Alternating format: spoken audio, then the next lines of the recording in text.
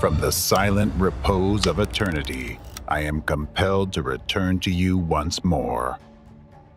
The whisper of division filling the vast expanse of our homeland has disturbed my spirit. A whisper as powerful as the winds that once foretold the storm of the Civil War, which drenched my beloved country in blood. And now, here she is before me, my beautiful America, once again, standing on the brink of great peril.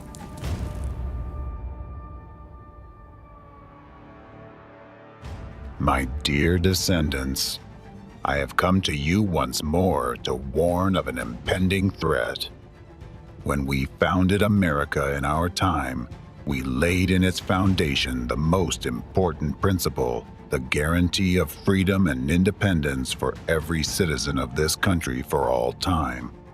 We left you a legacy of an ideal society where all people can live in peace and harmony.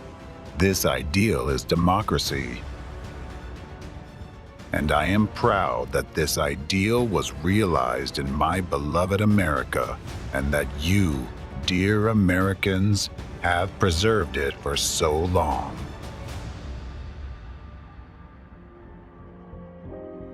For a long time, America has been a leading example and a shining beacon of the free world for all other nations on the planet.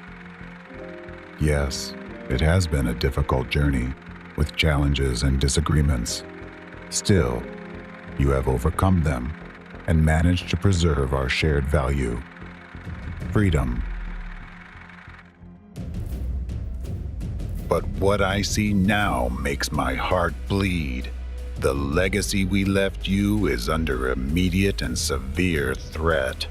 Today, our country and democracy around the world face the threat of complete destruction. A hidden enemy is now undermining the foundations of your free world. It is one step away from destroying it forever.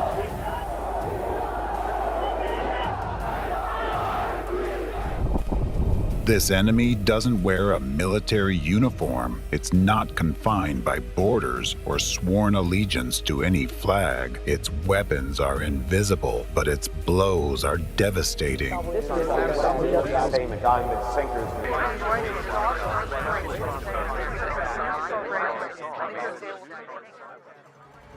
The time has come to expose this hidden enemy, so that you can build your defenses before it delivers the final blow. That's why I have returned, to deliver a message to the people of America and all the free world. A message that will empower you to halt the relentless tide of impending events if you so choose. Each person who hears my message from beginning to end holds the power to shape the destiny of this world.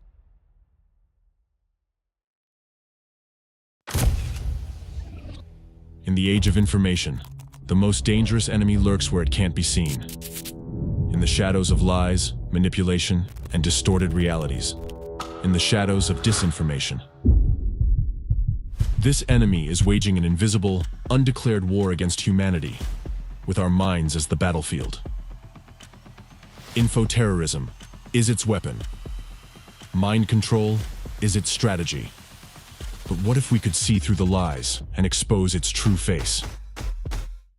This groundbreaking documentary, based on an extensive independent investigation into the activities of a transnational network of terrorist organizations, will reveal for the first time the methods of mass manipulation and the connections between major world events such as the 9/11 attacks, the epidemic of school shootings, the Waco tragedy, the war between Ukraine and Russia, the looming threat of the Fourth Reich's global dominance, the creation of modern concentration camps for prisoners of conscience, and the invisible genocide happening right now. Discover the hidden truths that will forever change your perspective on the world. This is more than a film. It is the most crucial documentary since the defeat of Nazism. It's the key to understanding our times. A puzzle that brings all the pieces together. Until now, you've only seen fragments. But today, the complete picture will become clear. Prepare for a global revelation, the triumph over an invisible enemy, and the dawn of a new era. An era where freedom and democracy prevail. The Impact is a film that doesn't just talk about history, but changes it.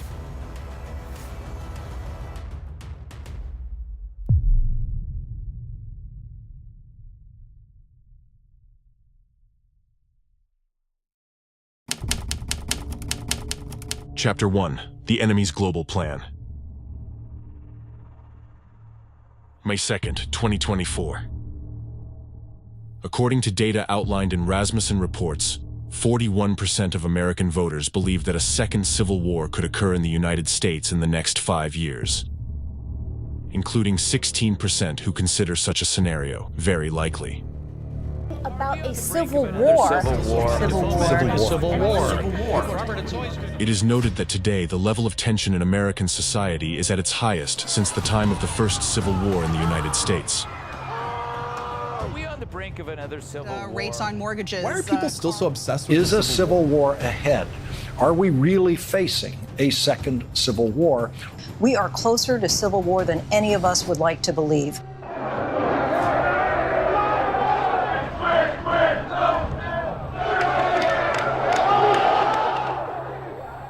The specter of a looming civil war has not arisen in your minds by mere chance, Americans.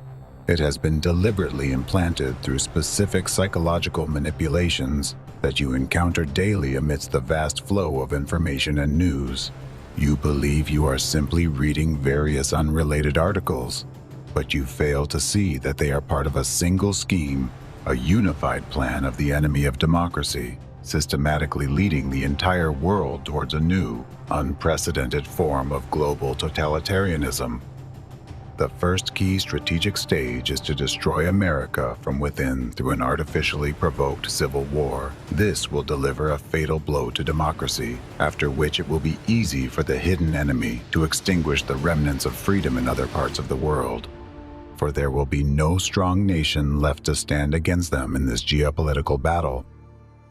On the ruins of democracy, chaos will initially reign. Still, it will be a controlled chaos, forcing people to crave totalitarian laws that promise order in exchange for their freedom. This is the second stage of the plan, the establishment of a new world disorder. After that, the enemy will move on to the last, final stage of their plan, the establishment of totalitarianism and the complete seizure of power throughout the world. A broken and divided society becomes the perfect breeding ground for the emergence of a new world order, an order controlled by a totalitarian enemy, an order that threatens the very essence of the freedom we have fought for so long. In this order, the majority of the population will become miserable slaves, living in concentration camps, while a small group of rulers will wield unlimited power over the rest of humanity. Now you are close to the point of no return, but it is still possible to prevent this scenario from unfolding.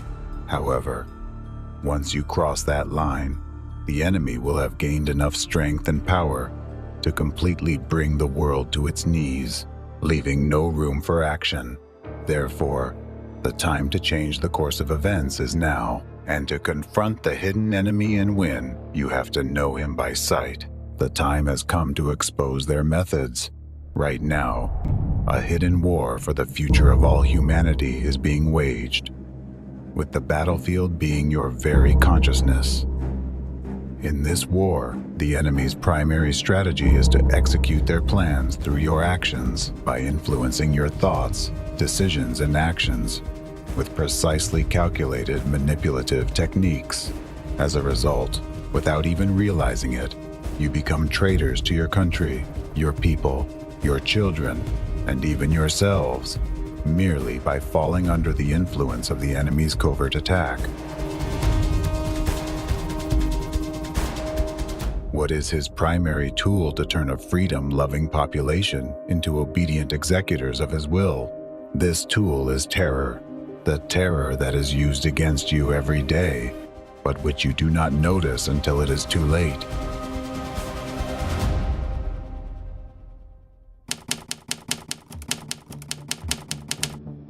The enemy's weapon is terror. The Latin word terror means fear or dread. This word first came into prominent use during the French Revolution of 1793-1794. This period was known as the Reign of Terror because public executions became widespread in France.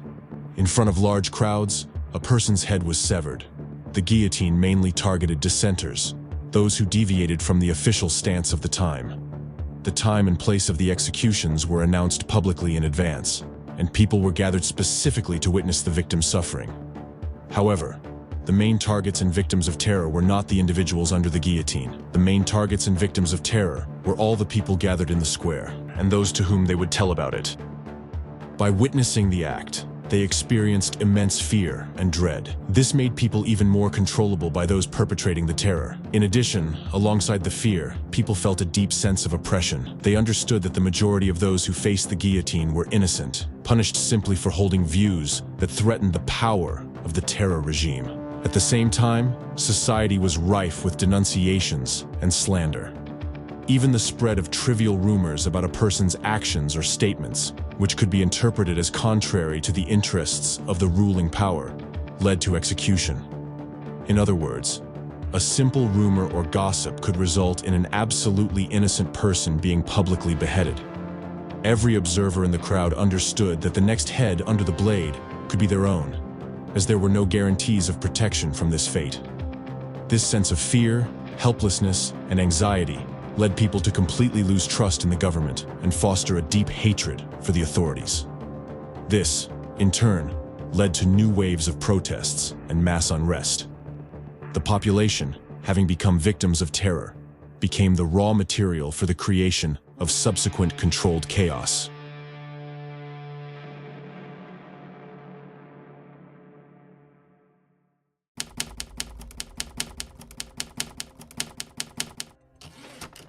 What is terrorism? Nowadays, the enemy doesn't need to gather you in squares and publicly execute someone to make you victims of terror. Why? Because it has invented a more efficient form of terrorism that has a similarly powerful and long-lasting influence on you. This is the most sophisticated kind of terrorism. Its danger is that you do not recognize it as terrorism, so you cannot protect yourself against it. It is precisely in your era that the enemy can exploit it, in the age of technology when people have quick access to information, and it can spread rapidly. I'm now talking about psychological and informational terrorism. Some of you might be surprised. When you hear the word terrorism, stereotypical images immediately come to your mind. A bomb exploding in a crowded square, shootings, taking of hostages at mass events, or airplanes crashing into skyscrapers. In most cases, you even picture an image of a terrorist of a specific nationality and religion. However, few people know that the enemy has intentionally narrowed your understanding of terrorism to these images in order to distract you from other forms of terrorism and its essence. This means you won't be able to recognize other kinds of terrorist attacks that are carried out against you every day. What is the real danger of informational terrorism? Informational terrorism is a direct influence on the psyche and consciousness of people to shape desired opinions and judgments that guide people's behavior. It's a form of negative influence on individuals, society, and the state through various types of information, aiming to weaken and destabilize the constitutional order. Nowadays, simply scrolling through the news feed in your gadget in the morning can make you a victim of informational terrorism, murders, shootings, persecutions, slander, suffering of innocent people, story after story. You listen, read, and watch as innocent people in various parts of the world, public figures, groups of people, international organizations, religious and political entities, and even government officials are subjected to hatred, groundless discreditation, brutal persecution, and public punishments. It's unfair, unjust, and inhumane. Yet, government institutions allow this to happen and often participate in those repressions themselves. Each of such stories is an act of terrorism aimed against you and your countries. It is crucial to understand that not every negative news story or unpleasant piece of information you encounter in the media is an act of informational terrorism. Informational terrorist acts are not just a chaotic spread of negative information. Unlike ordinary bad news, acts of informational terrorism carried out by the enemy of democracy are always meticulously planned and systematic. An informational terrorist attack is always a targeted and organized campaign aimed at achieving specific goals. The ultimate goal of an informational act of terrorism is to instill a sense of helplessness and fear in society, and most importantly, to create conditions where the population, meaning all of you, would begin to distrust your country's leadership. Later on, you will learn how the enemy uses informational terrorist attacks to destabilize the constitutional order in your countries. Informational terrorism purposely targets your subconsciousness, bypassing critical thinking. It's a whole scheme of influencing your mind and psyche, which the enemy itself developed. Through informational terrorist attacks, the enemy has been breaking your psyche and that of billions of other people for many years, causing division among you. Informational acts of terrorism conducted through the media have two types of consequences, internal and external. Let's start by examining the internal consequences: destruction of your mental and physical health.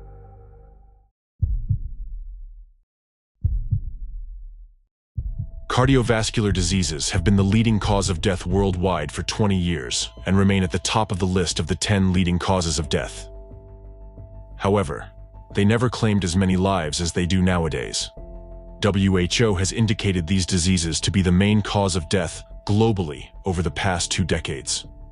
According to data from the Centers for Disease Control and Prevention, CDC, about 697,000 people died from cardiovascular diseases in the USA in 2020, which makes up 1 in every 4 deaths. In Europe, the European Society of Cardiology, ESC, reports that cardiovascular diseases cause about 4 million deaths annually, making up almost half of all deaths on the continent. In Russia, cardiovascular diseases accounted for over 45% of all deaths in the country in 2021. Why, despite the advancement of healthcare and the implementation of new technologies, does the problem not only persist, but continue to aggravate? While many risk factors are named, the primary cause is frequent or chronic stress. Stress is a fear for one's life and safety. In present-day society, people have become accustomed to this kind of fear as an integral part of their lives. However, what causes this constant stress? And how have people been kept in this state for more than 30 years? The root cause of continuous stress is the numerous informational terrorist attacks that people worldwide are subjected to every day through the media. The impact of the informational acts of terrorism on human health has been thoroughly studied and scientifically proven. Let's look at the facts discovered by the Department of Psychology and Social Behavior of the University of California. Alison Holman and her colleagues from the University of California, Irvine collected data on the mental state of about 5,000 Americans for their study. This data collection was completed right before the Boston Marathon bombing on April 15, 2013, where hundreds of people were injured. Mass media extensively covered the incident, repeatedly showing footage of the explosion, the ensuing horror, and people's deaths. They also published harrowing photos, blood-stained sidewalks, people who lost their limbs, and many other frightening images. A few weeks after the attack, the researchers decided to assess changes in the mental state of those people whom they had previously surveyed, following the Boston tragedy.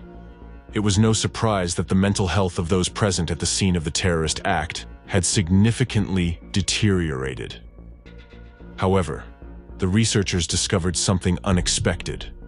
The psyche of those surveyed who were not present at the tragedy site, but later watched the news about it, suffered much more.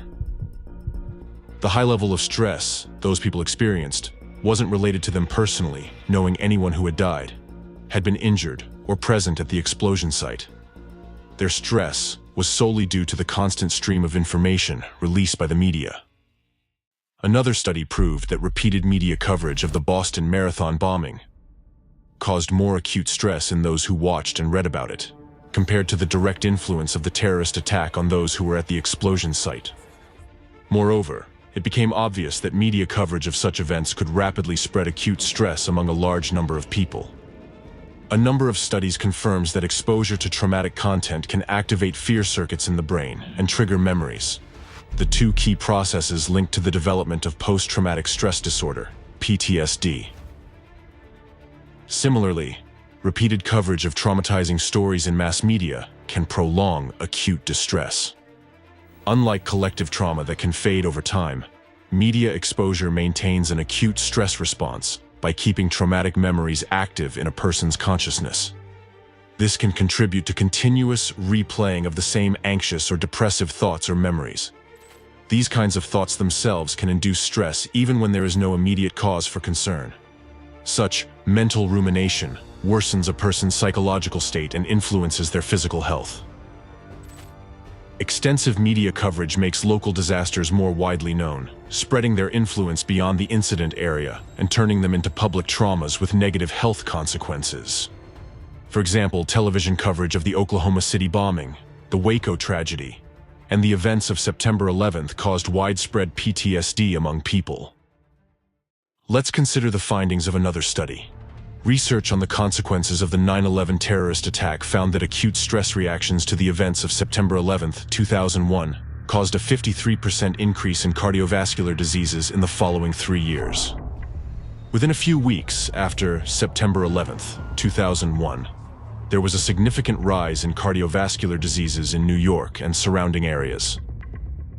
The same was observed in Florida, suggesting that people who experienced stress from watching the terrorist attacks in mass media developed health problems. Moreover, similarly to the Boston bombing case, people who suffered from distress were neither participants nor direct witnesses of the attack. They simply received information about the events of September 11th through the media. We're just getting reports in now that a plane has crashed into the World Trade Center. 2 planes have crashed into the World Trade Center in New York. There have been a series of terrorist attacks in the United States.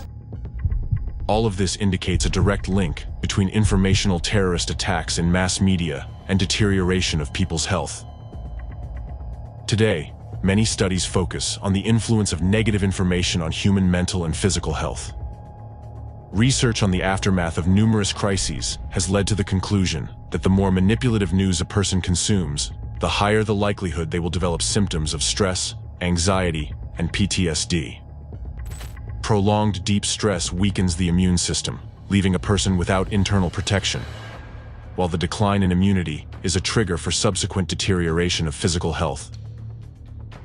Studies have shown that continuous mental processing of fear and anxiety-inducing information from informational terrorist acts significantly affects the cardiovascular, endocrine, and immune systems. This contributes to the development of related diseases: acute myocardial infarction, sudden cardiac arrest, ischemic heart disease, heart failure, and arrhythmia.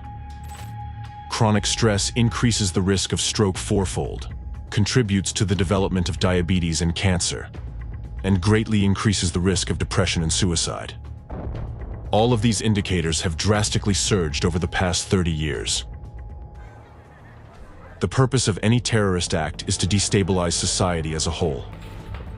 This is achieved by inducing severe stress and fear. Constant stress leads to deterioration of the mental and physical health of a huge number of people. Through informational acts of terrorism, the stability of society's life is undermined. This undeclared informational and psychological war has been going on for years and has claimed more lives worldwide than the 2 previous world wars combined. Considering that cardiovascular diseases alone, which are the leading cause of death worldwide, kill 17.9 million people annually, and adding 10 million deaths a year from cancer with 20 million new cancer cases every year, the scale of this terrorist impact is tremendous. The most alarming fact is that the majority of people are unaware of the true cause of this massive genocide, of this crime against humanity. What you've just heard are well-known facts. Analysis of these facts indicates that it is the informational terrorist activities of the enemy of democracy that have caused such horrifying consequences. The only explanation for such a sharp rise in psychological and physical ailments is the actions of humanity's main enemy. As a matter of fact, America repeatedly faced political and economic stresses, even the Civil War, without seeing a similar rise in various diseases. And this trend is not confined to America, it is worldwide. Analyzing data from democratic countries, we can see a clear pattern. In regions where this enemy has been active in mass media, the health situation is just as alarming. Please note that the rise in diseases has been particularly notable in the last 30 years. That's no coincidence. It was 30 years ago that the enemy of the democratic world gained strength and began its activities. However, I'll go back to this and give you more detail later. As I mentioned earlier, the informational terrorist attacks carried out by the enemy through the media have two types of consequences, internal and external ones. Now you know that diseases are internal manifestations of informational acts of terrorism. So it is time to discuss the external consequences, civil unrest, strikes, and revolutions. I will now explain how the enemy of democracy destabilizes society and your countries through informational acts of terrorism.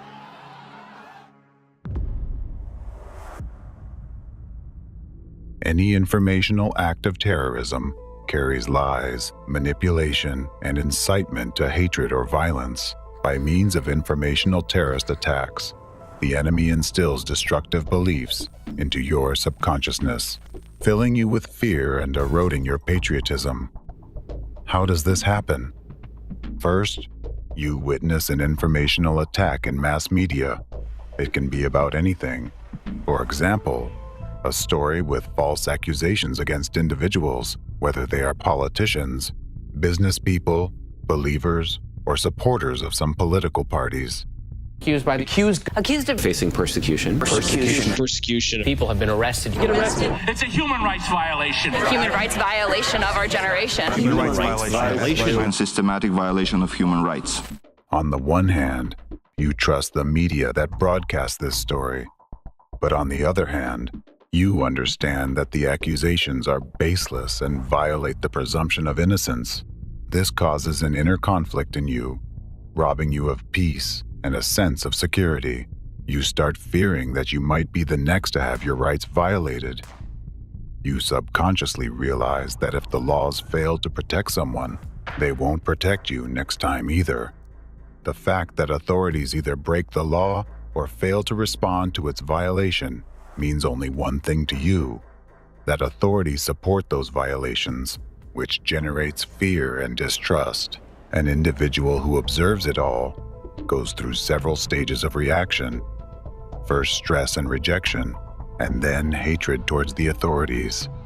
The final stage is a loss of patriotism, because he doesn't understand why he should defend a state that doesn't protect him. The person decides to defend only himself. He makes the following conclusion: I witnessed a crime on national television. Authorities are idle and support this crime, which means they intentionally break the laws and are behind those violations. Authorities want to deprive me of my legal rights and freedoms, hence they are a threat to me.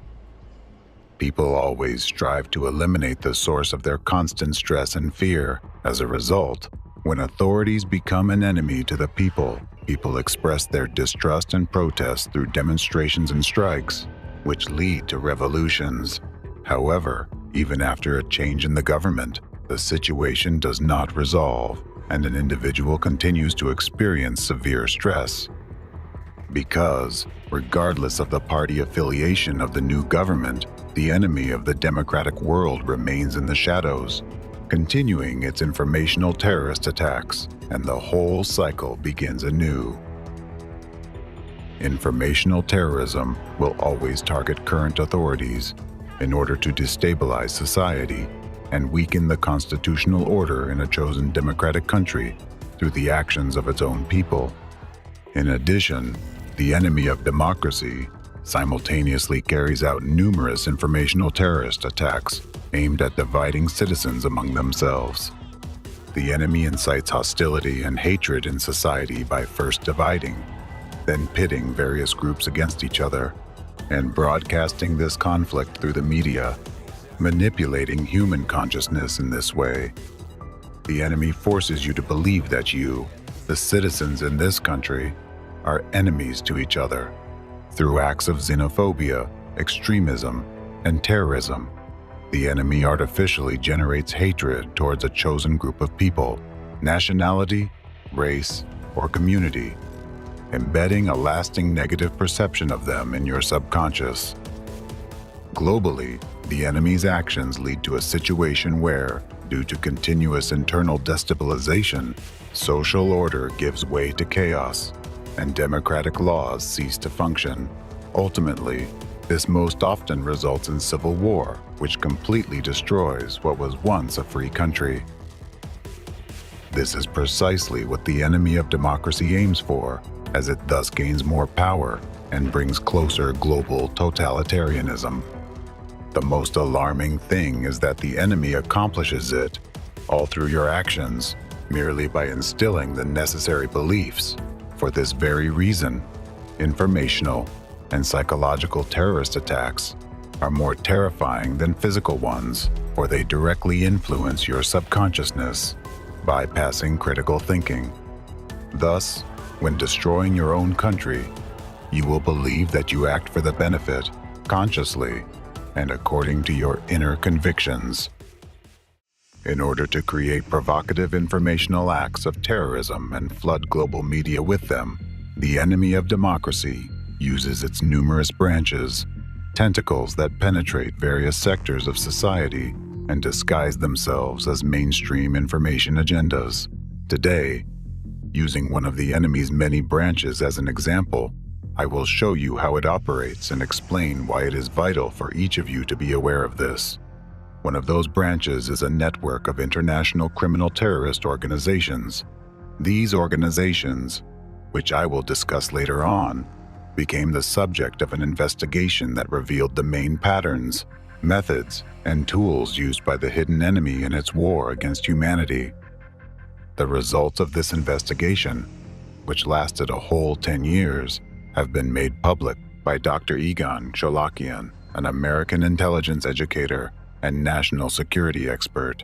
As part of the international investigation, on June 22, 2023, the UN General Assembly adopted a resolution on the 8th review of the UN Global Counterterrorism Strategy. In this resolution, the General Assembly provided the most comprehensive definition of terrorism and identified activities that essentially constitute terrorism. Terrorism includes any activity aimed at achieving the following goals: denial of human rights, fundamental freedoms, and democracy; incitement to commit terrorist acts and acts of violence that spread hatred and threaten human lives; creating threats to the sovereignty, territorial integrity, and security of states; impeding the enjoyment of political, civil, economic, social, and cultural rights, including the right to life, liberty, and security; destabilizing governments. This resolution calls for combating any manifestation of terrorism. Thanks to such a comprehensive definition of terrorism, the enemy can no longer hide its incessant terrorist attacks. So, why have I focused specifically on this branch of the enemy, the network of international criminal terrorist organizations? Because this branch is well studied, and its organizations use the same key methods and tools as those applied by other branches, which the enemy has created for establishing global totalitarianism. Once you understand the enemy's actions in one field, you will be able to recognize them in all other fields as well. This means that all the schemes that the enemy can only implement in secrecy will stop working as they become obvious. This network of international criminal terrorist organizations uses methods of informational terrorism, cloaking itself with government authorities and democratic laws. Those organizations do not fear publicity since their activities are usually not evaluated by society critically. Very few people even know that those organizations exist, observing only the tragic outcome of their activities. They remain out of the public eye, yet, being a part of the enemy's unified scheme, they represent a crucial link in achieving the enemy's global goal, the destruction of democracy in America and the entire democratic world. This network of international criminal terrorist organizations is a vital component in the enemy's scheme because those organizations operate openly. They are like a litmus test for democracy. Where they operate, democracy no longer exists, and where they appear, democracy will soon vanish. I am speaking about anti-cult organizations that represent a well-organized transnational terrorist network. Chapter 2: Transnational Terrorist Network of Anti-Cult Organizations. You'll be surprised to know how many tragic events worldwide are behind the anti-cult movement. Using special manipulative methods, they are currently preparing American society for a full-scale civil war. And now you will find out how it's being done. Hidden mechanisms of inciting hatred. Dear Americans, you see and feel the presence of an unprecedented huge division in present-day American society. I'm sure you understand perfectly well where it all leads to, and you already suspect that there are hidden mechanisms used against you to incite hatred in American society. What are those mechanisms? Who uses them and why? Who teaches Americans to hate and demonize each other, seeking to ignite a second civil war in our country? And how actively is this being done? You will now receive answers to these questions. Dear Americans, you will find out exactly how you are being led today from the point where you are peacefully sitting on a couch and watching a movie together with your friends, to the point where you would be ready to take up arms against those same friends just because they have a different opinion. Perhaps this idea seems unimaginable to you now, but you will see how manipulative methods are already artificially guiding you towards that. One of the main methods that the enemy of democracy uses nowadays, both against you and against the whole world, provoking hatred in societies in various countries and unleashing regional conflicts and global wars, is the method of dehumanization. By deliberately dehumanizing one group of people in the eyes of another, people are turned into haters of their colleagues and neighbors, and even into their potential killers, which is far worse. In order to attain dehumanization and division in society, the enemy uses the tactics of stigmatization and labeling, and one of the labels the enemy uses in its global bloody game with human lives is the word cult. You'll be shocked to discover how much suffering the deliberate use of the degrading label cult or sect has caused to people, and how many tragedies it has brought and keeps bringing to the American people and the world as a whole. At first glance, it seems that these are just words. However, with the help of these very labeling words, America is now being driven closer to civil war, while the entire global community is being led to World War III. Who uses these labels, and why, and how are they used as weapons of mass destruction? Today, a well-coordinated transnational terrorist network operates in the international arena, the purpose of which is to incite hatred both within countries and in the global community, by labeling certain groups of people as a cult or a sect, through mass media and information space. The criminal network engaged in this form of information terrorism is the anti-cult movement. The anti-cult movement includes a number of organizations and individual activists who trigger public persecution of groups which they label as cults or sects. Based on their subjective biases and arbitrary criteria, anti-cultists can classify any existing association of people as a cult or a sect, thus subjecting it to dehumanization and public hatred. The core of their activity lies in organized influence on the media space for the purpose of generating a negative perception of a particular targeted group of people. Using the word cult or sect as their main weapon, adherents of the anti-cult movement carry out regular information terrorist attacks. They generate news stories that cause moral panic, societal division, and dehumanization of law-abiding citizens. Through their activities, representatives of the anti-cult movement incite mass hatred and violence and increase social hostility and tension in society, which actually makes their activities a brutal manifestation of information terrorism.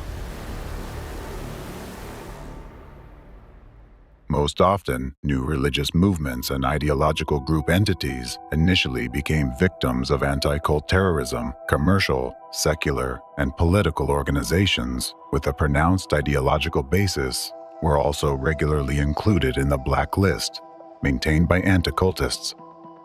However, today, entire nations and countries, including the United States, are already becoming targets of their atrocities. Using the term cult or sect, they create conditions for directing public hatred at their chosen target.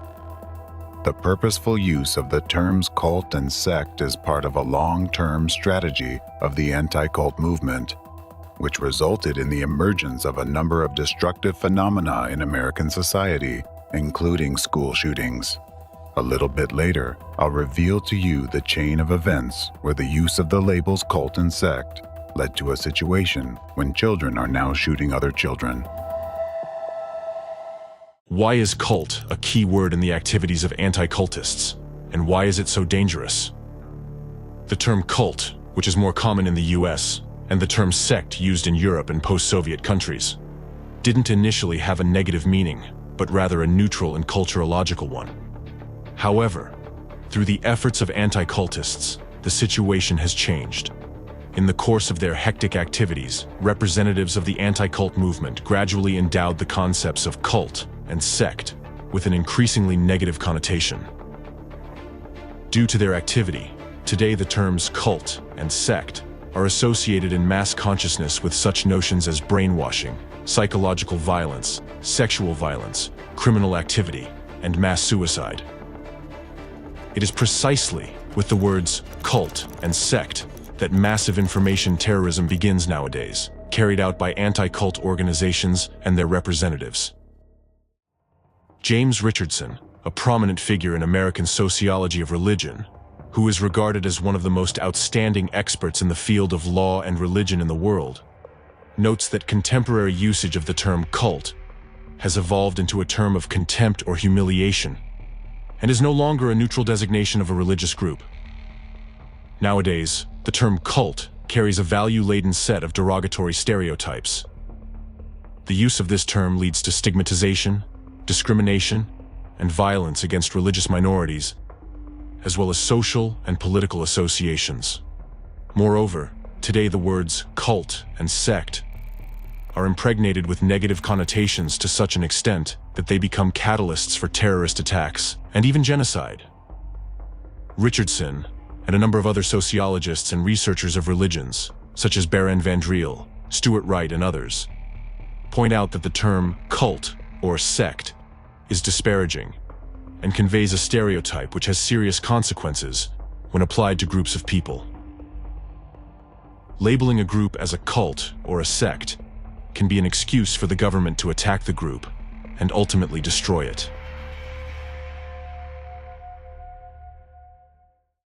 Despite the fact that reputable world scientists warn that the use of the word cult or sect causes great harm to people and should be avoided, especially in academic literature and court proceedings, representatives of the anti-cult movement continue to actively exploit this label and propagate it through the media, turning magazines and newspapers into mouthpieces of their hateful rhetoric. When claiming that someone belongs to a cult or a sect, anti-cultists base their accusations not on academic papers or legal investigations, but on their own dubious and abstract concept of brainwashing. This idea has no scientific ground and is extremely vague. Nevertheless, exactly on the basis of the unreliable concept of brainwashing, anti-cultists label targeted groups and organizations as cults or sects. Brainwashing is an unscientific concept where the so-called cults and sects are accused of rigidly controlling the consciousness of their participants, which is why people can allegedly turn into zombies due to manipulation of their beliefs, thoughts, and behavior. Not only is this concept untenable, but it is also extremely dangerous as it leads to dehumanization. When society believes that an individual has been brainwashed, people stop regarding him as a sane individual. Instead of a human with his own thoughts and decisions, others begin to perceive him as a zombie or a puppet. Meanwhile, with such a perception of a person or a group of people, it is much easier to use violence against them. Forensic psychologist Dick Anthony states that the concept of brainwashing and the fear associated with it are used by the anti-cult movement as a tool to justify persecution of religious minorities. The court determined that the concept of brainwashing cannot be applied as a legal charge since it is untenable and unscientific. However, despite this, American anti-cultists continue to actively promote the concept of brainwashing to justify their sadistic practice of forcible deprogramming, meaning forced renunciation of beliefs, which among other things brought them commercial benefits.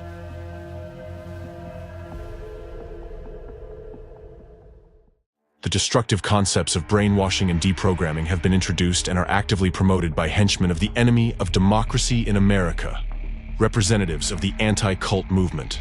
The two figures who are especially notable for their cruelty and inhumanity and who spread the enemy's narratives on American territory are anti-cultists and deprogrammers Stephen Hassan and Rick Alan Ross. Currently, they are actively engaged in public activities and speak in American mass media, where they propagate the rhetoric of anti-cult terrorism, violence, and hatred. Deprogramming. Both Ross and Hassan were active members of the anti-cult organization Cult Awareness Network, CAN, which ceased to exist in 1996, as it was convicted of a number of gross violations of human rights and severe religious discrimination. The organization went bankrupt and paid compensation to the people who had suffered from it. Being the leading members of this organization in the 1980s and 90s, both Rick Ross and Stephen Hassan were actively involved in its primary criminal activity, arranging and carrying out forcible deprogramming processes. Deprogramming is an illegal anti-human practice rooted in Nazi methods. When practicing deprogramming, anti-cultists would unlawfully abduct and forcibly detain a person whom they considered to be a cult member or a sectarian. In the process of deprogramming, the victim was subjected to psychological and physical torture to force them to change their beliefs.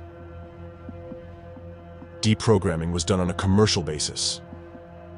Anti-cultists charged a fairly high fee from the victim's relatives for their forcible re-education services, during which a person usually underwent torture, torments, beatings, and various forms of violence, including sexual violence.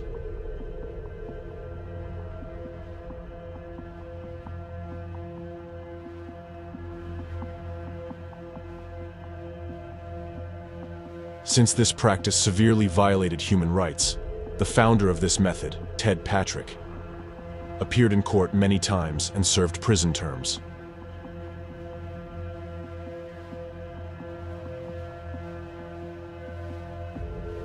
In a number of trials, courts have ruled that deprogramming is illegal. Rick Ross, the American anti-cultist, performed more than 500 forcible deprogramming sessions in his life. In 1991, Ross was charged with unlawful detention and forcible deprogramming of Jason Scott, a member of the United Pentecostal Church International, UPCI, whose mother was referred to Ross by representatives of CAN. Scott later filed a civil suit against Ross, two of his associates in CAN in federal court. In September 1995, a 9-member jury unanimously held the defendants, Ross and his accomplices, liable for conspiracy to deprive Scott of his civil rights and religious liberties. In addition, the jury held that Ross and his associates, quote, intentionally or recklessly acted in a way so outrageous in character and so extreme in degree as to go beyond all possible bounds of decency and to be regarded as atrocious and utterly intolerable in a civilized community. Ross's criminal activities in this abduction case resulted in the closure of the Cult Awareness Network, which was exposed as a criminal network for kidnappers.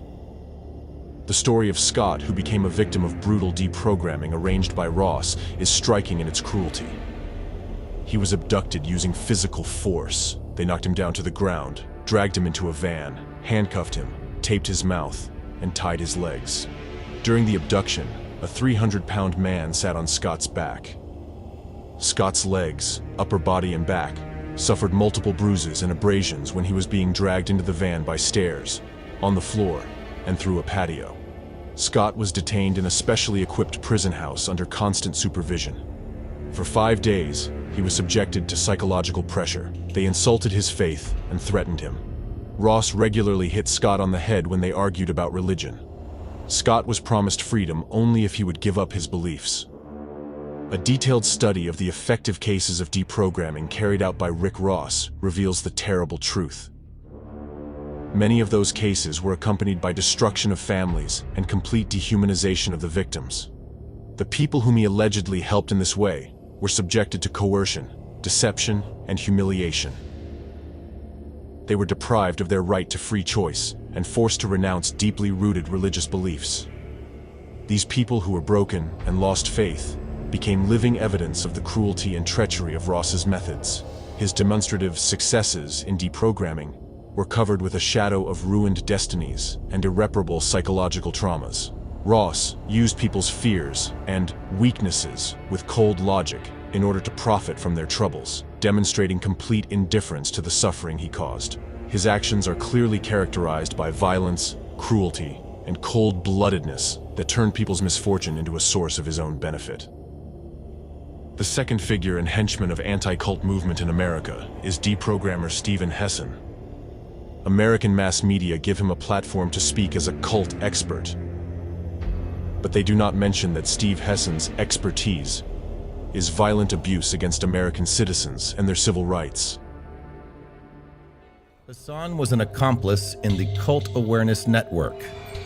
This anti-religious hate group served as a national referral service for so-called deprogrammers.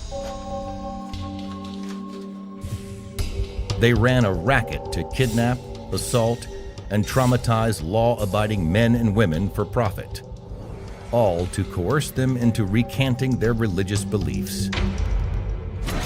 And Steve Hassan is a notorious deprogrammer. Hassan led the squad that traumatized one adult victim, Arthur Roselle, for 2 weeks to try and break the man's faith. In sworn testimony, Roselle recounted his physical and mental assault. Hassan's team threw him to the floor, cutting and bruising his face. They bound his hands and feet and held him captive for days on end. They deprived him of sleep and violated his privacy and basic dignity. When Roselle refused to recant his religious beliefs, Hassan threatened to inject him with shots. And to add insult to injury, Hassan tried to induce his victim to lie and commit perjury about the crime. Then there was the testimony of Lauren Sala. Hassan's team broke into her motel room, threw her from the bed, and threatened to break her leg if she called for help or tried to escape. They took her hostage and drove her to a remote hideaway, where they imprisoned her for 8 days, trying to break her faith. When Hassan's thugs failed, he tormented Salah for 3 more days, until she managed to negotiate her release. Another of Hassan's victims, Claire Kelly, also testified that Hassan unlawfully held her captive. He had her held in a room with no knobs on the windows, kept her under 24-hour guard, and violated her privacy. Hassan pawned himself off as a, quote, expert on religions in court cases, bilking unsuspecting families for his so-called expert testimony, until courts caught on to his crackpot theories. Hassan would continue his anti-religious assaults, now under the name of intervention. It is excessively alarming and suspicious that despite documented evidence that both Hassan and Ross are violent individuals prone to sadism, who lack empathy and have an unhealthy desire to harm people and incite hatred in society, they continue to appear on America's mainstream TV channels. Their articles are published in leading periodicals, and mass media are guided by their opinions.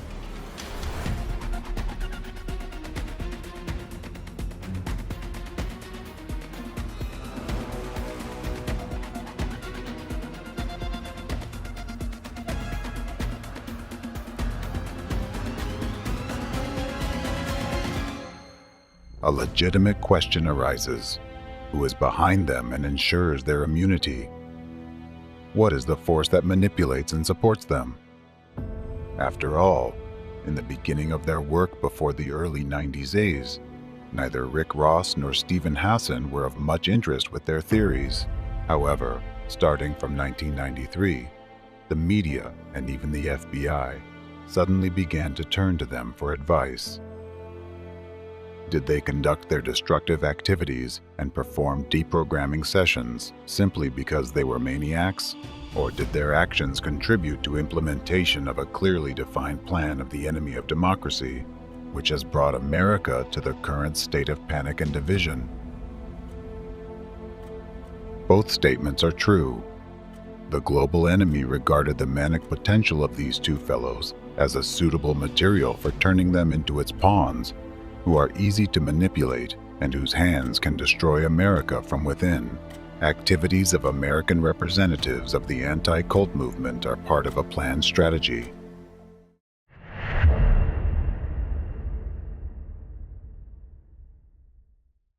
Both Steve Hassan and Rick Ross are executors of the plans of America's enemy.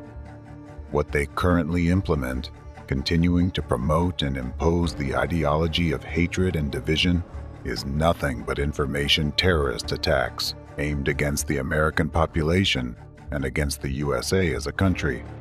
Even though they stopped using violent deprogramming techniques with their own hands, they receive support from the global enemy of democracy. So today, they continue deprogramming on an even larger scale and against a greater number of innocent law-abiding citizens. It's just that now, they are not doing it with their own hands, but with your hands and the hands of law enforcement agencies. A vivid illustration is that 30 years ago, in the early 90s, the number of violent raids on new religious movements increased dramatically and inexplicably for many people. Research that established this fact included statistics from 19 different countries, including the USA, Israel, and Western European countries. Wondering about the reasons behind such an upsurge, researchers traced a mobilization of anti-cult organizations, which occurred during that very period of time. However, the main essence and cause remained hidden for the researchers. The clue is that during this period of time, to be more precise in 1993, the global enemy of democracy activated its ideological center of the anti-cult movement, which has been located in Russia since that moment to this day. It is exactly from there that commands are given from, and a single ideological vector is set for the entire anti-cult movement worldwide, extending to its entire network. Now, using the example of this ideological center, let's discuss in detail how it operates in the country that it has turned into a testing ground for practicing its methods, which it plans to transfer and apply throughout the world in the near future. ideological center of anti-cult groups. The ideological center of the entire transnational network of contemporary anti-cult movement, and the chief developer of its propaganda methods, is the Russian Association of Centers for the Study of Religions and Sects, abbreviated as RATSEERS. The basis of RATSEERS is the Center for Religious Studies in the name of Hieromartyr Irenaeus of Lyon, established in 1993. This center was founded by the anti-cultist Alexander Dvorkin with the blessing of the then Patriarch of the Russian Orthodox Church, Alexei II. RATSEERS representatives cover their activities under the guise of an allegedly noble mission of defending the interests of the country's titular religion, namely Orthodox Christianity. However, the real situation is far more complicated. Within the religion itself, there are individuals who, while outwardly adhering to orthodoxy, actually support anti-cult movements. These individuals act in unison, pursuing their own goals and benefits, which have nothing to do with religion itself. Therefore, it's crucial to distinguish between religion as a system of values and beliefs, and those who have infiltrated it with malicious intent to use it as a cover for their destructive activities. These anti-cult operatives and their allies within the Russian Orthodox Church have turned this country into a staging ground for their activities and launched a targeted terrorist attack on democratic countries from there. The radical ideology of RATSEERS, which originated in Russia, now extends its influence far beyond its borders. Anti-cult organizations hold particularly strong positions in China, France, and Germany, where they have secured significant support from authorities or individual representatives. This support allows them to exert influence over legislative, judicial, and law enforcement bodies. One of the prominent representatives of this international terrorist network is the European Federation of Centers for Research and Information on Sectarianism, FECRIS, headquartered in Paris. France, a country with a long tradition of democracy, has unexpectedly become part of the criminal anti-cult movement scheme, with 90% of FECRIS's activities funded by the state budget. Additionally, anti-cult activities are institutionalized in France through the Interministerial Commission Miviludes. However, the actions of this commission, as well as those of FECRIS, have repeatedly faced criticism from the international community, including for employing violent deprogramming methods, forcing individuals to renounce their beliefs through literal tortures against members of various religious groups. Both FECRIS and RATSEERS comprise a number of organizations. The FECRIS and RATSEERS networks are closely interconnected. They operate under a unified policy, use identical methods, and maintain close relationships.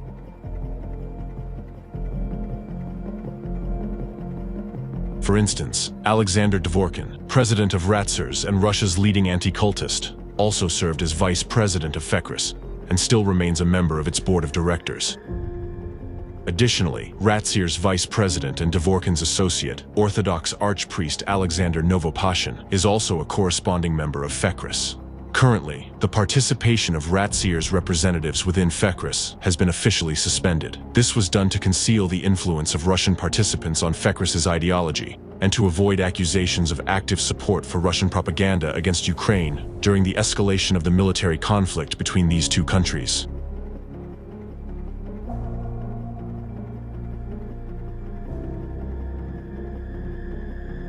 Despite their official charters, claiming adherence to international conventions on human rights and freedoms, the reality is that anti-cult organizations operate in a starkly different manner.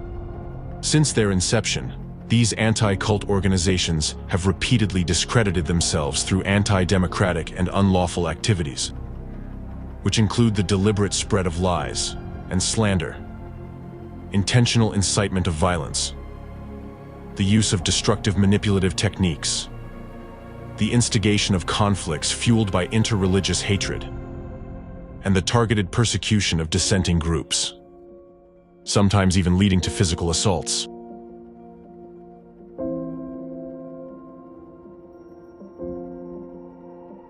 Officially, the anti-cult umbrella organization FECRIS includes groups based in Europe, while RATSEERS encompasses organizations in Russia and the CIS countries. Both associations actively collaborate with anti-cultists from the United States. American anti-cultist Stephen Hassan has attended conferences organized by FECRIS. Hassan was also a guest lecturer at one of educational clubs in Russia, where the anti-cultist Alexander Dvorkin is a regular lecturer too. Moreover, Hassan has repeatedly traveled to Russia with his lectures at the invitation of Russian anti-cultists. Dvorkin published a book titled 10 Questions to an Obtrusive Stranger, which entirely mirrored a chapter from Hassan's book. Moreover, Dvorkin actively recommends Hassan's books, and their rhetoric about the dangers of cults is identical, often echoing each other word for word. This synchronization of narratives indicates regular information exchange and collaboration, suggesting a direct and close relationship between Hassan and Dvorkin.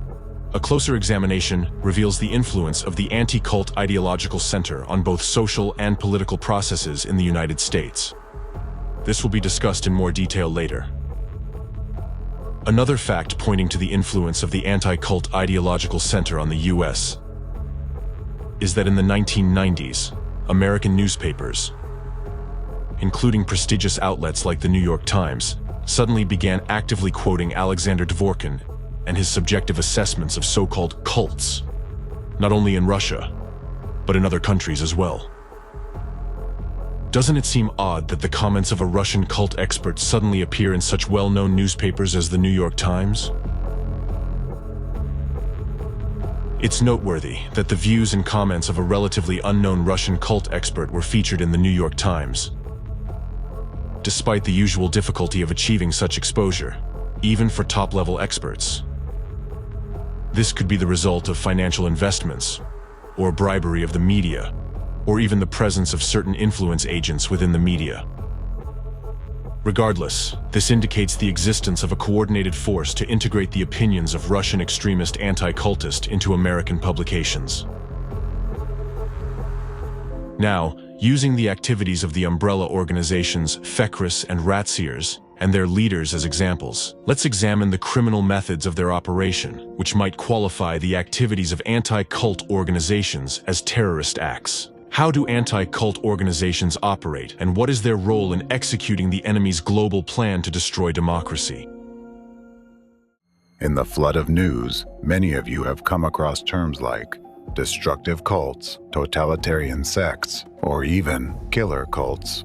Dangerous and abusive cult. Totalitarian cults. Cults. The word cult. The cult. Cult. Shocking cults. Representatives of anti-cult organizations label selected groups without relying on factual evidence, police investigations, or thorough complex theological analysis. Instead, they follow entirely different playbooks, which have no relation to theoretical science or even to objective reality. While the term cult is a key stigmatizing term in the United States, in Europe and the post-Soviet countries, this role is played by the term sect, especially totalitarian sect, which also carries a strong derogatory and stigmatizing connotation. Since 1993, anti-cult movement ideologue Alexander Dvorkin has widely introduced the term totalitarian sect into post-Soviet media. The term totalitarian, borrowed from political science and propaganda language of the Cold War era, evokes associations with oppression, camps, imprisonment, barbed wire, forced labor, and meager food. Thus, this term is used to incite fear, anxiety, and a biased attitude toward the members of organizations labeled as totalitarian sects. The vagueness of the terms totalitarian sect and destructive cult allows anti-cultists to baselessly categorize any organization under these labels. However, the use of terms such as sect, cult, totalitarian sect, and destructive cult is not supported by the laws of most countries or international legal documents. These terms lack legal justification, and their use contradicts the legislation on freedom of conscience and religious associations. Nonetheless, anti-cultists continue to use these terms as weapons of accusation and incite the media to use them. The illegal activities of the anti-cult movement do not go unnoticed both internationally and within Russia, where representatives of academic and legal circles highlight the fraudulent and criminal nature of anti-cult organizations in general, and their chief ideologue, Alexander Dvorkin, in particular. Alexander Dvorkin's activities are also condemned in the United States, where a legal assessment of him was provided in a special report for the U.S. Commission on International Religious Freedom, USCIRF. The main responsibilities of this commission include reviewing the facts and circumstances of universal religious freedom violations and making policy recommendations to the President, the Secretary of State, and Congress. Here are some findings and recommendations provided by Jason Morton, a policy analyst for the USCIRF, in a report titled The Anti-Cult Movement and Religious Regulation in Russia and the Former Soviet Union. Dvorkin has long provided the anti-cult movement with a veneer of intellectual credibility. Alexander Dvorkin and his associates have carved out influential roles in government and society, shaping the public discourse on religion across numerous countries. Claiming to be experts in academic fields like religious studies, psychology, and sociology, they are rarely qualified in any of them, and often rely on discredited theories and methodologies to promote their ideological agenda. The anti-cult movement is fundamentally a propaganda outlet, conducting a highly effective information war against religious minorities throughout Russia and many of the countries in which it retains influence. The U.S. government should publicly censure Alexander Dvorkin and the St. Irenaeus of Leon Information Consultation Center, SILIC, for their ongoing disinformation campaign against religious minorities. Counter propaganda against new religious movements by the European Federation of Research and Information Centers on Sectarianism, FECRIS, at the annual OSCE Human Dimensions Conference, with information about the ongoing involvement of individuals and entities within the anti-cult movement in the suppression of religious freedom. Thus, representatives of the anti-cult movement do not hold a scientific position or have research motives, although they often disguise themselves as such. In reality, they intentionally introduce the concepts of destructive cults and totalitarian sects into the information space, using them to incite hatred and religious intolerance in society. The criteria and accusations they use to classify certain organizations as cults and sects are not recognized both in academic circles and within the legal framework. Attaching a harshly negative label is the first step in a systematic scheme of conducting information terrorist attacks. The goal is to transform followers of peaceful organizations and law-abiding citizens into objects of hatred and hostility without any factual basis. Dehumanization. The process of dehumanization is the first step in the actions of anti-cult organizations aimed at eliminating those they find undesirable. This method is used to push the victim out of the social field, making them highly vulnerable.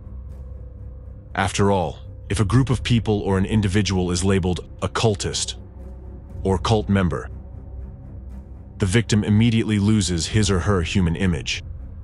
This stigmatization creates the conditions for further violations of human rights and freedoms.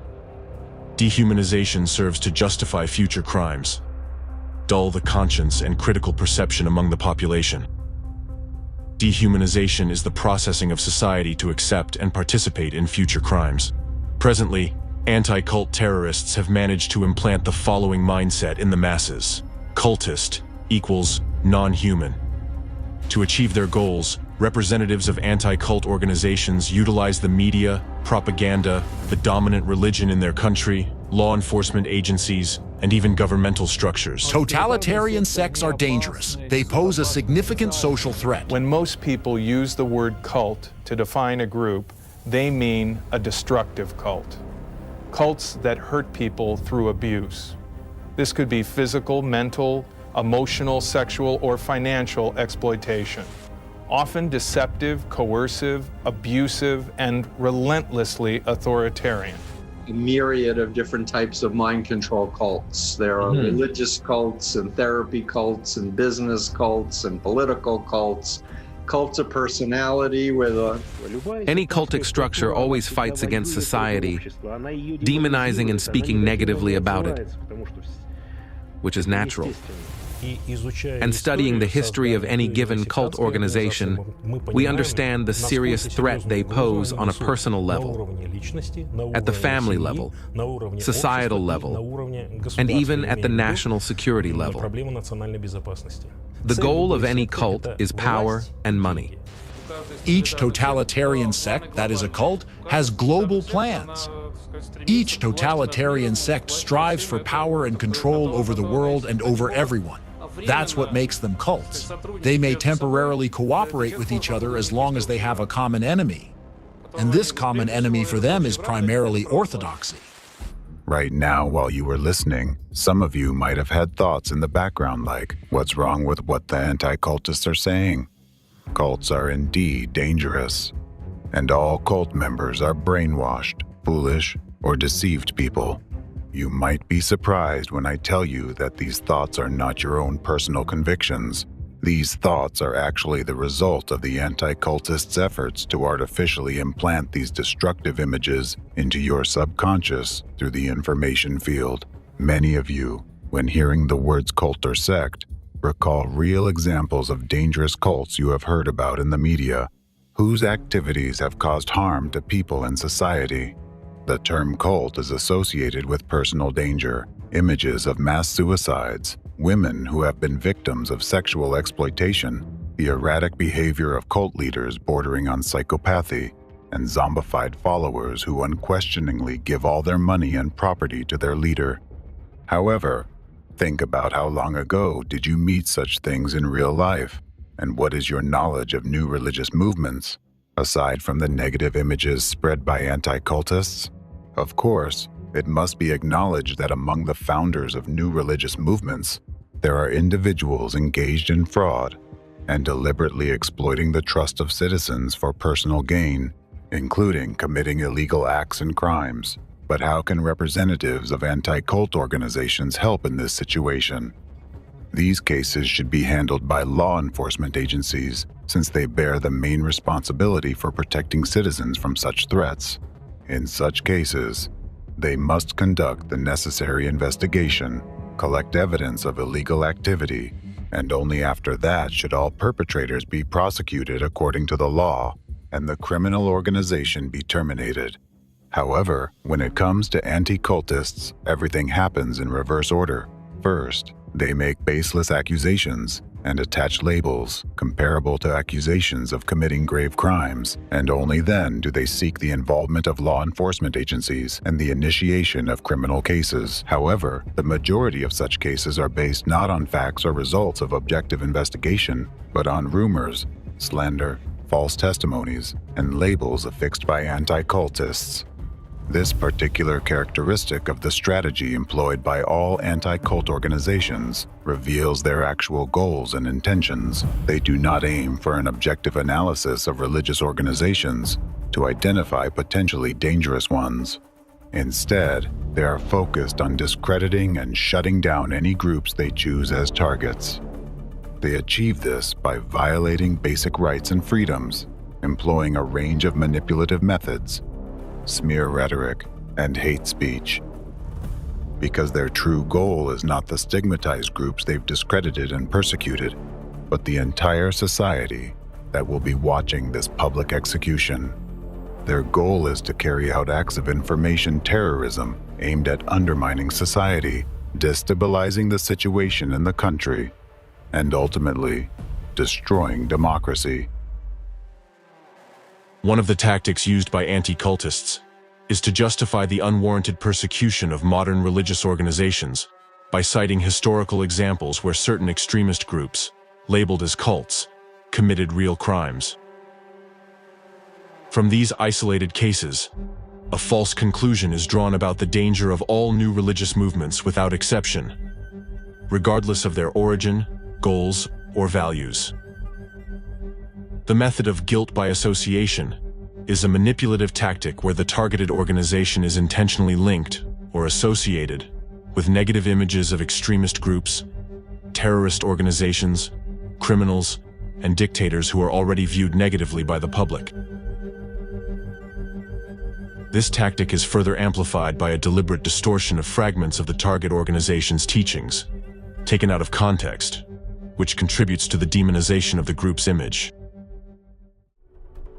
As a result, an aura of danger is deliberately created around the undesirable organizations and their members, accusing them of crimes despite the lack of direct evidence of any harmful activities.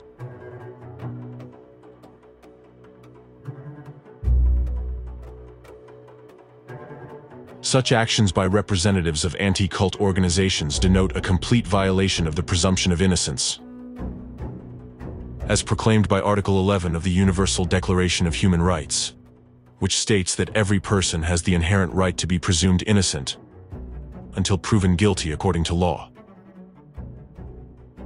Violating the presumption of innocence is an illegal act aimed at spreading intentional slander and misleading the public. Mass media are accomplices of anti-cult terrorists. Mass media play a crucial role in dehumanization and targeted persecution of religious and secular organizations chosen by anti-cultists as their victims. By leveraging their unofficial contacts among media representatives, including journalists, editors, and leaders of major publications, anti-cultists initiate and carry out large-scale and prolonged campaigns to discredit these targeted organizations. In essence, they orchestrate information terrorism. Therefore, the cult works ahead of the curve. How do cultist fraudsters turn people into slaves, and how have they managed to evade responsibility for decades?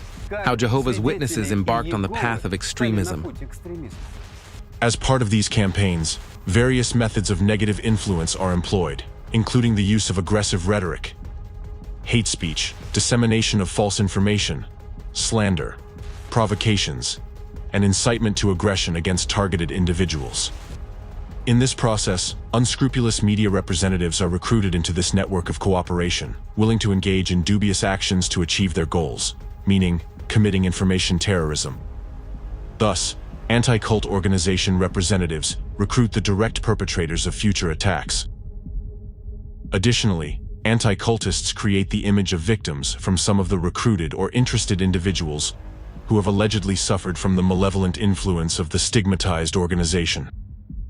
The stories of these pseudo-victims are widely disseminated in defamatory media publications, despite many of these tales being intentional lies.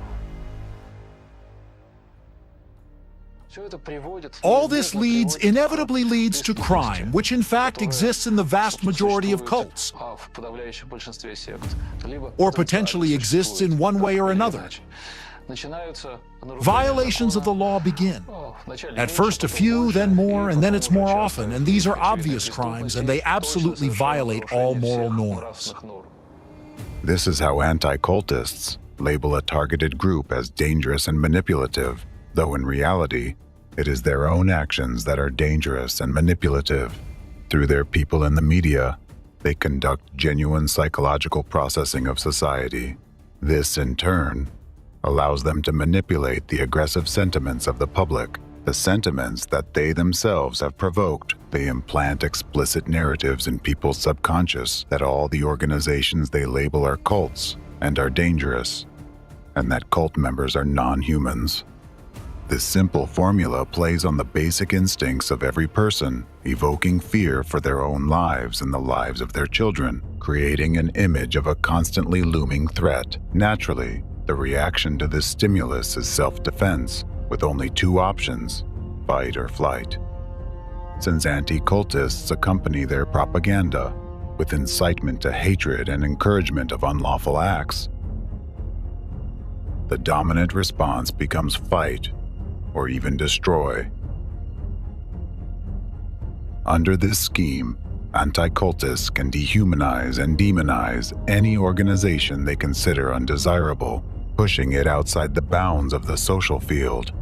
When you hear the word dehumanization, it might seem abstract to you. If so, I invite you to listen to the stories of the outcomes of its practice on the specific example. Alexander Dvorkin's anti-cult terrorist activities. For many years, Ratsir's representatives have been spreading hostile statements towards numerous new religious movements. Their meetings, interviews, lectures, and public activities have created a hostile atmosphere in society, often leading to subsequent manifestations of hatred and xenophobia among the population. For instance, the ringleader of the anti-cult group in Russia, radical ideologist Alexander Dvorkin, has waged an active disinformation campaign against the Christian movement of Jehovah's Witnesses in Russia since the beginning of his anti-cult career in 1993.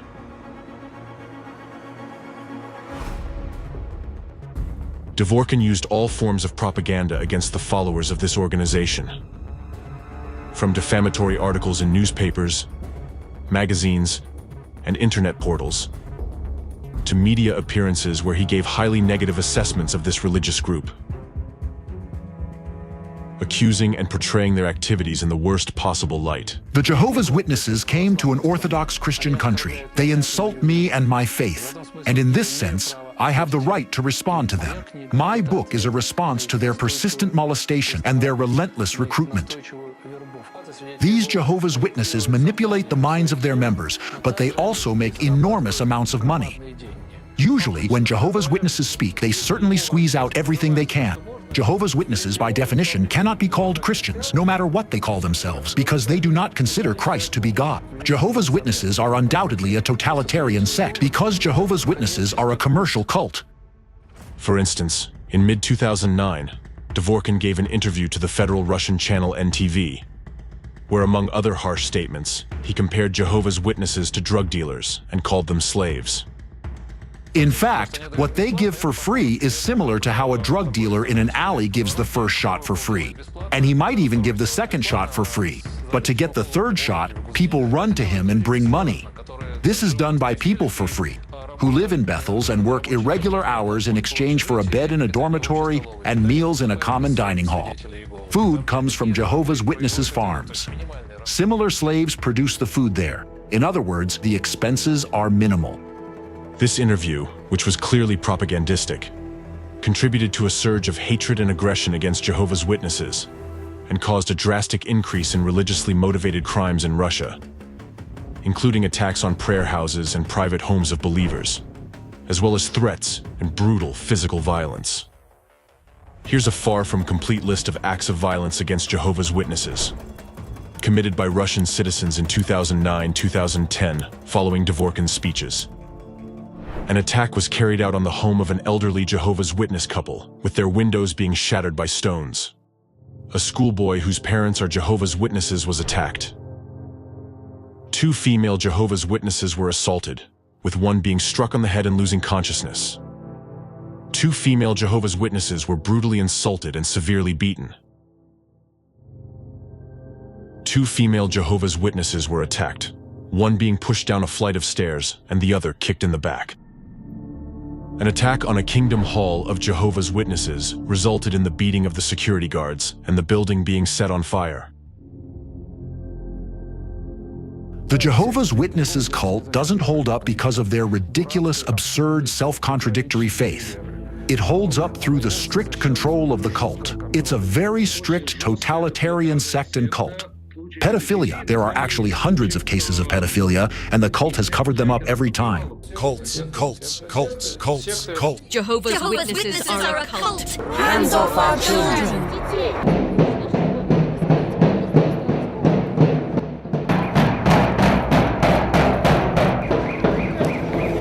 Belgorod is a cult-free territory.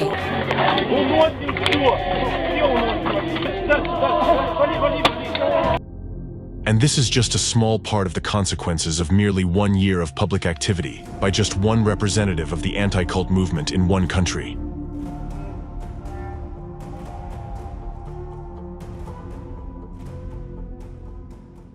Dvorkin's public, extremist, and baseless statements led to a series of attacks and acts of violence against Jehovah's Witnesses and other religious groups in various regions of Russia in 2009-2010. Numerous cases have also been recorded where large families of Jehovah's Witnesses were harmed in various ways, had their property damaged, and had their homes burned to the ground. All of this was done by individuals influenced by Dvorkin's manipulative speeches, which carry a hidden message of denying human rights of stigmatized groups of people and turning them into public targets.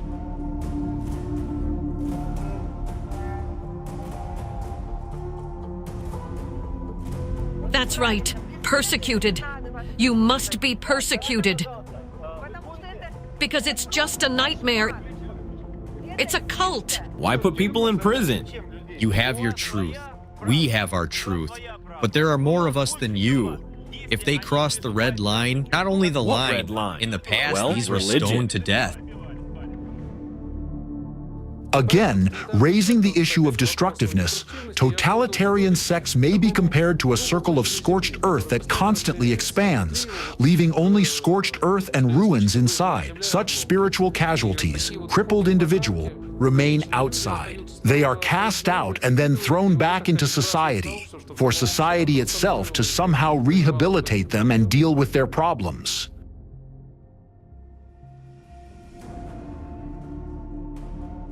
Let's consider an example of using a manipulative method aimed at forming an image of the enemy and dehumanizing certain groups of people. Please note that in his public speeches, Alexander Dvorkin regularly repeats the following stigmatizing comparison.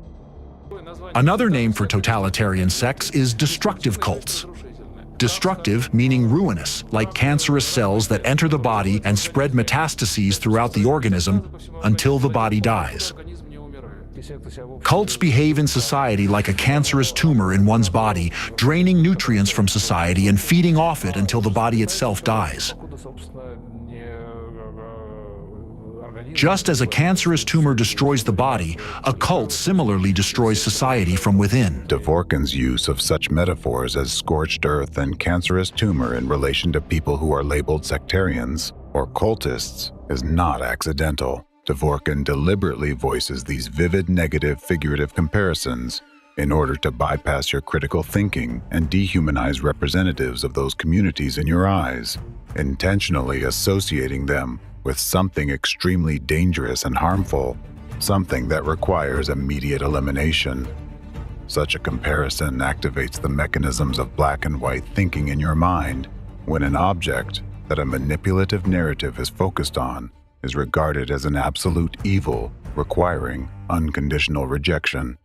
At the same time, Dvorkin himself is perfectly aware that his radical rhetoric is a blatant violation of human rights and a manifestation of extremism. So, in order to avoid direct accusations of inciting aggression towards people, from lecture to lecture he plays safe by voicing another manipulative statement. We don't fight cultists, we fight cults.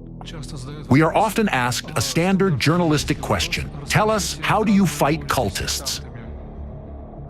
And I always have the same answer to that. I don't fight cultists, I fight cults. The phrase "we fight cults" and not cultists, often used by Dvorkin and his followers, is a prime example of semantic manipulation. This statement contains a dichotomy that creates an illusion of differentiation between the concept of a cult as an organization and the real people who are its members. However, in reality, such a differentiation is impossible since any organization consists of people and cannot exist without them. Dvorkin's manipulative statement ignores the fact that the activities of the organizations he called cults and the personalities of the so-called cultists are inextricably linked. This means that he calls people cancerous tumors in scorched earth, thereby causing public hatred towards them. To make the essence of this manipulation clearer to you, please answer the following question. When you heard this comparative metaphor that cults are cancerous tumors, what image appeared in your mind? Some kind of abstract image of a cult? Or did you see an image of specific personalities whom you associate with the word cult, whom you yourself know or saw in the media?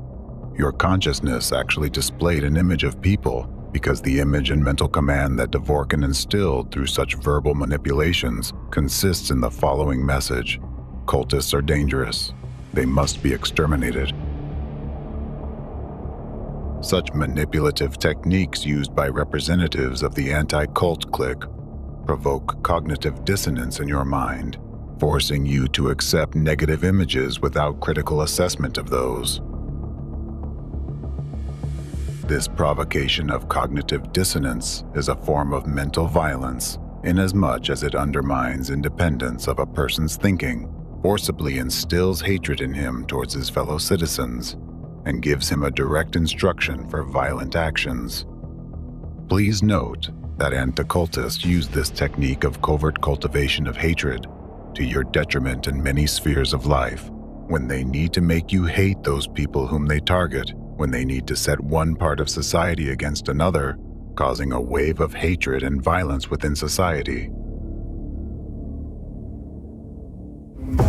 Manipulative methods used by Alexander Dvorkin constitute illegal actions that have already caused severe psychological, moral, and physical suffering among the population and have led to many deaths, details of which will be discussed later.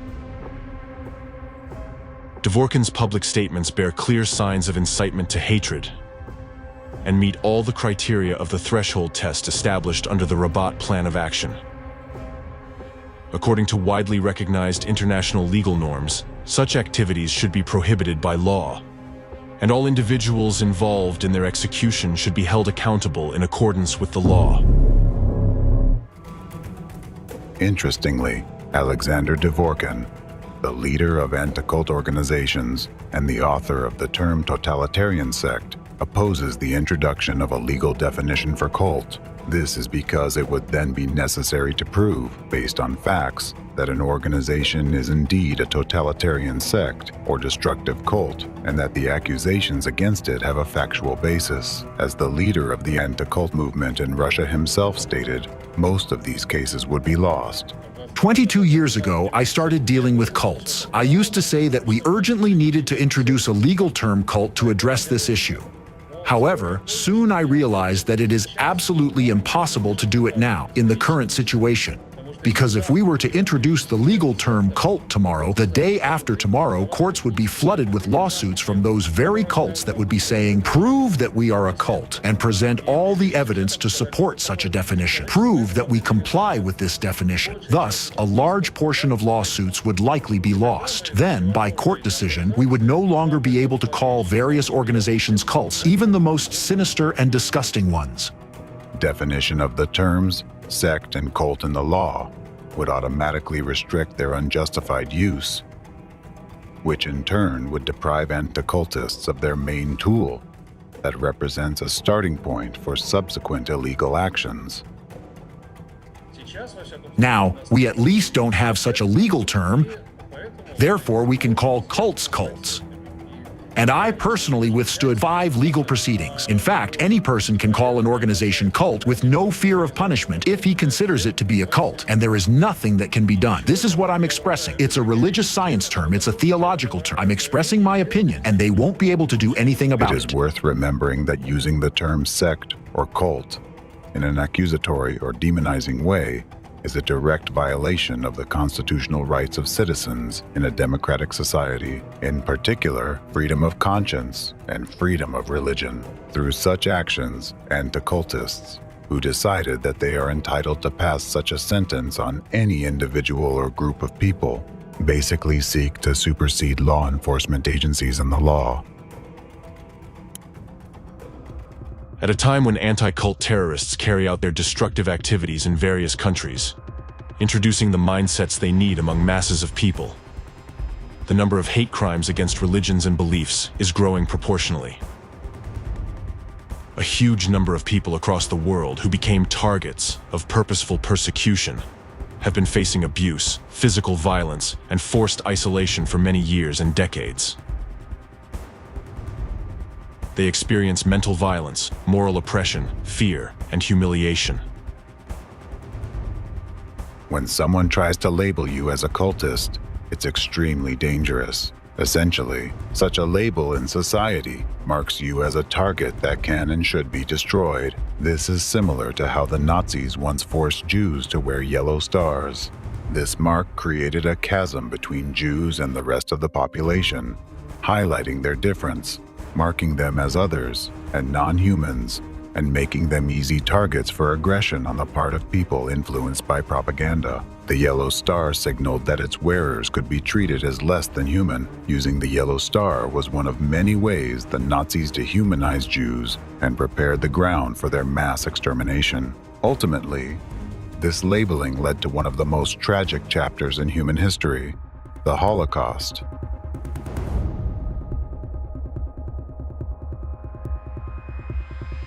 Today, anticultists use the same methods, assigning labels like cult and sect to various organizations, thereby separating them from society and stripping them of their status as people. These labels take away their democratic rights and freedoms, telling society that these people are different and that they can be deprived of their rights, treated without respect, and even with violence. During the Nazi era, the harsh treatment of Jews was the result of well-organized propaganda. The media of that time were tools for creating the image of the enemy, despite the lack of facts and evidence. Similarly, today, innocent people labeled as cult or sect members by anticultists become victims of accusations for crimes they did not commit. Because a cultist, a member of a totalitarian sect, if required to lie, steal, kill, and so on, he simply doesn't think twice but follows the order. Because he would act, for the benefit of the whole world, for the salvation of humanity and so on. What does some insignificant human life matter that gets in the way of this? Undoubtedly, for this, any means are justified. But that's more of a fanatic than a cultist. Any cultist is actually a fanatic by definition. You use the term war, saying we need a war. I mean, these are different kinds of people. Doesn't it bother you? This is just an emotional question. Well, it's a fight. It's a war. Call it what you wish, but it really is. It doesn't bother me. It's a war against inhuman organizations that enslave people and deprive them of freedom. Stigmatizing certain groups and communities by defining them as cult, totalitarian sect, or destructive cult shapes public perception of them as highly negative and dangerous entities. This leads to the marginalization of these communities as social groups and their discrimination within society. They are met with suspicion, insulted, humiliated, and ridiculed. People refuse to hire them, collaborate with them, or engage in personal relationships with them. The problems these individuals face are numerous, from public condemnation, conflicts, and threats to physical violence, criminal prosecution, searches, and more. Stigmatized individuals become targets. They are hated, despised, and avoided. They are met with anger and disgust. They can face anything, from disdainful avoidance to violence, including murder. And this happens solely because anti-cultists chose them as targets. Constant demonization and hate speech undoubtedly have a severe negative impact on the physical and psychological health of the victim. This topic has been extensively researched by psychologists and psychiatrists.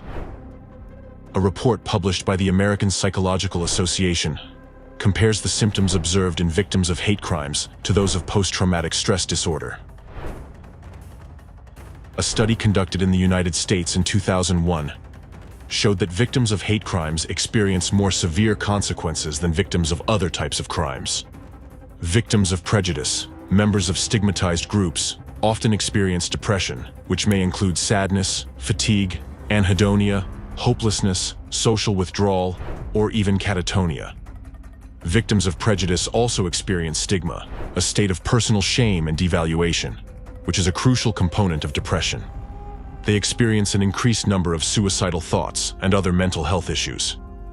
For victims of prejudice, suicide offers an escape from the hatred they face, driven by despair and a desire to flee. Suicidal victims of prejudice do not wish to harm themselves. They simply want to avoid the harm inflicted upon them by others. A classic example of creators of stereotypes and enforcers of prejudices are the Nazis.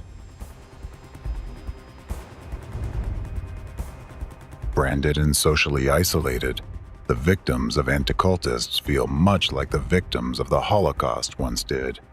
The fact is, the targets of anticultist terrorism, whether an organization or an individual subjected to persecution and attacks, feel doomed and eventually come to terms with their situation. This is comparable to how Holocaust victims resign themselves to their fate, knowing they were inevitably facing execution or the gas chamber. The hopelessness and fear of the inevitable traumatize a person on a subconscious level. Even though the conscious mind tries to suppress and push away this fear, the subconscious trauma remains deeply rooted. Imagine what these people experience and how their lives unfold after enduring such trauma. So, the labels of sect or cult used by anti-cultists are not just words. They are tools that lead to the destruction of the foundations of humanity. The history of Nazism's impact on the world teaches us that when society starts to divide people into us and them, it leads to irreparable consequences. One of your statements. Orthodox Christians are no better than everyone else. If they were, the whole world would have become Orthodox a long time ago. Maybe we are even worse than everyone else. But Orthodoxy is definitely the only direct path to God. What gives you the right to state that? And I think it's a statement, first of all. Secondly, isn't this inciting, at any rate to some degree, of interreligious hostility or intolerance? Well, no, not at all. Because first of all, every religion considers itself true while all others are mistaken. A member of any religion can say this. The path of Indian asceticism is only to attain eternal death, to attain eternal non-being. And in this, of course, lies the demonic nature of Hinduism. When you see two women in the street brainwashing a mother with a stroller, you can approach her and say, don't listen to them. They are cultists, Jehovah's Witnesses. They grossly distort the Holy Scripture. Isn't this inciting, at any rate to some degree, of interreligious hostility or intolerance? Well, no, not at all. Muhammad, although he belonged to that powerful tribe, he was from its poor branch. So he was a rather poor man. He got a job with his distant relative, the twice-widowed Khadijah, and started leading her caravans, gaining her trust. And when he was 25 years old, Khadijah, who was then over 40, married for the third time her pretty-faced clerk. Inciting interreligious hostility is if I insult specific bearers of one or another particular religious idea. The principle of Orthodox Christian relations with other religions is respect for every person. Long before he arrived, all of Moscow was covered with posters of this man with a horse-like face, and it was inscribed that the great Tony Robbins had arrived, and everyone was wondering what this was all about. Then Muhammad had some strange visions and revelations. Some people believe he had epileptic seizures. Tom Cruise is the Goebbels of Scientology, the minister of propaganda. Thorov himself is a very gray and dark man. He speaks very boringly. He is sort of like a very dull, gray person, and respect for every person. Who do we know? What cultists do we know? Street beggars? Annoying recruiters who knock on our doors? Cults are dangerous at the societal level because, unlike traditional denominations that enrich society and create culture, cults give nothing to society. We don't know cultists who are respect for every person. Writers, artists, music composers, philosophers, and so on, they only drain society of its vital resources, just like a cancerous tumor pulls the vital resources from the body until it eventually destroys it. The cancerous tumor pulls the vital resources from the body until it eventually destroys it. We can discuss each of the cults, many of them, talking about how exactly these totalitarian schemes are embodied in their teachings. The International Society for Krishna Consciousness, or the Hare Krishnas. This cult had a lot they would like to conceal. There was drug trafficking, arms trade, and murders. Overall, it is quite obvious that the International Society for Krishna Consciousness is a ruthless group aiming to seize power. It is built on strict totalitarian principles and dreams of spreading those principles to the entire global population. It seems clear that this is one of the attempts of the impending Antichrist. It is obvious.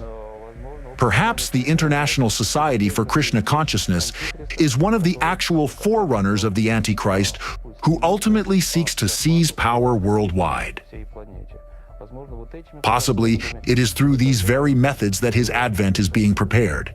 There can be no equality between Orthodox Christianity, which has existed in Russia for 1,000 years, and a tiny marginal cult like the International Society for Krishna Consciousness, which appeared here just a couple of decades ago, but loudly demands to be recognized on a par with orthodoxy and given preferential treatment. There was an attack on the temple of the Moscow Society for In Barnaul, there was an attempted attack on Krishna worshippers. Krishna worshippers were beaten in Moscow. Krishna devotee was beaten.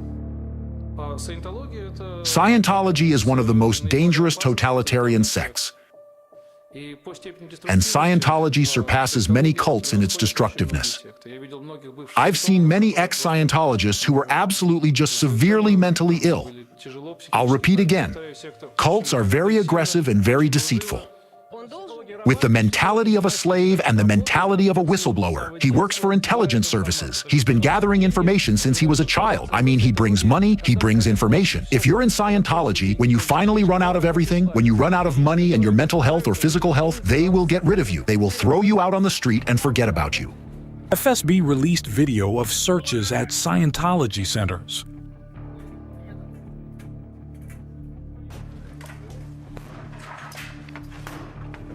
Searches in Moscow in connection with the case of Scientology. Court sentenced 5 Scientologists. White Scientologists are Scientology organizations have been declared undesirable. Among neo-Pentecostals, there is a tithe, but again, no one counts it. Yet, there is such an ordinary elementary principle of extortion. It's an alternative version of Christianity created by the enemy of the human race, which is called Christianity, and from which the entire essence of Christianity has been hollowed out. Neo-Pentecostals are 300,000 plus activists who will go where they are told and do what they are ordered to do.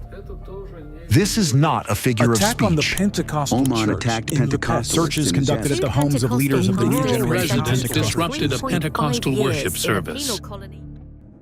Charge.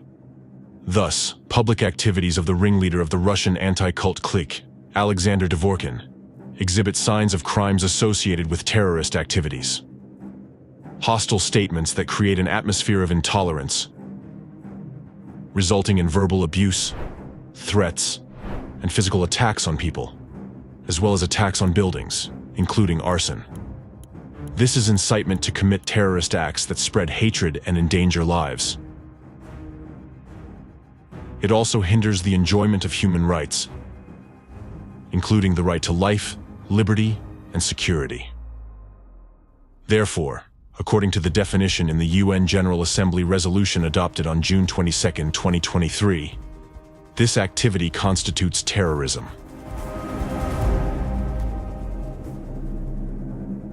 An aggravating circumstance is Dvorkin's deliberate use of special hidden manipulative methods and technologies aimed at covert influence, programming, and control of human behavior.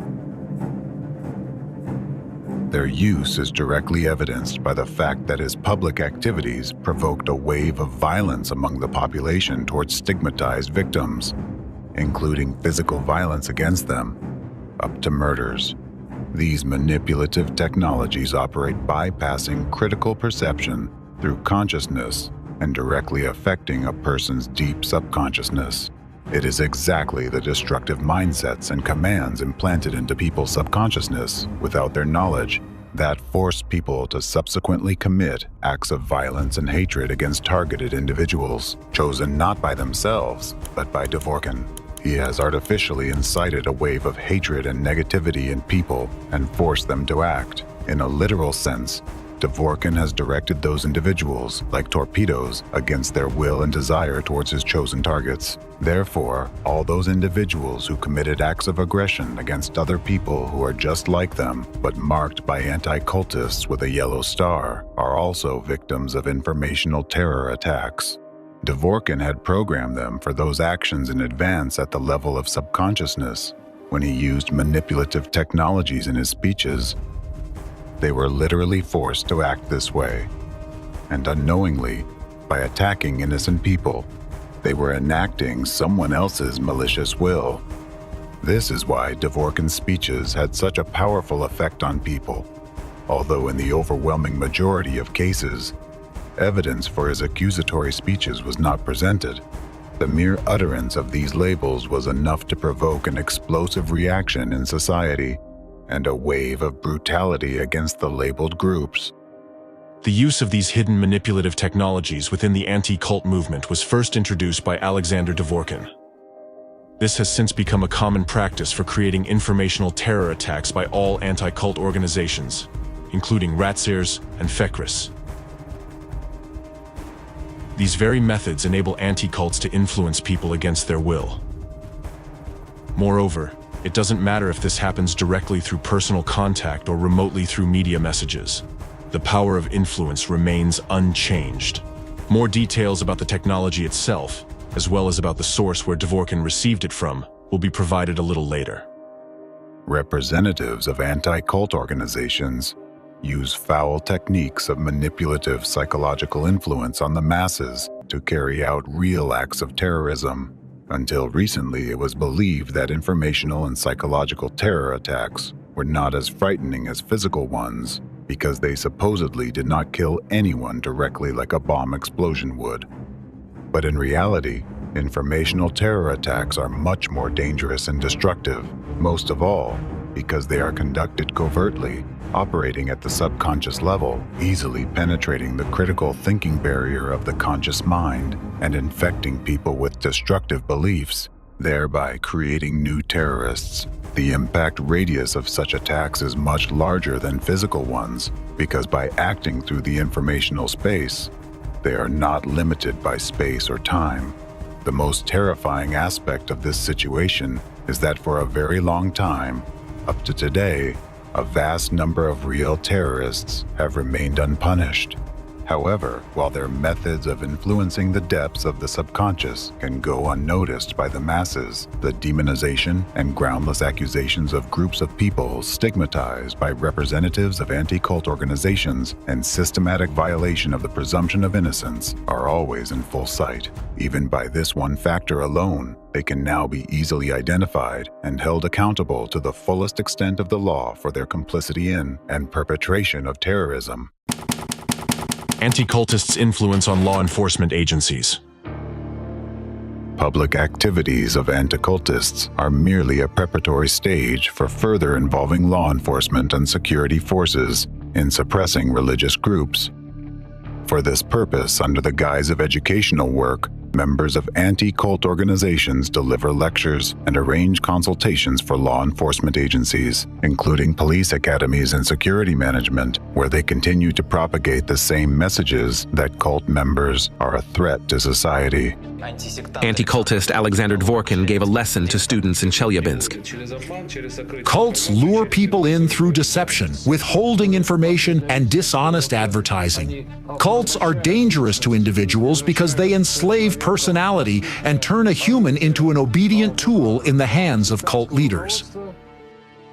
Such activities are not only unacceptable, but also dangerous, as they aim to instill radical ideology in the minds of security officials, which can have far-reaching consequences for society and the state as a whole.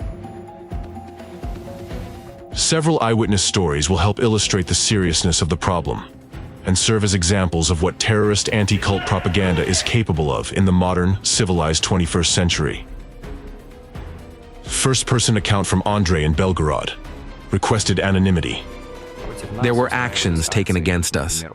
For example, in the fall of 2012, we held a Congress. The area was cordoned off by Cossacks with whips. They beat drums, invited the NTV television company and local media, and portrayed our activities in a negative light. They shouted at us, "We'll throw a grenade at you," and the police did not react at all. At some of the actions against Jehovah's Witnesses, they wore T-shirts that said, "I hate Jehovah's Witnesses." I was directly threatened. "Aren't you afraid you'll get hit on the head and be disabled for life?" Given what I've witnessed since around 2010, I believe it will only worsen. My dear ones, please, if you carry your faith, carry it with peace and kindness. We've never stabbed anyone, and we're not going to stab anyone.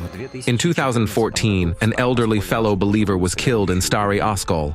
She was on her way to a meeting, got into an elevator, and was found with multiple stab wounds, and her eyes gouged out. The local media wrote that she was a member of one of the cults, which is how they often refer to us. The perpetrators were never found. Our sister was beaten in her own apartment building by a man who then dragged her around the building. Funeral wreaths with inscriptions to victims of the Watchtower were placed at our Kingdom Hall in Belgorod, and swastikas were painted on the building's walls. I believe that the persecution of Jehovah's Witnesses is orchestrated by the FSB. In their view, Jehovah's Witnesses do not fit into the political framework of today's Russia. The 5th Directorate of the KGB used to persecute dissenters. Today, it is the Directorate for the Protection of the Constitutional Order of the FSB. This is the political police.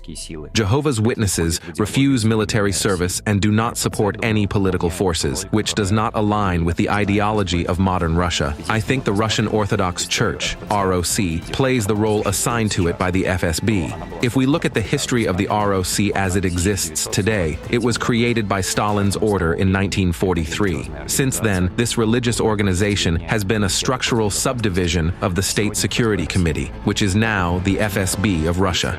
Experienced police officers have told me that they don't understand why they are being forced to persecute people for their religion. One even said that under the current government, it has become embarrassing to work in the police force because they are detaining elderly women for talking about the Bible, apprehending people on the street for unclear reasons, breaking into apartments, and so on. What is happening to Jehovah's Witnesses in Russia today can happen to anyone, to any political or religious movement, such as Baptists, Pentecostals, or the autonomous Russian Orthodox Church. They are already under pressure and are at risk.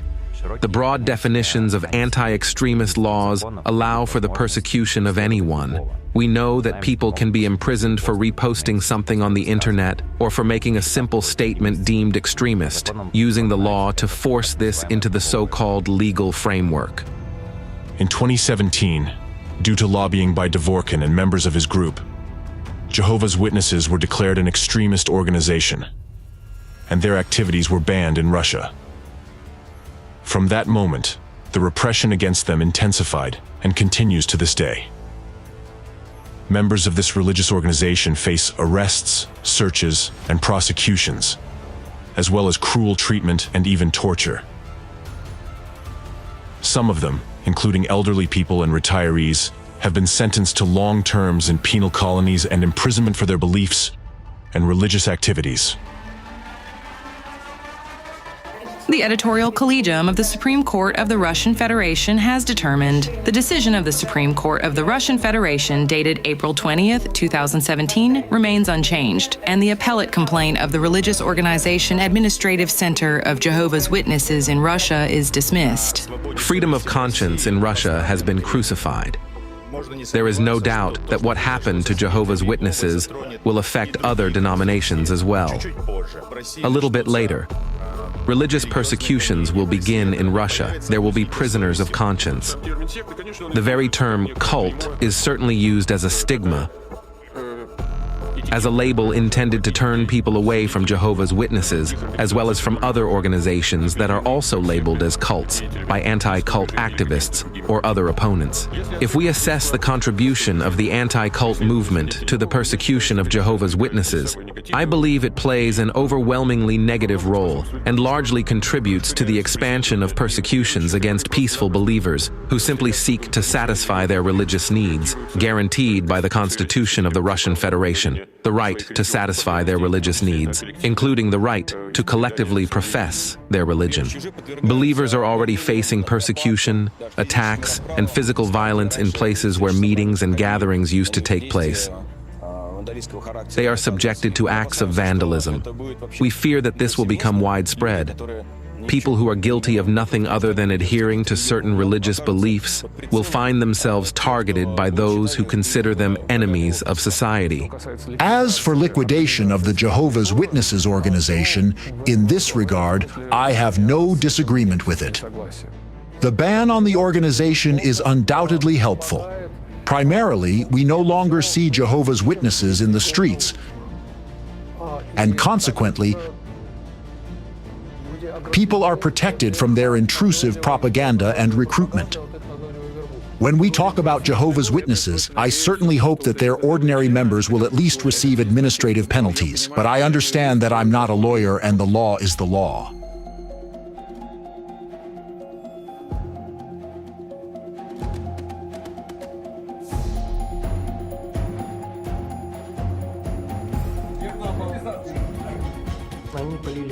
They poured water on my hands and started hitting them with a taser. At that moment, it was the most painful sensation.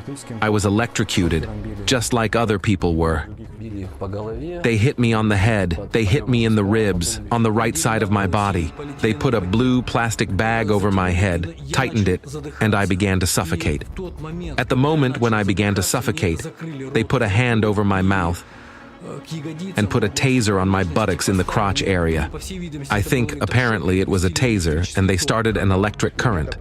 When I was interrogated, apparently someone was brought into the adjacent room again, so I heard everything clearly. There were electric shocks and screams. Some names, surnames, and addresses. I said I would only cooperate with the investigator in the presence of my lawyer. Then they put a hat on my face and took me out into the woods behind the stadium. This is what the consequences of dehumanization lead to. All these people are just like you. The only difference is how and what they believe in. They harm no one and infringe on no one's rights. All they do is express their views on the world and life differently. For this alone, they are publicly stripped of their humanity, slandered, and targeted by society, law enforcement, and security agencies. Even some law enforcement officers bound to follow orders understand this is absurd. They are ashamed to carry out these orders but cannot disobey. As a result, ordinary people branded by anti-cultists, along with their families, children, and loved ones, suffer immense hardships. I'm now talking about citizens. Surely they are being taken care of by banning this cult, first and foremost, right? But we'll discuss that further. At this very moment, when they exist somewhere out there, we see them only on the internet, appearing in some news stories. So they...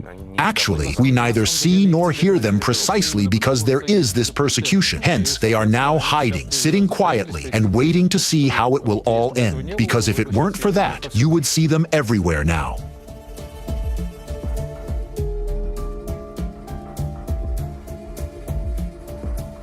I cannot avoid quoting the words of President Putin. On December 11th, 2018, he said, "We should treat representatives of all religions equally. We should not classify representatives of religious communities as some kind of destructive, not to mention terrorist organizations." Of course, this is complete nonsense. Jehovah's Witnesses are also Christians. I don't understand why they should be persecuted. So, what do we persecute them for? Firstly, I disagree with President Putin that Jehovah's Witnesses are Christians. They are not Christians. Christians are those who believe in divinity in Christ, while Jehovah's Witnesses do not believe in the deity of Christ. They are Jehovists. Their main god, whom they believe in, is Jehovah, so according to the rules, they should be called Jehovists. But they don't deny Christ. However, they don't consider him God. Muslims do not deny Christ either, but they don't consider him God. Muslims are not Christians. So this... But Muslims are not banned, while Jehovists are...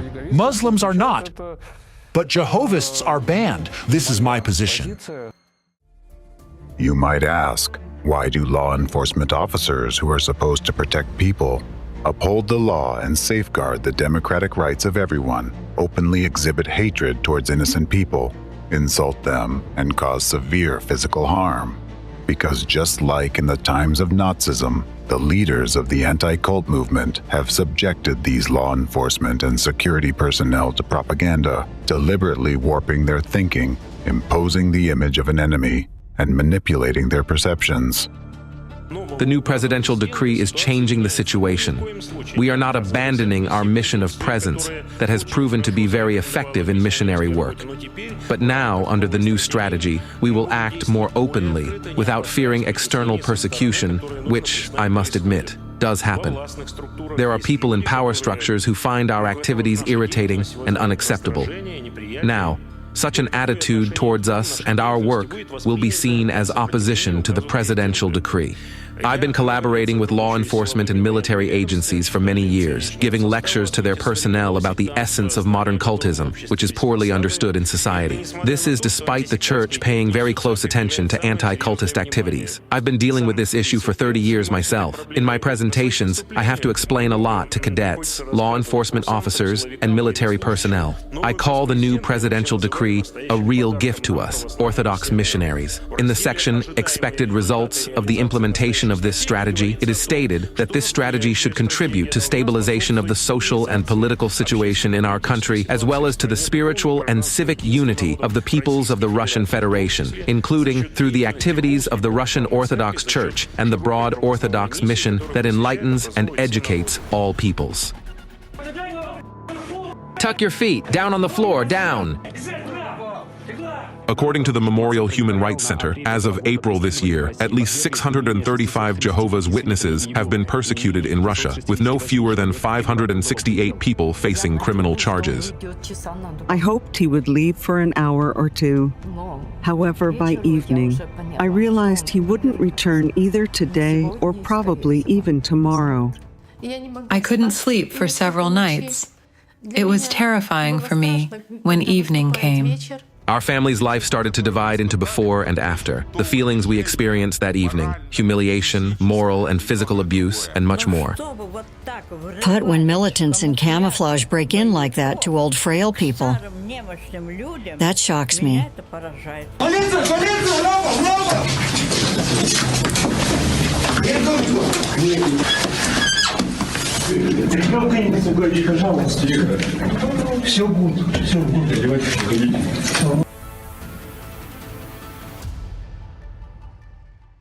Think about it.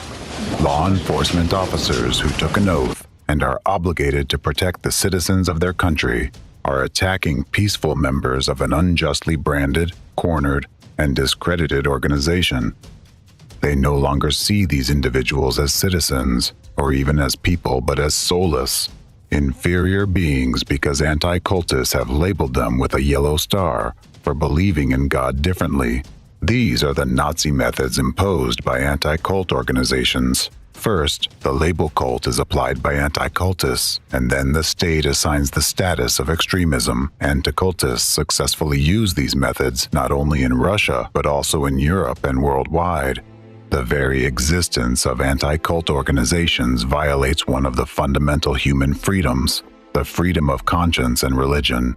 To deprive someone of the ability to believe in what they choose is to strip them of a basic need, similar to the need for food or drink. It's as if you were forbidden to eat bread because a bunch of radical extremists decided you aren't even human.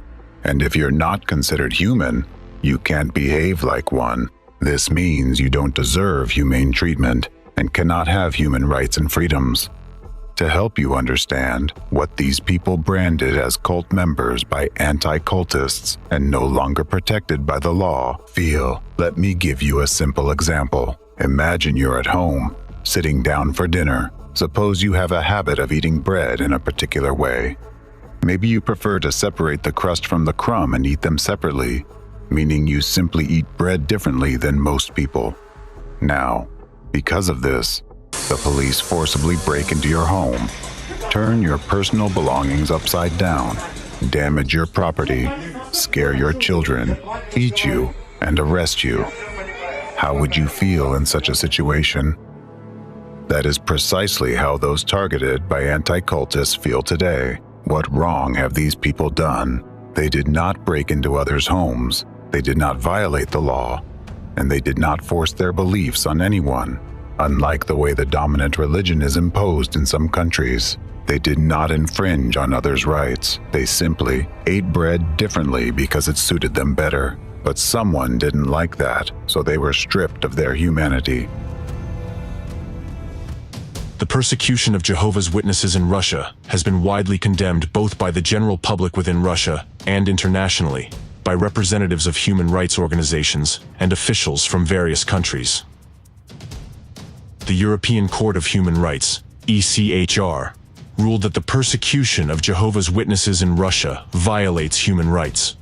However, the persecution continues to this day, and instigators of hatred and informational terrorism, such as Alexander Dvorkin and his associates, have not been held accountable or received the punishment they deserve. Charge: dehumanization. The denial of individuals in any religious or ideological group their status as human beings is an activity aimed at denying human rights, and is qualified as acts, methods, and practices of terrorism. The stance of leaders of anti-cult organizations, such as Fekris and Ratziers, that the members of what they call cults or sects are not considered to be humans, directly violates the rights of such people to legal capacity, which guarantees that every person is regarded as an individual with rights. By their statements and actions, representatives of anti-cult organizations deny the principles of pluralism, one of the most important democratic pillars. Accordingly, under the definition in the resolution adopted by the UN General Assembly on June 22, 2023, this activity is considered terrorism.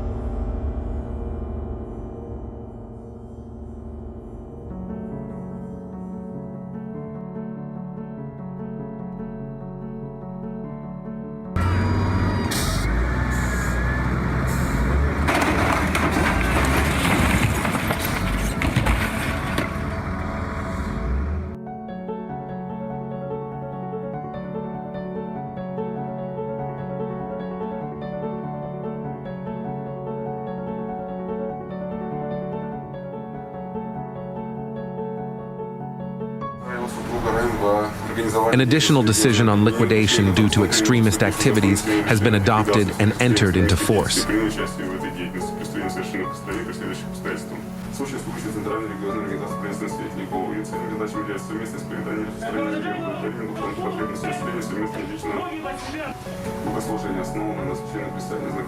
They put a submachine gun right to his forehead, pushed him back, and started shouting, "Where's the family? Where is your family?"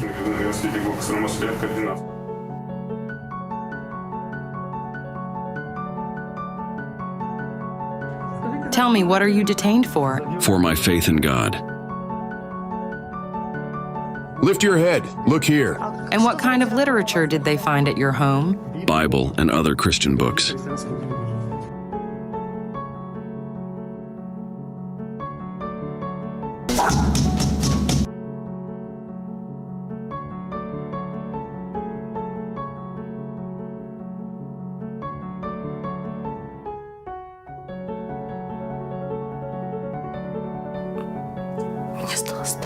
Yeah, I got scared.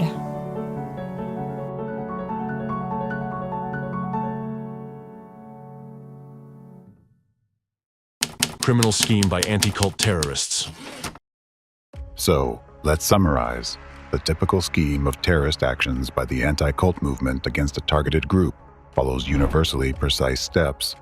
It begins with labeling the group as a cult or a sect, continues with stigmatizing the group in public opinion, fabricating accusations and criminal cases, and ends with discrimination against members of the targeted group, persecution, and the use of physical violence, up to murders.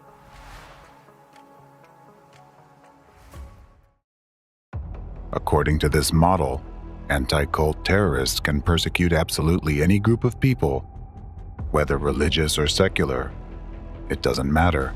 The most crucial steps are labeling and initiating a media campaign to discredit the victim in the media. Once this is achieved, implementing the remaining steps is only a matter of time.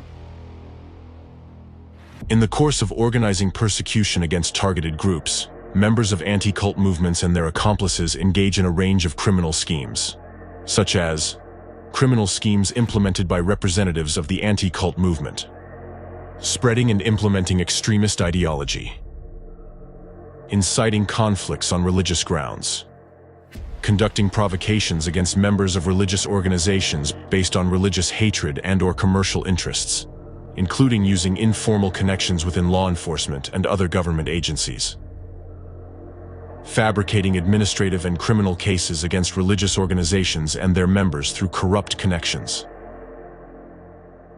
manipulating judicial examinations concerning religious associations, preparing false witnesses for court proceedings, public funding fraud, engaging in fraudulent activities.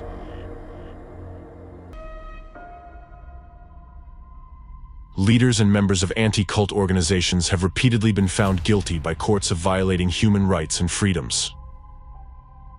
Numerous facts and cases have accumulated where European courts in Germany, France, Canada, Spain, the United Kingdom, Switzerland, and Austria have found participants in organizations affiliated with the Fekris network guilty of numerous offenses, including defamation, discrimination, and unlawful restriction of freedom. The violations they committed have had significant consequences for religious groups and their members, including social ostracism, job dismissals, denial of employment and medical examinations, educational problems for their children, and other issues. However, despite the clear violations of laws, anti-cult organizations continue to operate, receive state funding, and conduct their anti-democratic and inhumane criminal activities. The activities and rhetoric of anti-cult organizations violate universally recognized human rights and freedoms protected by international law and enshrined in international documents such as the Universal Declaration of Human Rights, the European Convention on Human Rights, as well as the constitutions and national laws of various countries. Specifically, the right to freedom of thought, conscience, and religion, the right to freedom of speech, the right to equal protection against any form of discrimination, the right to life, liberty, and personal security, the right to the presumption of innocence, to be considered innocent until proven guilty according to the law, and so on.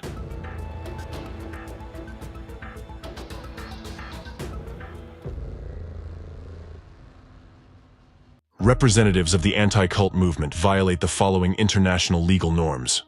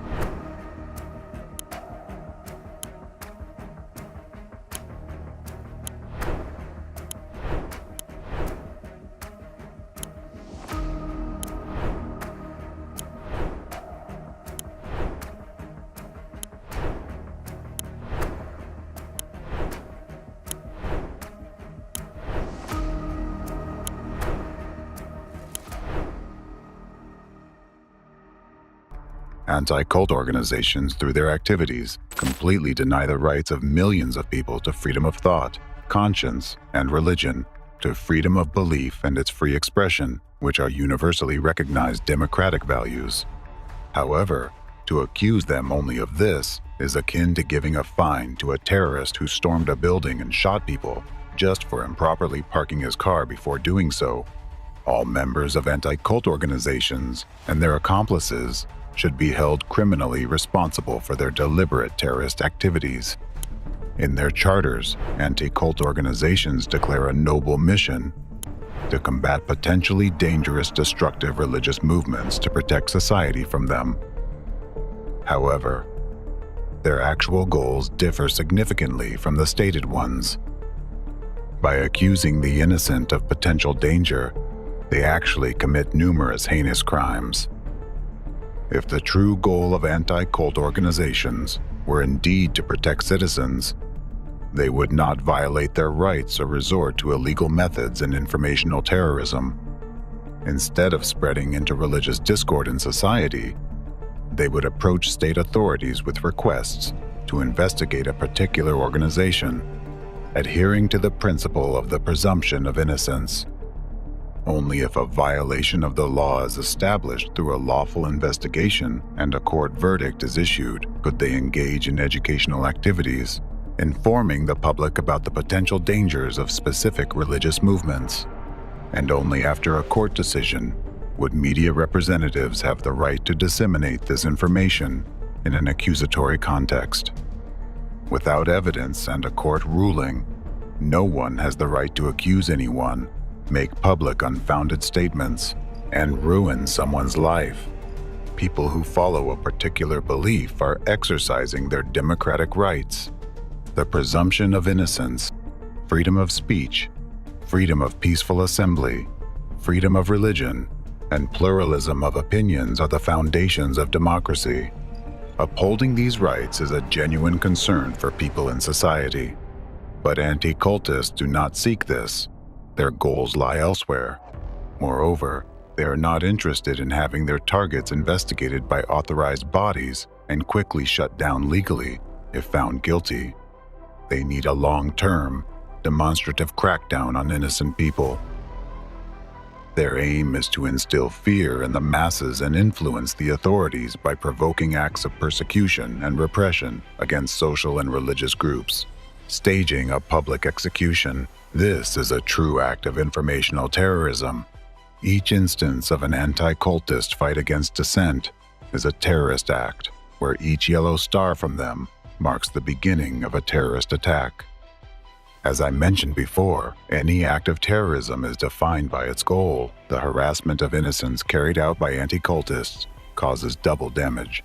First, to the victims who suffer, and second, to the unwilling witnesses of these actions who feel powerless in the face of such injustice. Each such act is accompanied by clear violations of fundamental rights and freedoms. What do citizens see in such cases? They see that the laws in their country do not work, that their rights and liberties are being grossly violated, and that the authorities turn a blind eye to this. They see that those who were supposed to protect them have sided with the enemy and are attacking them. And they understand that anyone, including themselves, could be the next to be marked with a yellow star. This situation undermines trust in the authorities, provokes social tension, and increases dissatisfaction among the population. The result is a divided society filled with hatred and fear, ready to explode and express its discontent at any moment. This, in turn, creates the potential for a sudden surge in revolutionary sentiments or interreligious conflicts. Therefore, the actions of anti-cult organizations must be classified exclusively as terrorist activities, which is what they truly are. What is it anyway? Is it religious disagreements, politics, some modern trend? It's unclear. It's an attempt to straighten all the non-straight lines, so to speak. Everything that is not ours is, whoever is not with us is against us. Everything that is not ours is hostile. In this repressive wheel that is slowly rolling, I see nothing rational in it. Because it doesn't increase the government's rating, it doesn't increase trust in the authorities, it doesn't improve anything, it doesn't contribute to anything except increasing overall aggressiveness and general embitterment. Because any governmental cruelty increases the level of public cruelty, in fact. It always happens this way. The degree of overall cruelty rises. Besides this, I see no other consequences. And of course, I think it makes people exasperated. It makes them bitter towards each other, towards the authorities, towards the world around, towards everything and everyone. In this regard, I'd like to emphasize once again that in the informational acts of terrorism committed by anti-cult terrorists, the key role is played by the media, or more precisely, by certain unscrupulous and dishonest representatives within it. It is through their efforts that the demonization and defamation of innocent people occur.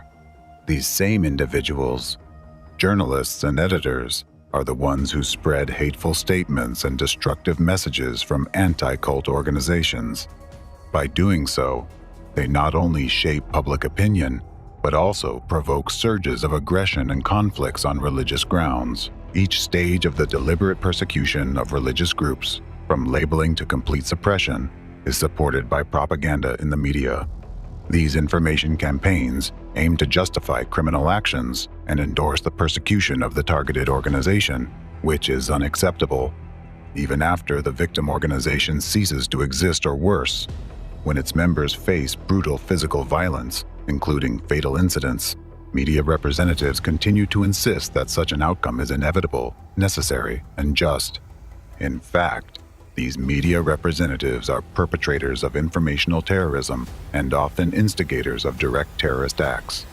Many people have suffered at their hands, and many continue to suffer to this day. Their efforts have caused many people to endure torture, lose their health, and lose faith in people and the future. Therefore, according to the law, all journalists, editors, publishers, and media employees who aided the anti-cultists should be held accountable for crimes related to terrorist activities. Each such publication violates citizens' fundamental rights and freedoms, guaranteed by the Constitution and international legal norms. By committing acts of informational terrorism, media representatives undermine the foundations of democracy and effectively act against their own people and country, which, in the context of an undeclared covert war, plays into the hands of the enemy of the free world and constitutes collaborationism. By participating in the criminal scheme of terrorist anti-cult groups, acting deliberately and in collusion, these individuals commit treason. An example of how the image of an organization stigmatized through the media can be further used by anti-cultists to destabilize the country is guilt by association. Anti-cult groups deliberately associate politicians or representatives of authority with discredited organizations, thereby lowering their ratings and tarnishing their reputations in the eyes of the public. Ultimately, this can lead to removal of those politicians from the political arena.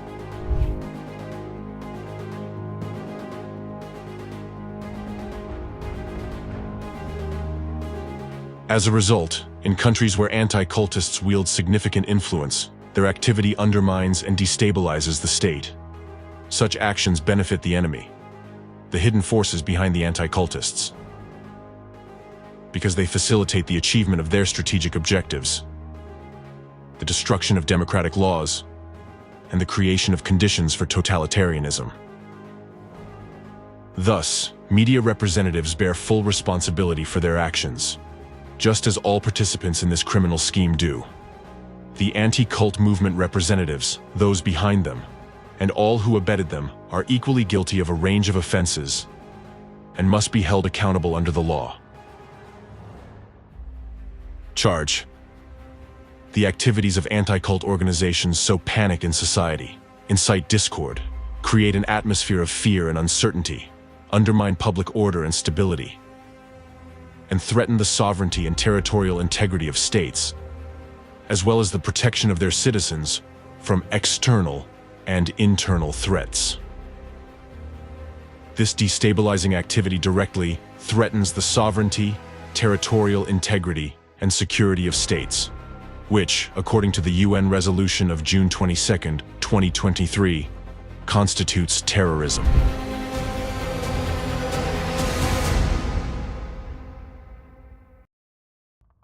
It is well known that the more religions and freedoms of opinion exist in a state, the more stable and democratic it becomes. People feel freer and more courageous. They are ready to defend their country, serve it, and contribute to society. Pluralism of opinions ensures safety and stability by preventing the concentration of power in one set of hands. This is precisely why the First Amendment was added to the U.S. Constitution. However, the actions of anti-cult organizations threaten this diversity and endanger states themselves by provoking the destabilization of the democratic system, which, according to international acts, is also a form of terrorism. The long-term nature of such terrorist acts and the use of secretive manipulative technologies has made their execution inconspicuous for a long time. It has complicated the proof of guilt of their organizers, but now the time has come when all individuals involved in such actions, representatives of anti-cult organizations, the media, law enforcement, security forces, those engaged in persecution, searches, arrests, falsified trials, as well as politicians and individual officials, must be identified, held accountable, and punished to the full extent of the law for treason, creating an international terrorist network, complicity in terrorist activities, and the systematic execution of terrorist acts. Charge. The activities of anti-cult organizations represent a new, dangerous form of terrorism.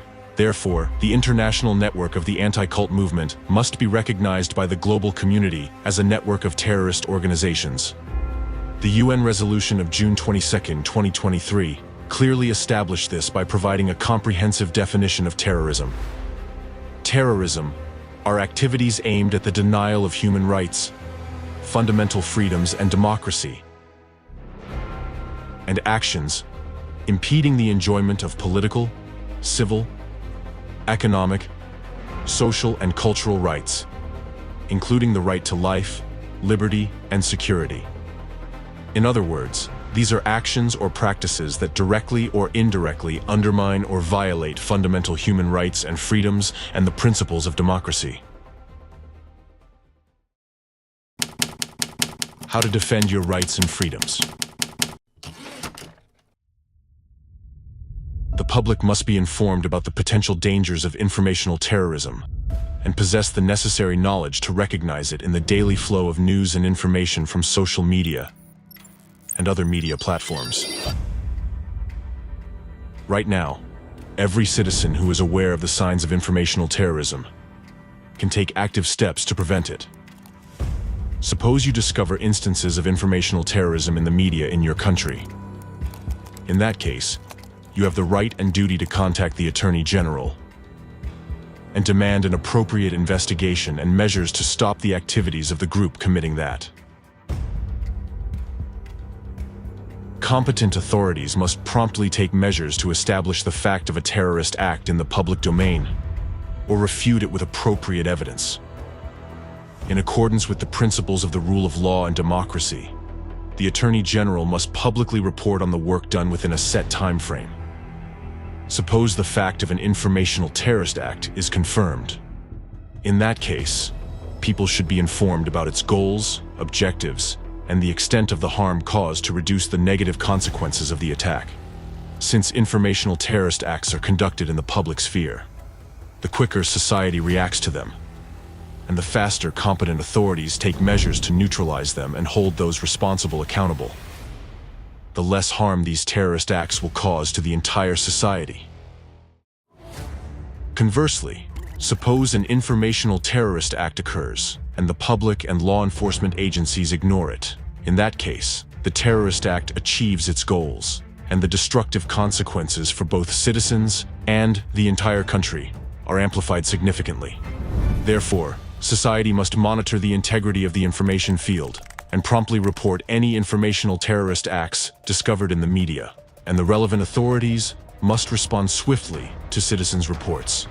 If, after citizens request an investigation into an informational terrorist act, the Attorney General does not provide a public report on the work done, does not disclose the investigation results, and does not take measures to stop the activities of those committing informational terrorism within the legally established time frame, this should raise justified doubts about their competence. The lack of active measures from the Attorney General could be seen as possible complicity in criminal activities or deliberate aiding of the perpetrators.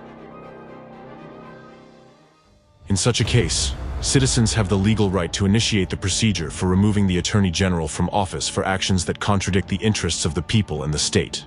Moreover, if the Attorney General, in their position, allows informational terrorist acts to be committed and lets the perpetrators go unpunished, then they themselves should be held accountable under the law for aiding terrorism and participating in the activities of a terrorist network. The presence of an individual in a significant governmental role who supports terrorism poses a serious threat to national security and the stability of the law enforcement system. Therefore, if the Attorney General fails to fulfill their duties to protect the rights and freedoms of the people, any citizen has the right to appeal to the higher authorities responsible for appointing the Attorney General in your country, requesting that they be peacefully and lawfully removed from office. As citizens, you must also understand your own responsibility. If you witness any form of terrorism and choose to remain silent, you similarly become an accomplice to the crime. Silence in such circumstances can be regarded as a form of criminal inaction. If you witness an attack on your rights and freedoms, an attack on democracy, do not remain silent. Inform the competent authorities. After all, the consequences of such a terrorist act will affect you first and foremost. In light of recent events, which have made it clear how much impact information can have on the world, covering up informational terrorism is equivalent to depriving yourself and your children of a future. Therefore, if you encounter informational terrorist acts in the media in your country, report them and demand that the activities of these informational terrorists be stopped.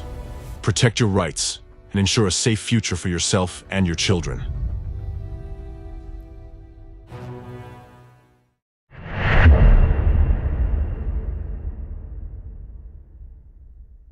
In a democratic world, anti-cult organizations should not exist at all, as their very essence contradicts democracy and the pluralism of views on which a free and equal democratic society is built. Nevertheless, this criminal international terrorist group not only exists, but also openly engages in inhumane activities in full view of the global community, posing a real danger to society.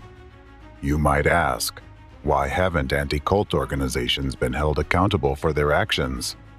And why do they still exist? Because for many years, this transnational terrorist group operated in the shadows, using sophisticated manipulation techniques to conduct informational terrorist acts. It took 30 years of observing their activities and a 10-year investigation to uncover their tools and methods, and to establish their true goals. The presented facts clearly show that anti-cult movements are tools of the enemy of the entire free world for conducting covert terrorist acts in the informational space. This means they consciously aid the enemy's global plan for total power domination. In this context, anti-cult organizations are just one branch of a network of similar organizations that use the same methods, all led by a hidden shadow force, their ideological mastermind. All members of this network are the architects of a new world disorder. Their goal is the destabilization of society on all fronts: political, social, cultural, ideological, religious, and others. Therefore, destructors like anti-cultists are present in many areas of public activity and occupy various levels of the social hierarchy. They do not care whom they target or for what reason. The main objective is to persecute the innocent, which allows them to create informational terrorist acts to influence the masses. They are indifferent to who holds power. They will undermine any authority. The ultimate goal of their activities is globally orchestrated mass disorder, civil war, and the complete collapse of democracy. Each of them plays their part in the unified enemy scheme to destroy democracy and establish totalitarianism. Therefore, they draw into their network all those as deceitful and unscrupulous as themselves who can help achieve their goals. They strive to extend their influence worldwide. In some countries, they have already infiltrated the government. In others, they openly influence legislation. In some places, they even receive funding from the state. There is also a country that serves as the source of this harmful influence spreading across the globe. In this country, this shadow force already controls the government and is the real power. Through their actions, this entire international terrorist group is bringing about a new world order led by the hidden enemy, the enemy that is currently reviving the legacy of Nazism in a new, even more insidious form. For convenience and understanding, let's call this new form of Nazism global anti-cultism, after that branch of the unified network, on the example of which it became possible to study the methods and schemes of the hidden enemy through years of investigation, monitoring, and study of its activities. Humanity is facing a threat of this kind for the first time, because right now there is a war, and it is a covert, undeclared war that has engulfed all of humanity.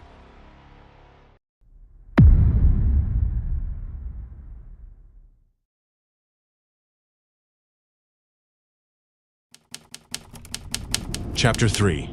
Anti-Cultism as a New Form of Nazism. I don't make the claim lightly that the enemy is reviving Nazism in a new form, nor do I casually compare the methods of the Nazis and anti-cultists. The fact is that for your enemy, Nazism is a very close concept. The Third Reich is where modern anti-cult fighters find their roots. To understand the entire chain of events, it is essential to know that Hitler in particular, and Nazism in general, heavily relied on the Protestant Church and the anti-cult movements of that time. Martin Luther, the founder of Protestantism, was known for his radical views. He actively fought against other Christian denominations and religious movements, demanding the death penalty for citizens who understood faith in Christ differently than he did. Moreover, Martin Luther was a fervent anti-Semite.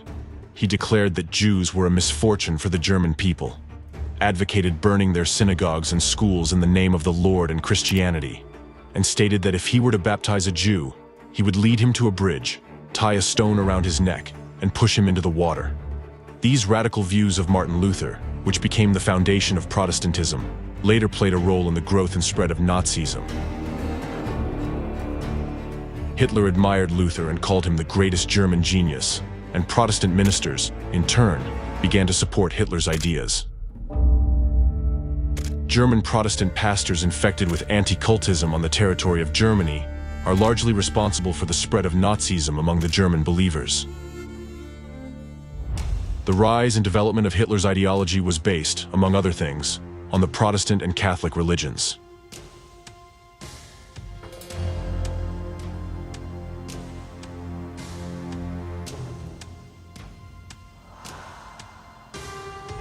Later, atheists were even banned from joining the SS.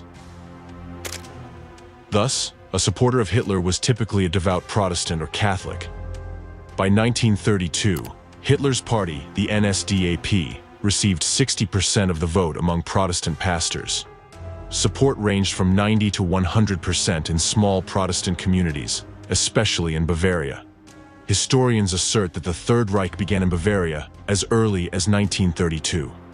As early as in 1921, in the Protestant Church, the Apologetic Center was established, a prototype of modern anti-cult organizations. Officially, the Apologetic Center was supposed to monitor the activities of other religious movements and inform the Protestant church community about them. In reality, the Apologetic Center began collecting data on various cults, movements, circles, and other associations. In 1932, Pastor Walter Kunneth, an anti-Semite from Bavaria and the chief editor of the Protestant publication Word and Deed, became the head of the Apologetic Center.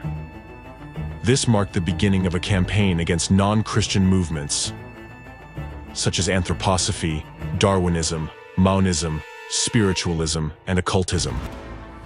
Movements that the Protestant Church viewed as competition. Lectures and articles were produced on this topic, with many ideas and methods inheriting an inquisitorial approach. On April 26, 1933, Walter Kunneth presented a report titled "The Church and the Jewish Question" to the Federal Church Administration in Berlin. In it, he called for the swift eradication of Judaism, which he described as a foreign entity within the body of Germany. This report had a profound influence on the final adoption of anti-Semitic policies. On December 16, 1933, the Gestapo noticed and appreciated the work and methods of the Apologetic Center.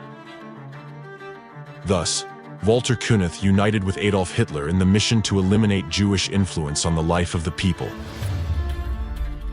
At the same time, Kunneth sought to permanently rid society of other religious and political minorities. Kunneth was really pleased with the Gestapo's interest in his work. This is what he wrote in his report to the leadership of the Reich's Protestant Church. The Gestapo has expressed great interest in the cult archives of the Apologetic Center, as well as our work in combating free thought, Marxism, and Bolshevism. The Gestapo has expressed a desire to lead the fight against illegal free thought alongside the Apologetic Center in the future. The exchange of materials between the Gestapo and the Apologetic Center has already begun. From this point on, the staff of the Apologetic Center began intensively supplying the Imperial Ministry of the Interior, the Ministry of Propaganda, and the Gestapo with materials about the political positions of various religious communities. The Apologetic Center also collaborated with the Reich Ministry of Propaganda, headed by Goebbels, and the Reich Ministry of the Interior. This work focused on developing materials to combat Jews and cults, lists of the so-called cults and sects, that is, any groups the Apologetic Center deemed dangerous to state ideology, were maintained and constantly expanded. As a result, representatives of the Apologetic Center, led by Walter Kunneth, produced numerous slanderous pseudo-expert reports. This defamation turned these groups, along with the Jews, into targets for the Nazi dictatorship and subsequent brutal persecutions, including the deportation of their members to concentration camps.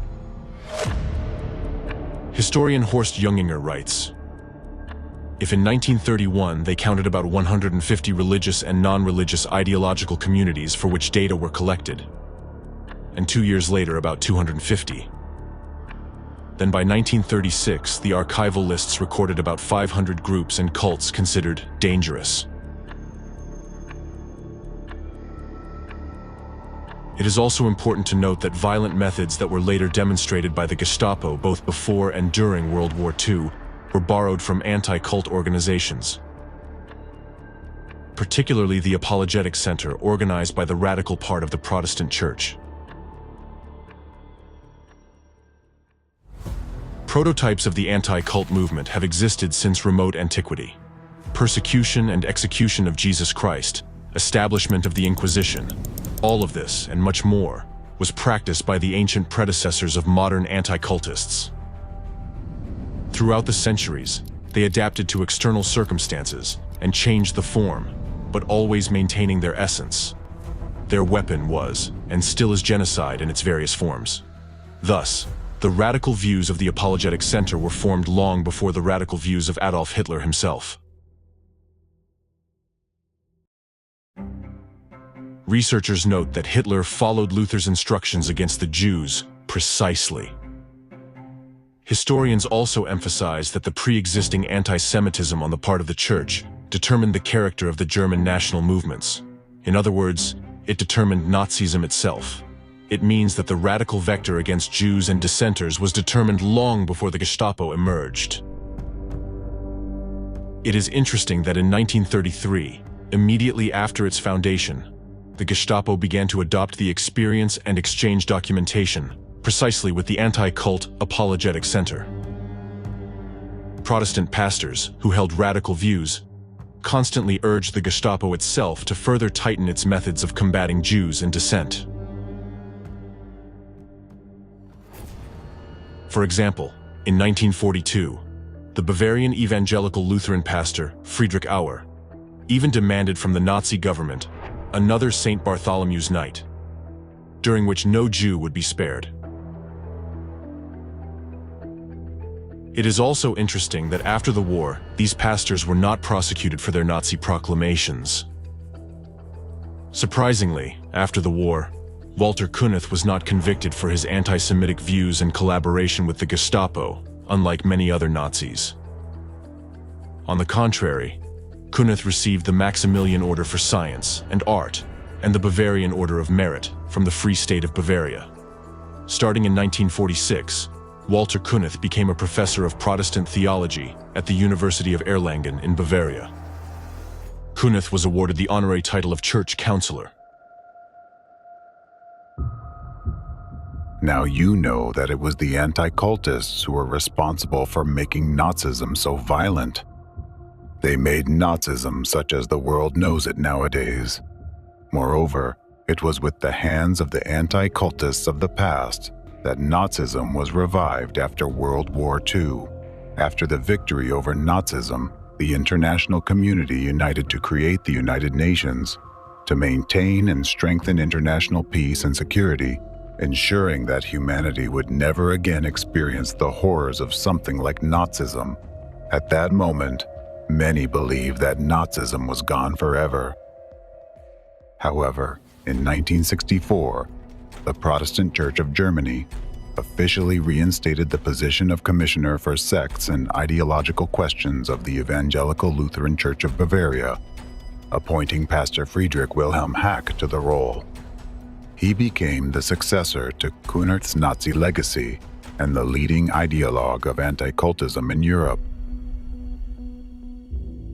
In his studies of sects and cults in Bavaria, Hack referred to the Sektenerhebung, study of sects, conducted by the Evangelical Lutheran Church in Bavaria in 1930.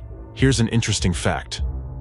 Hack studied Protestant theology in Bavaria at the University of Nuremberg, during the same years that Kunith was a professor of Protestant theology there.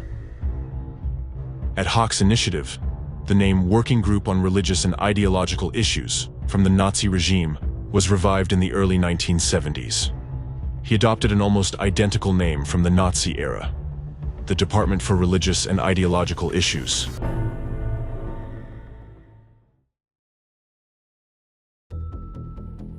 All this happened at a time when the world and Germany were trying to live a new, free life, respecting everyone's rights.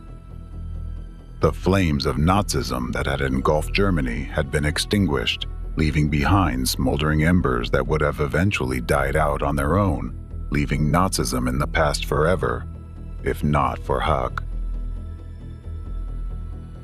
He thoroughly rejected the Universal Declaration of Human Rights. He rejected what countries, even those that had been enemies, had united for. He rejected the core values accepted by the entire world, values of unity and equality. In his works, Hack declared, if we understand our faith correctly, we have no right to allow the others to continue in their faith. It was on Hack's initiative that lectures and sermons about sectarians and cultists began again in Bavaria, where Nazi ideas had always been powerful. Hack provided instructions that Protestants or Catholics should treat sectarians as subhuman. This reignited the flames of Nazism, and in 1988, 43 years after the fall of the Third Reich, cries were heard once again in Bavaria towards dissenters. Hang them, shoot them all, Heil Hitler. In 1990, the anti-cultist Hack compiled a blacklist of new religious movements, the so-called sects or cults. Only 16 years later did the Federal Constitutional Court of Germany rule that defamation was being used in the fight against these groups.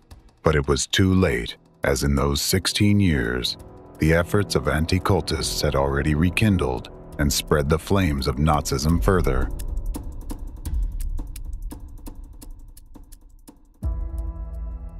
Anti-cultists of the past were the forerunners of modern anti-cultists. Anti-cultists never broke the direct line of transmitting their knowledge and methods. Thus, modern anti-cult organizations were established using the model of the Nazi Apologetic Center. Thus, after World War II, Wilhelm Hack helped his brother in faith, fellow anti-cult activist Johannes Agard, establish the Dialogue Center International in Denmark in 1973. Although the center's name suggested peaceful dialogue, it was merely a facade. In reality, Agard, like Kunith in the Apologetic Center, was a Christian anti-cultist who sought to combat so-called totalitarian sects.